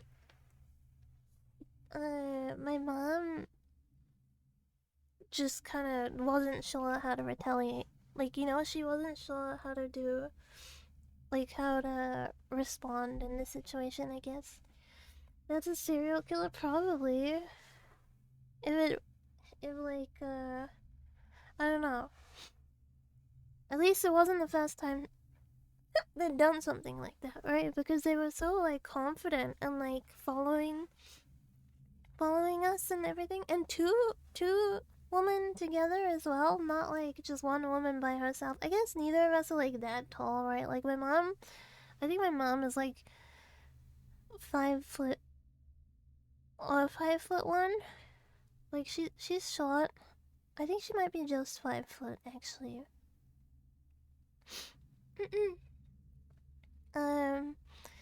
So yeah, neither of us are like tall, you know, but like still, two people together is like as a like offender, right? It's still scary to take on two people versus one.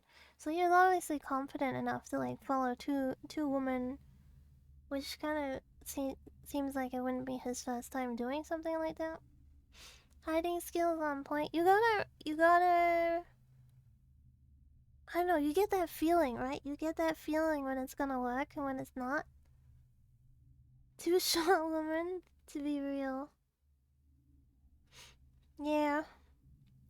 I mean, I'm not like short, I don't think. I think I'm just like kind of average. Like very, very mildly below average. Yeah, he definitely had confidence. Yeah, I agree. I made it about 5 foot at least.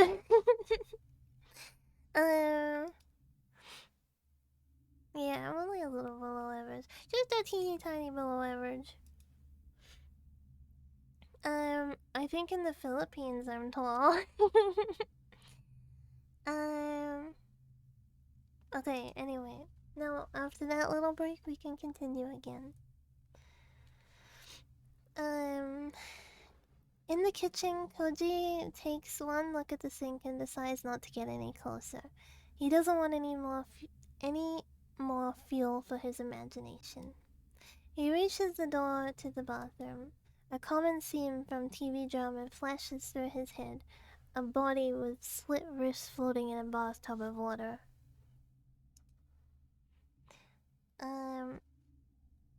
Let me just itch. Hardly anything? What do you mean? And wasn't there a movie where a hitman disposes of his victim in a bathtub filled with lye? Height difference to average. Oh, I don't know. If I'm like standing next to someone who's like 5'5", I think it's pretty obvious. Koji braces himself for the worst and opens the door slowly, then shines his light into the ceramic bathtub that appears from the darkness like a white ghost. Bones. A mountain of bones, black with dry flesh and blood. Koji puts one hand against the wall to steady himself as his legs threaten to buckle. Something is wrong, he realizes as he tries desperately to get his thoughts in order. The bones are too small, and there are too many of them. They aren't human. After taking several deep breaths to calm himself, Koji enters the bathroom and examines the tub. The bones are piled atop each other like fallen leaves. They appear to be from small animals, perhaps cats or dogs. Even so, the quantity is mind-boggling. How many bodies would it take to produce this many bones? The bones have all been separated from one another, so it doesn't look like the bodies were just thrown into the tub and left to rot. Each bone is covered with deep grooves, marks left by teeth biting through flesh. Koji's sanity won't let him consider the possibility that a human could have done this. The owner of this house must have kept some kind of carnivorous animal as a pet, giving it the bones of small animals to eat and disposing of the remains in the bathtub. But why not dispose of the leftovers properly? They could have just been thrown out with the garbage, or is there something keeping him from leaving the house? The relief Koji felt when he realized that the bones aren't human is once again under attack. In the first place, what the hell is Fuminori doing here? どうしたコウジ Doshita, Koji? What's wrong, Koji? Koji whirls around, his light revealing Fuminori's expressionless 不法 face. 侵入だぞ。講 You're 師 trespassing. お前だって So 同 are you, じだろうが Koji replies, barely managing to speak over the pounding of his heart. Fuminori pushes past Koji and looks into the bathtub. He doesn't even flinch at the sight of the 僕 bones. はこの家の人と知り合いなんだ。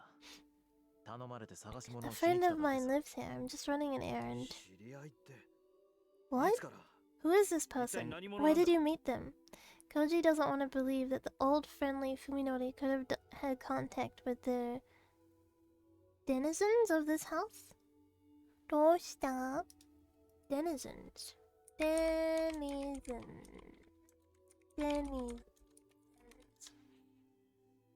A person, animal, or plant that lives or is found in a particular place. Okay. いずれお前にも紹介する I'll よ。 introduce you one of these 僕の days, he 恩人 says, とも言える turning 人だ without から turning to leave without even a glance at Koji. I owe her お my い life. 文則 Hey, Fuminori!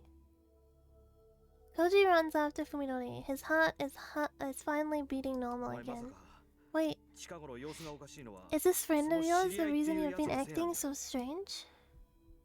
Standing in the entrance, Fuminori glares coldly at Koji over his shoulder. The utter lack of emotion in his eyes gives Koji 僕の pause. 後をつけてきたんだね。 You followed me, didn't you? Koji swallows. What can he そう say? いうのは迷惑だ。二度とやらないでもらいたい。 Meiwaku. You're starting to bother me, Koji. Don't do it again. Fine. Fuminori walks away without another word, leaving Koji alone in the entrance. Up until this very moment, concern for his friend was still the forefront of his mind. Now, however, that concern is swiftly giving way to a growing sense of dread. Does the Fuminori he knew no longer exist? Was the person who stared Koji down an imposter wearing Fuminori's skin? Koji has begun to believe that it might be so. I didn't know that word, no. Denizens. I never heard it before. Well, I guess I read it last time I played, but I don't remember. It's been a long time since I played. What a nuisance. Why does he insist on interfering? If only he spoke with me to exchange pleasantries, even I could bear it. But now he's sticking his nose into my business just to satisfy his curiosity. Koji is a perfect example of someone who thinks that it's always good to take an interest in other people's affairs. He probably thinks that he's doing me a favor by prying into my life. He couldn't be more wrong. If he keeps this up, I might have to find some way to deal with him. Like Saya said, I have to keep my search for Dr. Ogai a secret. Koji could ruin everything. I didn't have time to fully investigate the Ogai residence today. At this rate, it will probably take us several days just to go through the study. It's a fairly common word, really. But I think there's still a lot to explore. Who knows what I'll discover? The problem is Koji. He knows about the house now. Will he make things difficult? Excuse me. A hair-raising voice as I'm about to pass through the gate. Suppressing a shudder, I put on a fake smile and turn to face the writhing mass of rotten flesh that is staring at me with bulging eyes. Good evening, are you just getting home? え Yes, I am. Of course, this is my next door neighbor, Suzumi, a middle-aged painter, I think, who spends all day at home while his wife works. I haven't had much contact with him. Oh, it's this guy. I haven't had much contact with him since the accident. Why is he suddenly talking to me now? Have you gotten used to living alone? え Yes, thank you for your help. I know it must be very difficult, but you're still young. You have to try to move on with your life. は Yeah. What is this? Did he just stop me to deliver a lecture? Yeah, I'd be kinda annoyed too. With such a big house, it must be hard work to take care of everything by あ yourself. まあそうですか Yes, I suppose it's rather difficult. Why not hire a caretaker? Didn't your father have one? I'm still a student. I can't really afford the expense. I see. The flesh beast and undulates foully, as though it still has something to say. The sight of it is driving me close to the edge. Even so, don't you think you should at least tend to your yard? I'd be happy to help. No thank you, I'll manage on my own. Now I get it. He's worried that the unsightliness of my house might diminish the image of his own. Damn snob. I flash a token smile, then retreat behind the safety of my gate. Yeah, I don't like the way the guy approaches it. Like, I get it, right? If your neighbor's house is, like, really unsightly, like, he could have approached with that in mind. Like, instead of being like, you gotta get over it, man. Your parents just died 3 months ago. Get over it. You gotta move on. You know, like, he should have just been like, hey, I'm sorry, like, for what happened. You know, like, I'm sorry for your situation. If you need any help taking care of, like, your yard and stuff, I'd be happy to help out. Like, just like, come out with it, you know. You need to move on and mow the lawn. Yeah, like, he should have just said, like, hey, it sucks what happened. Like, I'm sorry. I'm gonna help take care of things. Or even just say it, like, I can do your lawns for you if you want. Obviously, he can't just say, I'm gonna do your lawns. He can't just, like, say that, right? But he could, like, at least say, like, I'm gonna assist if you need it. I can feel Sesame's eyes boring onto my back all the way into the front room. Why won't everyone just stay out of my life? I just want to live together with Saya, alone where no one will ever bother us. I get it too, like he just wants to be left alone and like enjoy his time with Saya, but I guess it's kind of like goes to show that it in some ways is good when people stick their noses in other people's business out of concern. Like, if he had been left from the start, he would have been like way further off. Way more off the rails by now. If he had just been left alone to his own devices, yeah, he should have moved into a remote rural area. I guess he like hasn't thought of it at this point. He could have had a good meal earlier. Yeah, but if his friends start going missing immediately one after another and he's like still around, it would be really suspicious. I'm sure he thought of that. I want to give him the benefit of the doubt. And a hiccup. You don't understand. Also, like, yeah, he can't just drop stuff and move. Yeah, this guy. I mean, I guess I understand. I used to be like, mind your own business. Like, someone can let the house be like however they want, right? But it is true that like a neighbor like neglecting their property does diminish the, like, it doesn't just affect you. You do have to consider that it also affects the people around you. It does diminish the value of your property. And also, if you're not taking care of your yard in the sense of like you're letting things overgrow, mice and rats can go live in that, right? Like they can find refuge amongst the like tall grass and stuff. So it could become hazardous.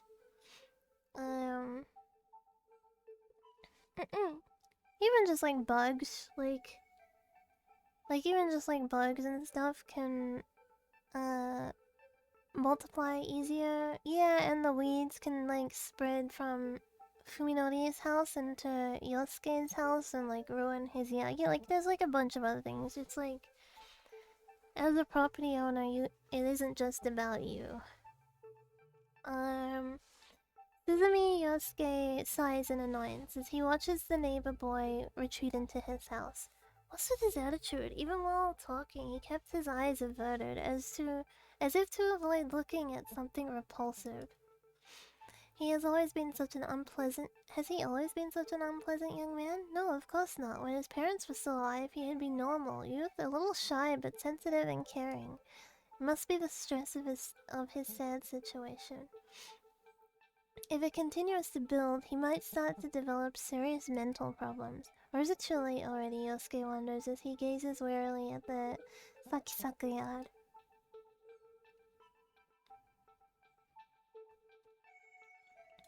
Man, they're so cute. Even during dinner, Yosuke can't shake the neighboring house from his mind. どうしたのあなた。 Doshitano, anata? What's wrong, honey? You look like something's bothering you. I'm just adjusting in my seat. 今日ね、 Yeah, I saw the young man 隣の家の from 息 next 子に会 door ったよ。 today. お隣のって文則お兄ちゃん？ Ominori-oni-chan? ああ、庭のこと。 I just had to 一言 say 言っておいた。 something about his yard. そうよ I ね。 know, I wish he'd at least do something せめ about て that あの匂 smell. いだけはどうにかしてもらいたいわよね。 The stink coming from the Sakisaka house grows worse each day, and the Suzumi family is at its wits' end.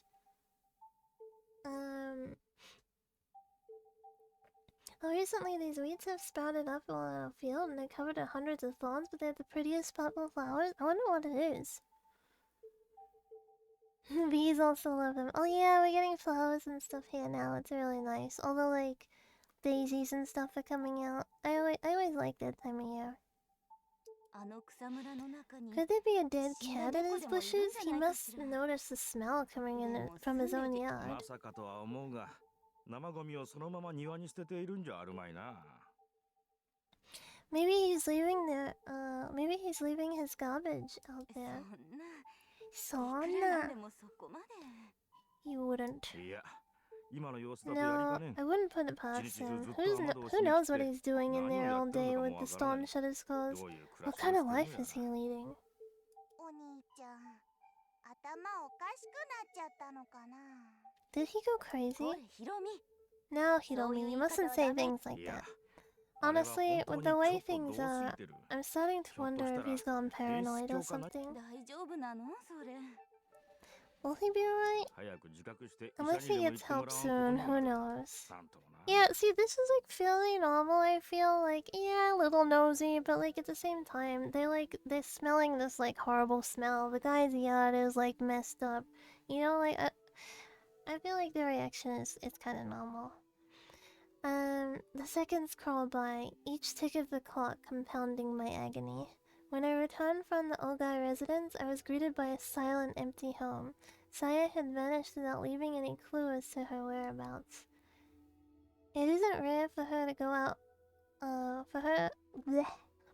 It isn't rare for her to go for walks at night. I've often gone with her. However, such outing always takes place in the middle of the night when no one is around and never lasts more than than 2 hours.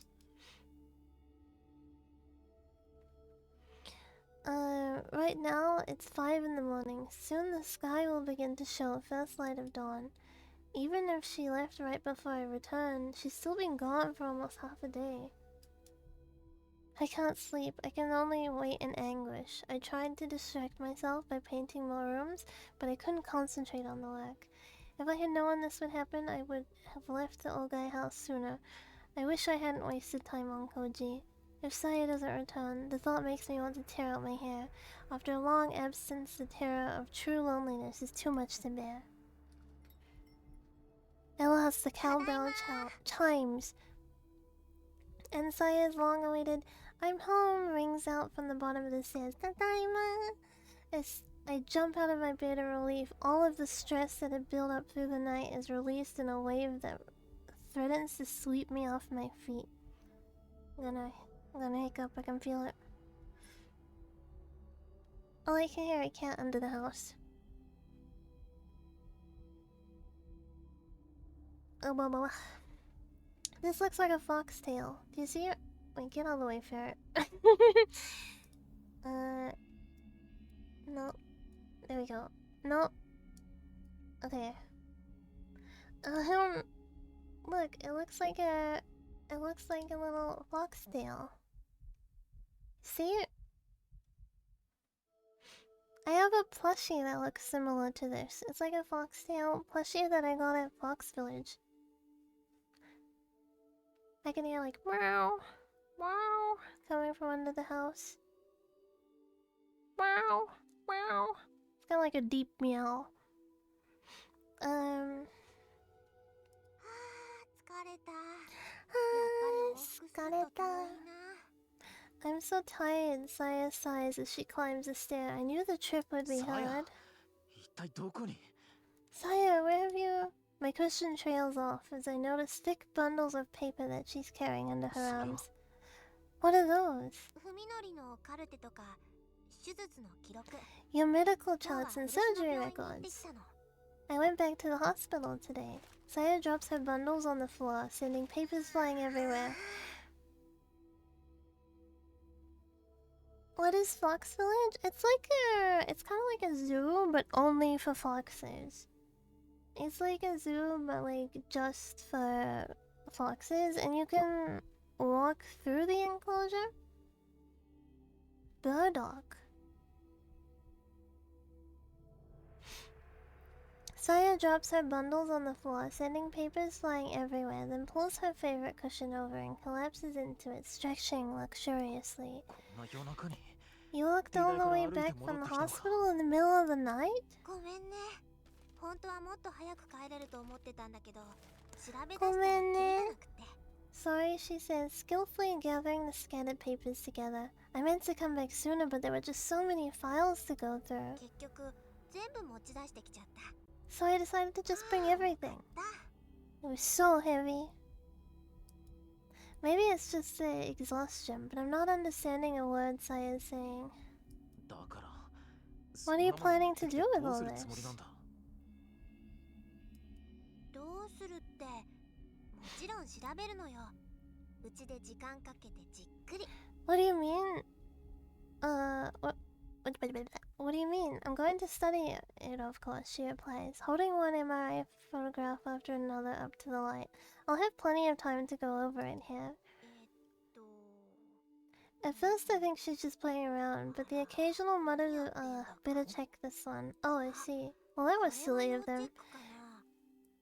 And the likes as she separates photos into a growing pile beside her make me think that this might not be a joke after all. 君 Do you understand this stuff? こういうパパにいろいろと教わったから。I learned a lot from Dad. She flashes me a grin and returns to the papers. So これ that's じゃ how い it is. つまで経っても直せ No ない wonder よね it can't be fixed. 直せないのか It can't? 人間のお医者さん Not って by a human doctor. I can't tell if she's being serious. 私でもまだちょっと難しいかな。いろいろと試してからでないと。 Even for me, it'll probably be tough, she says offhandedly, even as her hands continue to shuffle papers. I'll have to experiment first. Watching more closely, I realize her eyes are scanning each page rapidly, so rapidly, in fact, that I was unable to notice it at first. Could Saya actually be reading my なあ charts? さや Hey, Saya. Yeah, she answers coolly, looking up from the 今日はもう charts. 疲れたし I'm tired. Let's go to bed. 文則がそうしたいならそうする。 Sure, Saya replies with a grin, if that's what you want. Saya tosses aside the papers she was sorting and leaps on me and begins to tear off my clothes. おい Hey, ねえ、寝る前に come on, just once before bed, okay? いいでしょ。 Idesho? まあさや Hey, Saya, don't you think it's unhealthy to be doing this every 体 day? に毒じゃないのか え、 Huh? Are you sick? どこか具合が悪いの？いや No, not 僕は別に me. My body is all ち grown ゃん up, と but 大人の体 you're... になっ平気だよ。 Hey, Kidayo. Don't worry. She laughs playfully as she pushes me onto the bed, the familiar sweet sensation of her weight and skin rendering me helplessly. 今まで But 否 I'm 認もして worried. ないってのに We haven't used any contraception. 文則はさ、さやに子供を産ませる。 Fuminori, いや、 she whispers, staring straight into my eyes. You don't want me to have your children? How can I respond to いや that? もう何もさやみたいに小さい Not 体じゃ that. 無 Your 理だって body is too small. Pregnancy is a 母体の serious 負担ってのは burden, 大 you 変な know. んだぞ That's not really something you have to worry 心配してる about. ことって割と的外れなんだけど。 Saya seems unsure how to reply, but not because she doesn't understand what I said. Rather, the bemused look on her face makes it seem as though I'm not the one getting it. It'll be fine. でもそれって But I know you're just thinking of me, she says suddenly, her smile glowing with innocence. それはそれで嬉しい。 So it was so... I don't... Something... ureshi. So, I'm happy. By the time I break the spell of her angelic smile, Saya has undone my belt and is removing my pants. なあおい、だ Come から on, さや Saya. 大丈夫。 Daijoubu. じゃあ今夜は Relax, she says teasingly. みんなで Tonight, 心配しないよ I'll うな do it, so you don't have to 顔を worry. Okay, we skipped it. Oh my god, my stomach just went like... "Argh." As she finishes, she looks up at me smiling like she's just pulled the greatest prank of her life. これだったら See, you don't have to worry if I do it like this. Oh, well, what am I supposed to say to that? ねえダメだった Hey, was it bad? It didn't feel good? 気持ちよくない？ Hearing the sudden nervousness in Saya's voice, I hastily stammer. そん Plus, な it こと felt ない good. 十分によかったでもさや But 何 Saya, もあん you な didn't も have to 飲み do 込まな that. そんなあれはさやにちょうだいよ。 Well, but I want it. Suddenly distraught, Saya clings to me like a child who's just had her candy みの stolen. りのは一滴だって残さずに欲しい。さやの中に出 Let me, してほしい let me の。 itch my back. I'm not reading that line. わかってる Kinda stings a bit to skip over it. Yeah, but I can't be showing that on Twitch. So Saya really does want to bear my children. I'm not adverse to the idea. I still think it might be too early, of course. But there isn't much point in worrying about my reputation now. Assuming that Saya and I will be left alone, I even welcome it. みのりは嫌？ You don't like it? She gazes up at me pleadingly. How can I 嫌なん resist? かじゃ I do like it. As long as you're okay さ with や it, さ so えそれでいい am な I. ら Saya smiles with relief and burrows contently into my みのり chest. 大好き。 Fuminori, daisuki. She purrs softly. With her body draped over mine, I become even more aware of how light and delicate she is. Can this tiny girl and I really live as husband and wife? I feel a pang of self-loathing at the question. How can I still be afraid after all that's happened? Saya's feelings are so earnest. How can I not accept them? I need to resolve once and for all to rid myself of the useless trappings of morality. Saya and I are all that matters. There's no point in worrying about what others think anymore. Although I suppose I should still talk to Saya's guardian, of course. I need to find Dr. Ogai as soon as possible.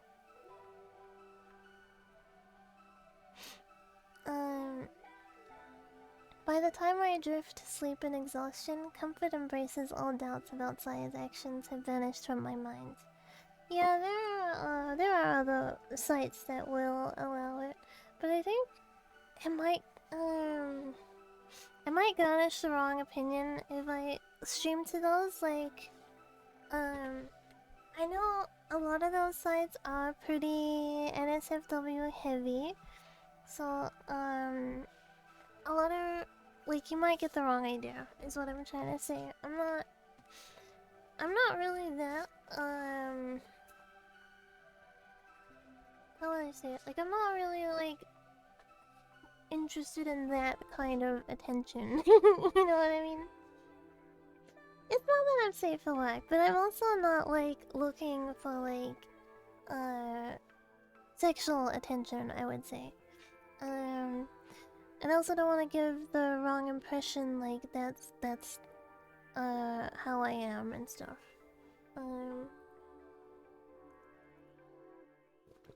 Because I would say, even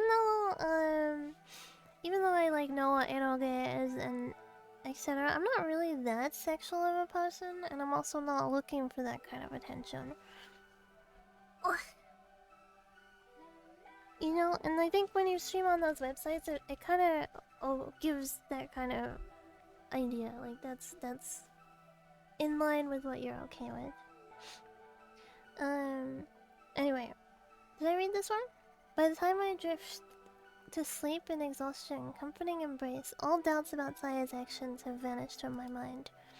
whatever the case, all that matters is that she's returned to me. Also, sorry, one more thing too. I do think Saya is like it goes beyond just the H scenes, right? Like I think if people read it and like that's all they take away from it, I think they were missing the point of the story. Because I have seen people do like reviews of Saya no Uta and then be like, oh my god, this, and they only focus on like the sexual side of things. And it's like that's part of Saya no Uta. It's not all of Saya no Uta. That's not like the driving factor of the story. I think you can still understand the story without the without the NSFW stuff. I think it does, obviously it does add to the story because you get more context, but you can still understand what happened, you know? The Chromo emote. I used to visit that one streaming site NSFW artists use. Oh, was it? I know. Is it Picado? Because I know that used to allow stuff. Listening to people review visual novels, I feel like people who do review videos on visual novels usually are like people that don't play visual novels. Like they have no business doing the reviews. It's like if you don't play visual novels and then you jump into something quite, like, I guess I would say quite on the more shocking side of things, of course it's not gonna be for you because you don't play visual novels to begin with. Is the only part of the story can survive without not an integral thing? I do think it does add context, it's just not like, it's not the only part of the story. A lot of reviews just get hung up on the fact that Saya is a lolly and condemn the whole game, even after spending hours praising what Saya does well. Yeah, I've seen ones like that too. I've seen people actually review Saya no Uta and try to be like, they clearly like the game, right? But they don't want to come out on YouTube or something and say that they're okay with lolly. So like through the whole video, they'll try to be like sitting on the fence, like, oh, it does this really well, it does that really well, the story is amazing, the characters are well written, yada yada yada, but she's a lolly? It's like, yeah, it's really annoying. It's really annoying. And it's cringe. Wait, what the heck? The stream assistant is behind me. Hello? Hi. Where did you come from?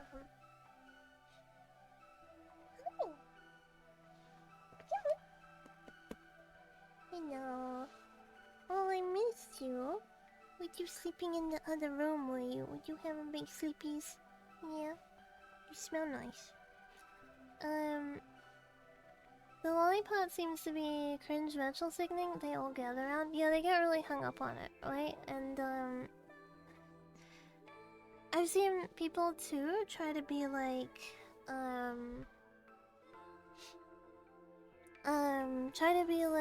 why did she have to look like a child? Like, you could have made her look like an adult woman, and, you know, like, the whole, I don't know, the whole thing is really dumb. I don't particularly think, to be honest, that Saya looks extremely lolly. She looks more like, she looks young. She does look young, but to me, she looks more like a petite build than, like, run-of-the-mill lolly.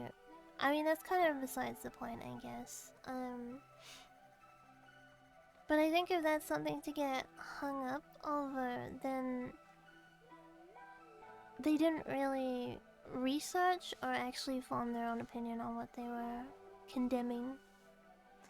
You want Blinky? Oh, you just put Blinky over stream assistant. People virtual signal to get laid, but people who virtual signal get laid the least. Yeah, I guess that's true, right? It was like, you remember when, like, the whole, like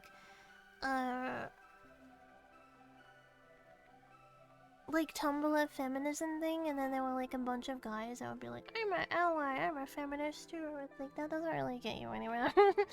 Brother, that's not gonna get you anywhere.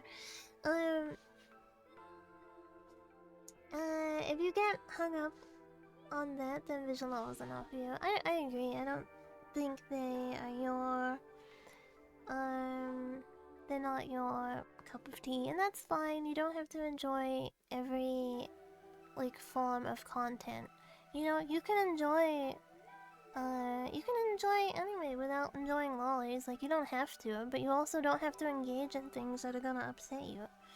That's one thing I don't understand with like a lot of people that get like really mad about it. It's like you just don't have to consume it. You know what I mean? Like, you don't have to go look at it. You don't have to engage with it. You can simply say, I don't like this, so therefore I will not engage with it. Anyway, I have a purring stream assistant. Everything I hate must be purged. Everything I hate must be purged. No, it's so much better as purged, because it's just like, what? Everything I hate is going to be purged from my existence. Can I have the cable back? Oh no, it's like under his armpit. Oh, there we go. There we go. Yay, cable free. Happy cat. I think he thinks it's his breakfast time, but it's not his breakfast time. It's 12 a.m.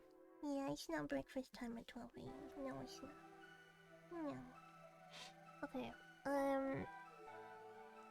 oops, you okay? Fudge. Whatever the case, all that matters now is that she's returned to me. Did I read the first part? I'm gonna just go. Sorry if I didn't read the first part. Oh, the flashbang. 2 o'clock for Suzumi Yosuke. This is the most fulfilling time of the day. After seeing his wife and daughter off, taking care of the morning chores, and eating a leisurely lunch, it's finally time to sit down at his easel. He's not particularly popular painter, as he would only hold on an exhibition if he... He's not a particularly popular painter, and he would only hold an exhibition if he were hurting for money. However, the design work he does on the side ensures that he's... What are you doing? Always has enough to support his lifestyle. Alongside the salary his wife earns, working for a magazine, they're able to pay their mortgage and send their daughter to a school and still have plenty left over. You know. I'm getting stared at.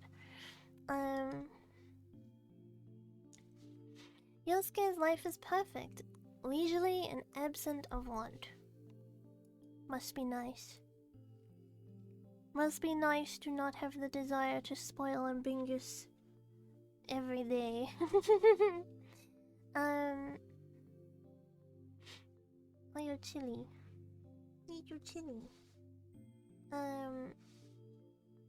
He loves his house, considering it is a symbol of his success. When he mows the lawn, polishes the windows and floors, and cleans the kitchen, toilet, and bath, he feels the same joy as he does when he was washing his own body. Okay, so this guy was like... That's why he's so bothered by Fuminori. Just as he knows the length of his fingernails and the time of his last meal, he knows everything about his home condition. Oh, you leaving? Please don't scratch the screens. No scratching, no scratching.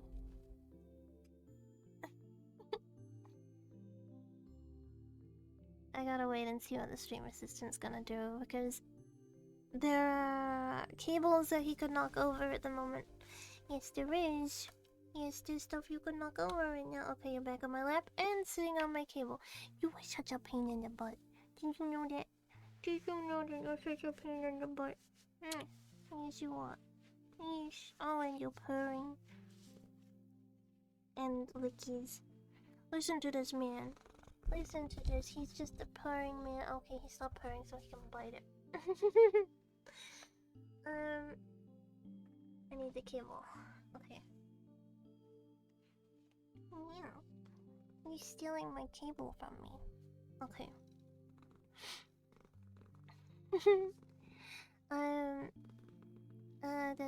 Where am I at?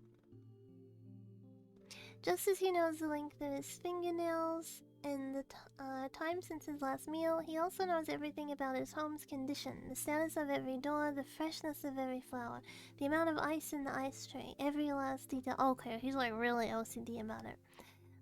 This is his pride, and when he sits in his studio smelling the turpentine and knowing that each element of his house is imperfect,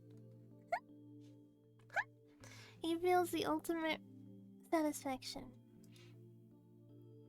While trying to find the right combination of paints on his palette, he suddenly feels thirsty, but soon remembers that there isn't much orange juice left in the refrigerator. Hi. He's so very cute. In fact, it's also about time to stock up on bath additive and powdered soap. Powdered soap? I don't think I've heard of that before. Powdered soap. Maybe a blankie on you because you're gonna get cold. Yeah, blankie for you so you stay warm.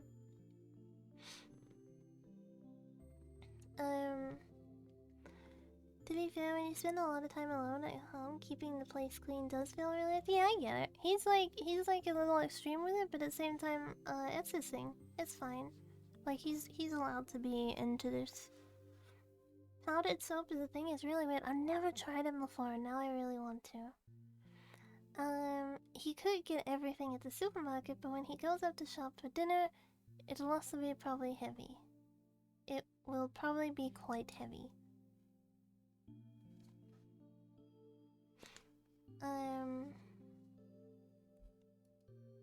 Now then, where should I leave off to go shopping? As he ponders this dilemma, he heads downstairs to the kitchen. Just then, a breath of air tickles the back of his neck, bringing him to a halt in the middle of the hallway. A breeze impossible. Every window in the house is closed. Yosuke shut them himself during his morning cleaning. Yosuke enters the living room, searching for the source of the breeze. Something stinks. It's the same pungent smell of fetid swampland that emanates from Sakisaka House. The window facing the yard next to the door open, curtains billowing loosely in the gentle breeze. Look at that TV. That's a big TV for back then. Oh yeah, it's still a big TV, but like back then? The hole in the glass next to the there's a hole in the glass next to the lock. It looks strange, like it was melted by some chemical instead of broken. Someone must have reached through the hole to unlock the window.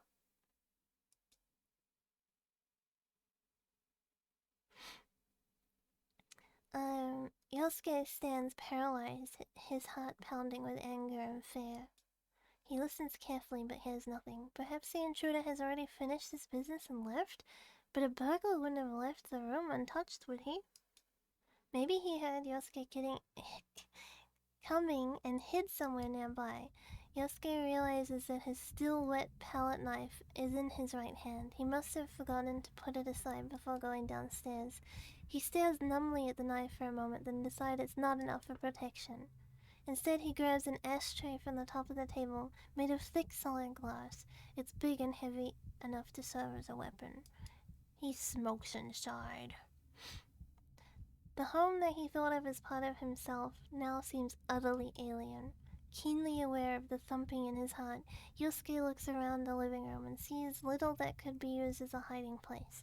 The intruder must have gone either through the guest room or through the dining room into the kitchen. The kitchen is close to the stairs. If there had been some movement, Yosuke would have noticed when he came down, which means that the guest room is the most likely place. He shuffles over to the guest room door and prepares to slide it open. But what is that stench? Could the breeze alone carry something so foul, as if the odor coming from if the odor is coming from inside the room? He readies his ashtray and throws open the door. The straw-matted Japanese-style room is empty. There is a closet, but no one can fit in there, so the intruder already left. Yosuke relaxes, the exhaustion of sudden relief coming over him. Uh-oh, Yosuke, didn't look up. And that is when something seizes his ankle. Where are you going, stream assistant? The instant he freezes in shock, his leg is yanked from under him, sending him crashing to the floor. Stars explode beyond his eyes as his head smacks against the door rail. The hand, if it can even be called that. No. Don't bite that. Yeah, you can lick my hand. Wrapped around Yosuke's ankle, extends all the way back to beneath the living room sofa. There, barely 5 centimeters between the sofa and the floor. Whatever is hiding there, it can't possibly be human. No! Before the screaming Yosuke can regain his footing, countless hand-like appendages seize his arms and legs, rendering him helpless. Be not afraid. Calm down, don't be scared. As the hideous voice burbles in his ear, something cold and soft crawls atop him. Yosuke can't even scream, his terror is so great. It won't hurt, don't be scared, it won't hurt. Then, like, tube-like appendages penetrate his ears and nose, wriggling deep into his skull. Right before the sensation drives him mad, Yosuke loses consciousness. Uh-oh, stream assistant on the move. Hi. Nope, not on the move. False alarm again. Okay. But he's on my cable now, so my... I'm like... My head is like pulled down.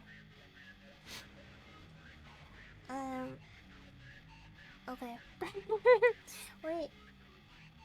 Can I reach the other blankie? I don't think I can reach it. I want you to be covered in blankie because you're shivering. You're shivering because you're cold, but you keep moving and the blankie's falling off of you. Yeah. Now I'm gonna be cold because you were being silly. There we go.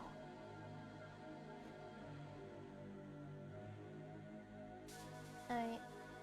Now my legs are cold, but the stream assistant is warm. I love how precious and adorable you are. This is going on. Thank you. Let me turn my heater up as well. Oh, actually, I think it's already on max. No, it's on max now. Okay, you stay snug.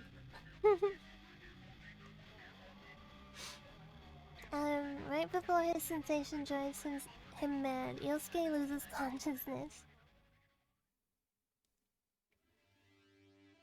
Yeah, my legs are gonna be cold, so he can be warm. Thank you for taking the time to see us, Koji says, his humble bow concealing his surprise at the doctor's youth. Even without her light makeup, she wouldn't look a day over 30. She must be quite talented to be leading a neurosurgeon at such a young age. いいのよ。いいの。あなたたちみたいな人が来てくれたのは私としてもありがたいところだし。Don't mention it. I was hoping someone like you would come along. Her friendly smile has none of that coldness you might expect from her sharp, refined beauty. はじめまして。 Excuse me. 崎坂文則くんの主治医の丹保です。 It's a pleasure to meet you. I'm Dr. Tanbo, Sakisaka Fuminori's attending physician. 文則の友人で殿浩二と言います。 I'm Fuminori's friend, 筑波陽。 Tono Koji, and this is Tsukuba Yo. Yo gives a quick bow, her expression apologetic. When they arrived at the T University Medical Center and asked to see Fuminori's doctor, Koji and Yo had been prepared for rejection. They hadn't expected the ease with which their request was 崎 granted. 坂くんの件について話が聞きたいっていうことだけど。 You say you want to know what's wrong 私 with の方で him? も同じでね。 Well, so do I. は I'm sorry. 彼、一昨日の診察に来てくれなかったのよ。 He didn't come for his 留守 checkup 電に入 2 days れた伝言に ago. も I 返事が tried ないし。 calling his home, but there was no answer. 2 days ago, the same day Fuminori was searching for the abandoned house, Koji frowns, wondering what was important enough for him to blow off his 彼 appointment. 学校ではどんな様子？ What is he like at どう school? もこうも。もうめちゃくちゃです。 He's totally messed up. Onesan Burrows A1. Seeing Yo's shoulders jerk out of the corner of his eye, Koji regrets not choosing his words more 事 carefully. 故の前とまるで人が違っ Since た the みたいに見え accident, ます。 he's been like a completely different 僕た person. ちもいろいろと。 We have no idea what to do, so どうし we ていいか thought わから talking なくて。 to you might help. あなたたちも医大生？ Are you medical students too? She asks out of nowhere. はい。 Hi. Huh? Well, yes. 彼のカルテ。 Would you like to see his chart? 見せてくれるんですか？ You'd そんなも really の show it to us? Koji replies, incredulous. そう思 Dr. った人 Tambo もいるみたいな regards の him. よ。それも病院には無断でね。 Dr. Tambo regards him silently for a moment, then sighs and says, "Someone wanted to see it, and without the hospital's permission." おとといの晩、この病院に誰かが押し入ってね。 His files were 保管庫 stolen から from the サキサカ archives 君 2 のカル nights テを ago. 本当ですか？ What? She stares hard at the astonished students, then shakes her head with a smile. まあ、あなたたちは無関係そうね。ちょっと安心したわ。 Well, it doesn't look like you two are involved. That's a 当 relief. たり前です。 Of course we aren't. Oh, he's off. He's finally leaving my lap. Okay. Goodbye, stream assistant. Your assistance was, short but valuable. Yeah. You purred into the microphone. You attempted to bite a cable. Oh, you also hit the microphone. Oh, wait, he's coming back. Okay. Back on lap. Wrapping up is important. Getting into Blinky wrap.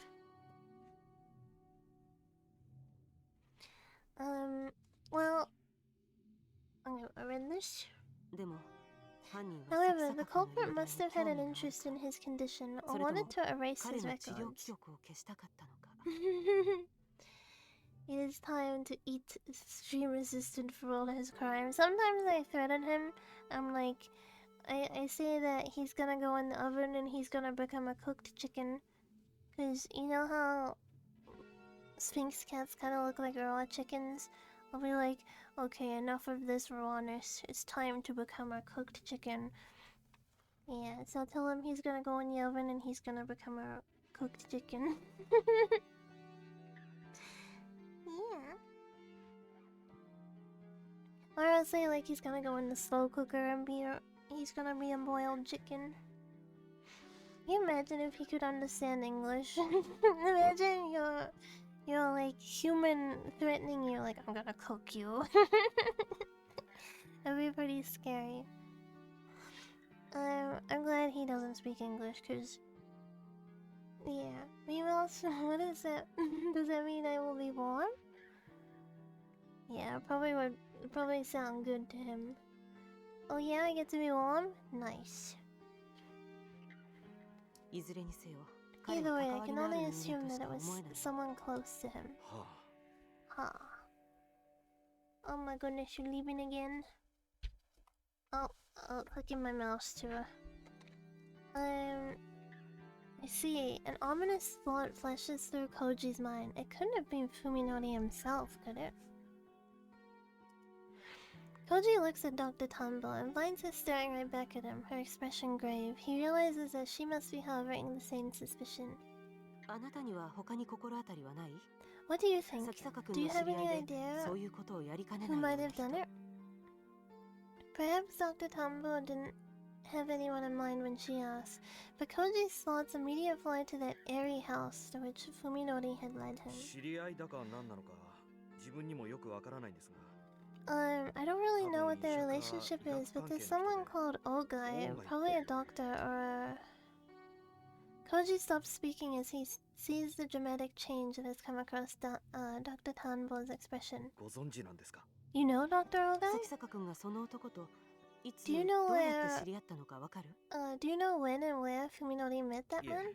No, that's what こっちが I'd 知りたい like ぐ to らいで know. す。Just who is this 先生 Ogai? 一体何者なんですか、あのオーガイっていう人は。 After remaining silent for some time, Dr. Tumble loosens a heavy sigh. いいわ。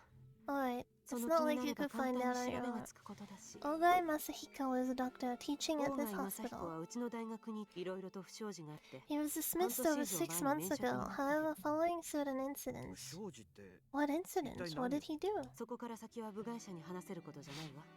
I can't say anymore, and anyway, it has nothing to do with your friend. Koji has no argument for which to answer. Dr. Tambo's flat rejection, however. He can't shake the feeling that this Ogai person is the key to unraveling the mysteries surrounding Fuminori. 先生、もしかしたら先坂文則 Doctor, は he says... 刑事事件に関わっているかもしれないんです。 Stream assistant. Oi! Oi! Oi! Oi! Oi! No. Alright. Doctor, he says, making up his mind. Fuminori might be involved in a crime. Yes, he was scratching my skirt. Yeah, go eat. Go eat. Silly. At the sudden declaration, both Yo and Dr. Tambo raised their eyebrows. どういうこと？ What do you mean? 彼を訪ねていったっきり、 A 行方不 friend 明 of になってしまった a 人間 friend がい of ます。 ours went missing after も going ちろ to ん see him. 文則は否定しています。 Fuminori denies any involvement, of course. それってオミちゃんのこと？ You mean Omi? Koji is unable to bear the shock in Yo's voice. Sorry, Tsukuba. I couldn't tell 君 you. には言えなかった。 Dr. Tambo is frowning, her expression even more serious そ than の before. オーガイという人物が今文則の関心の焦点になっているらしい。 Right now, this old guy seems to be the center of Fuminori's 彼が何 attention. 者で、 We know 文則が彼の who 何につ he いて is 探 and ってい what るのか。 Fuminori is それ looking が分かれ for. ば少しは事情が見え We てくるか might もしれま start せ to ん。 see the whole お picture. 願いです先生。 Please tell us, 教えてください。 doctor, just what 病院 happened で at 一体 this 何があったんで hospital. すか。 Dr. Tambo hesitates for some time, refusing to make eye contact, but she finally shakes her head. ごめんなさい。こればかりは私の一存で話せる事柄じゃないの。 I'm sorry, this is not a decision I can make on my 先 own. 生、 Sensei, でも少しだけ待 give って me some time. I'll do 私 my は own 私なりにい investigation ろいろと調べ now て that み I る。 know how far this has お gone. 願いします。 Onegaishimasu, please. Koji is out of options. All that is left is to trust this young doctor. It's frustrating, but a friend's rights only お go so 互い far. 携帯の番号を交換しておきましょう。 Let's exchange cell phone numbers. I'll call you if I learn anything, and you call me the moment that changes. Anything え changes. え、わかりました。 There. Alright.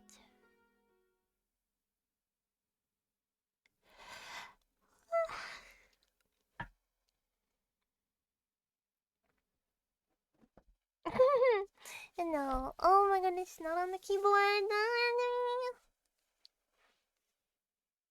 Okay. I mean, just. What the? What happened to me? Yosuke's awareness slowly oh my goodness, stream assistant. Slowly returns as though rising from a bog. I might have to wrap up here for today because the stream assistant has gone in a mood. And it'll probably last for a little while before he calms down. Yeah. Yes. And I should go play with him. I should go play with him and like entertain him. Cause I have been 5 hours now. Yeah, I've been streaming for 5 hours, so he's within his right to be like, give me attention. Sweet fingers, yeah. He wants some attention. He's like, it's been 5 hours. I've been waiting for this. Do I just autoplay quick save? Alright, that's good. Shave complete. Yeah, we made pretty good progress. I honestly remember it being shorter than this. Like, I thought it was a little bit shorter than this, but I'm pleasantly surprised that it's longer than what I was anticipating. Let me just...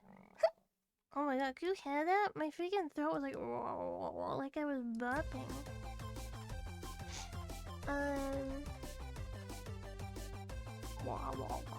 Anyway.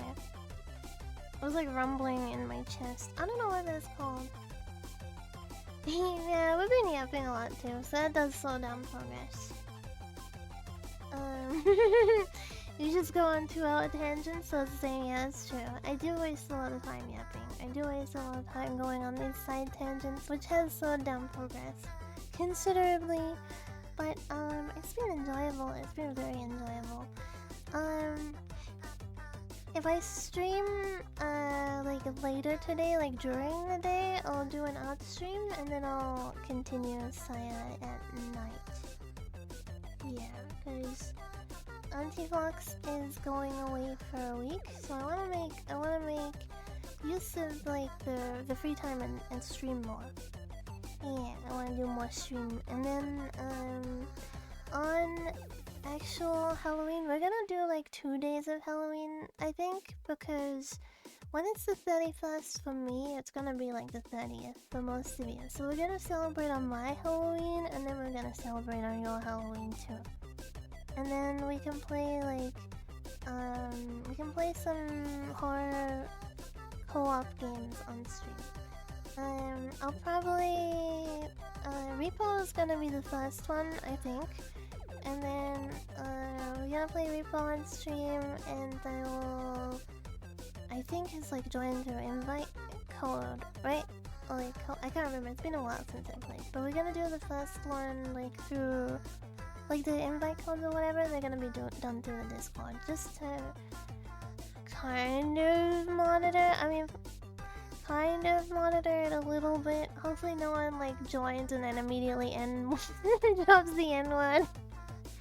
I hope that doesn't happen, but you know what? If it does, they'll get booted, and then we'll just pretend it didn't happen. But yeah, that's coming up. That's coming up. As for like what time it'll start, I don't know. It's probably gonna be like an all-day kind of thing.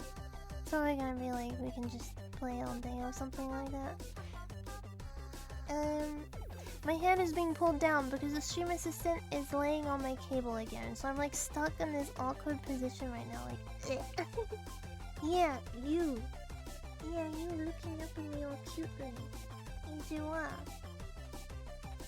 I won't have a lot of time, but I look forward to the Halloween stream. Thank you. Hopefully you're able to join at least for a little bit.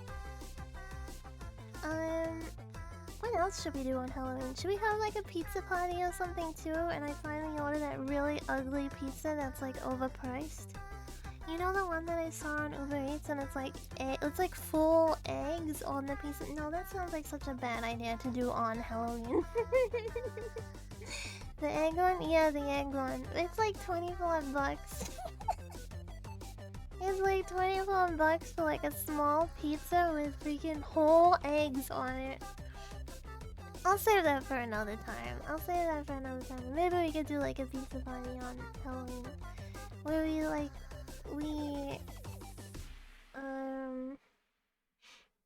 I don't know, we eat pizza together. That sounds fine, right? We eat pizza together. Pizza on Halloween sounds good. Pizza on Halloween sounds nice. Hopefully I don't get any trick-or-treaters though, cause I'm not answering the door. Even if they can hear me, maybe I could just put like a little candy bowl outside and then they can help themselves. We don't usually get trick-or-treaters. But we also had dogs for a long time, and now we don't have dogs, so there won't be any dog barking when someone comes on the property. Hi.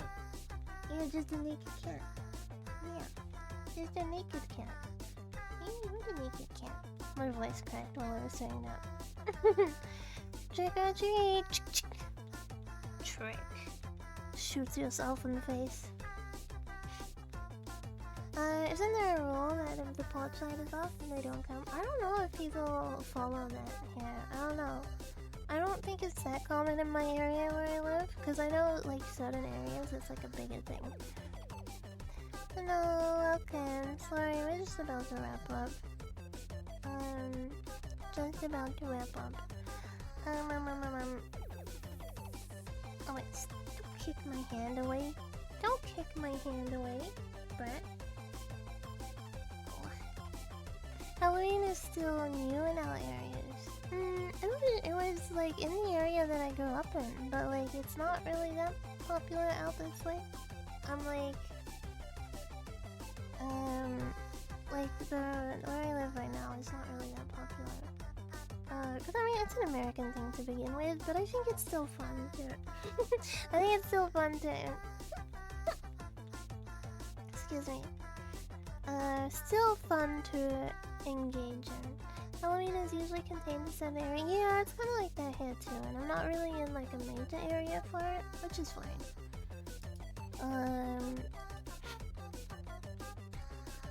I've never had people come to my house. I know, like years ago, we used to get trick-or-treaters, but that was when we had dogs, and like they would come onto the property, and then the dogs would be like, and then the kids would be like, okay, never mind, never mind. Whoosh, the big yawn. Oh my goodness, stinky breath. Yeah, you got such stinky breath. Yes, you do. You got stinky breath. I think that's pretty good for today. This Bingish is getting restless, so I will go. I think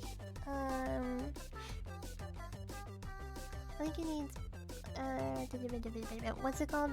Kibble. I think it needs a kibble top up as well. Let me check. That's probably why he's. Oh yeah, he's out of kibble. So he's like, I want to play. I'm hungry. Why you just yapping to yourself right now? Look at me instead. Pay attention to me. Let me see if he'll say goodbye real quick. Let me stop the screen actually. Oh yeah, look! I added extra stuff to the loading screen. There's more stuff there now. There's all of you, and then there's more stuff happening. It's like stickers. Yeah. Okay. You wanna say goodbye too? You wanna say goodbye as well? No, you stopped purring? You stopped purring as soon as I lifted you. Okay. Oh, he's purring again. Oh, he's purring again. I know it's gonna come through. Oh, it's kinda coming through, right? I gotta like hold him up on this angle so it's. He's like, what are you doing to me?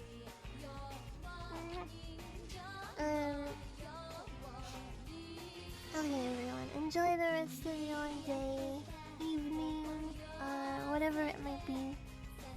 Have a good one, and thank you for hanging out, especially for so long. Thank you for hanging out. I'll see you later. Let's Kagi. Oh, let's Kagi. Bye bye.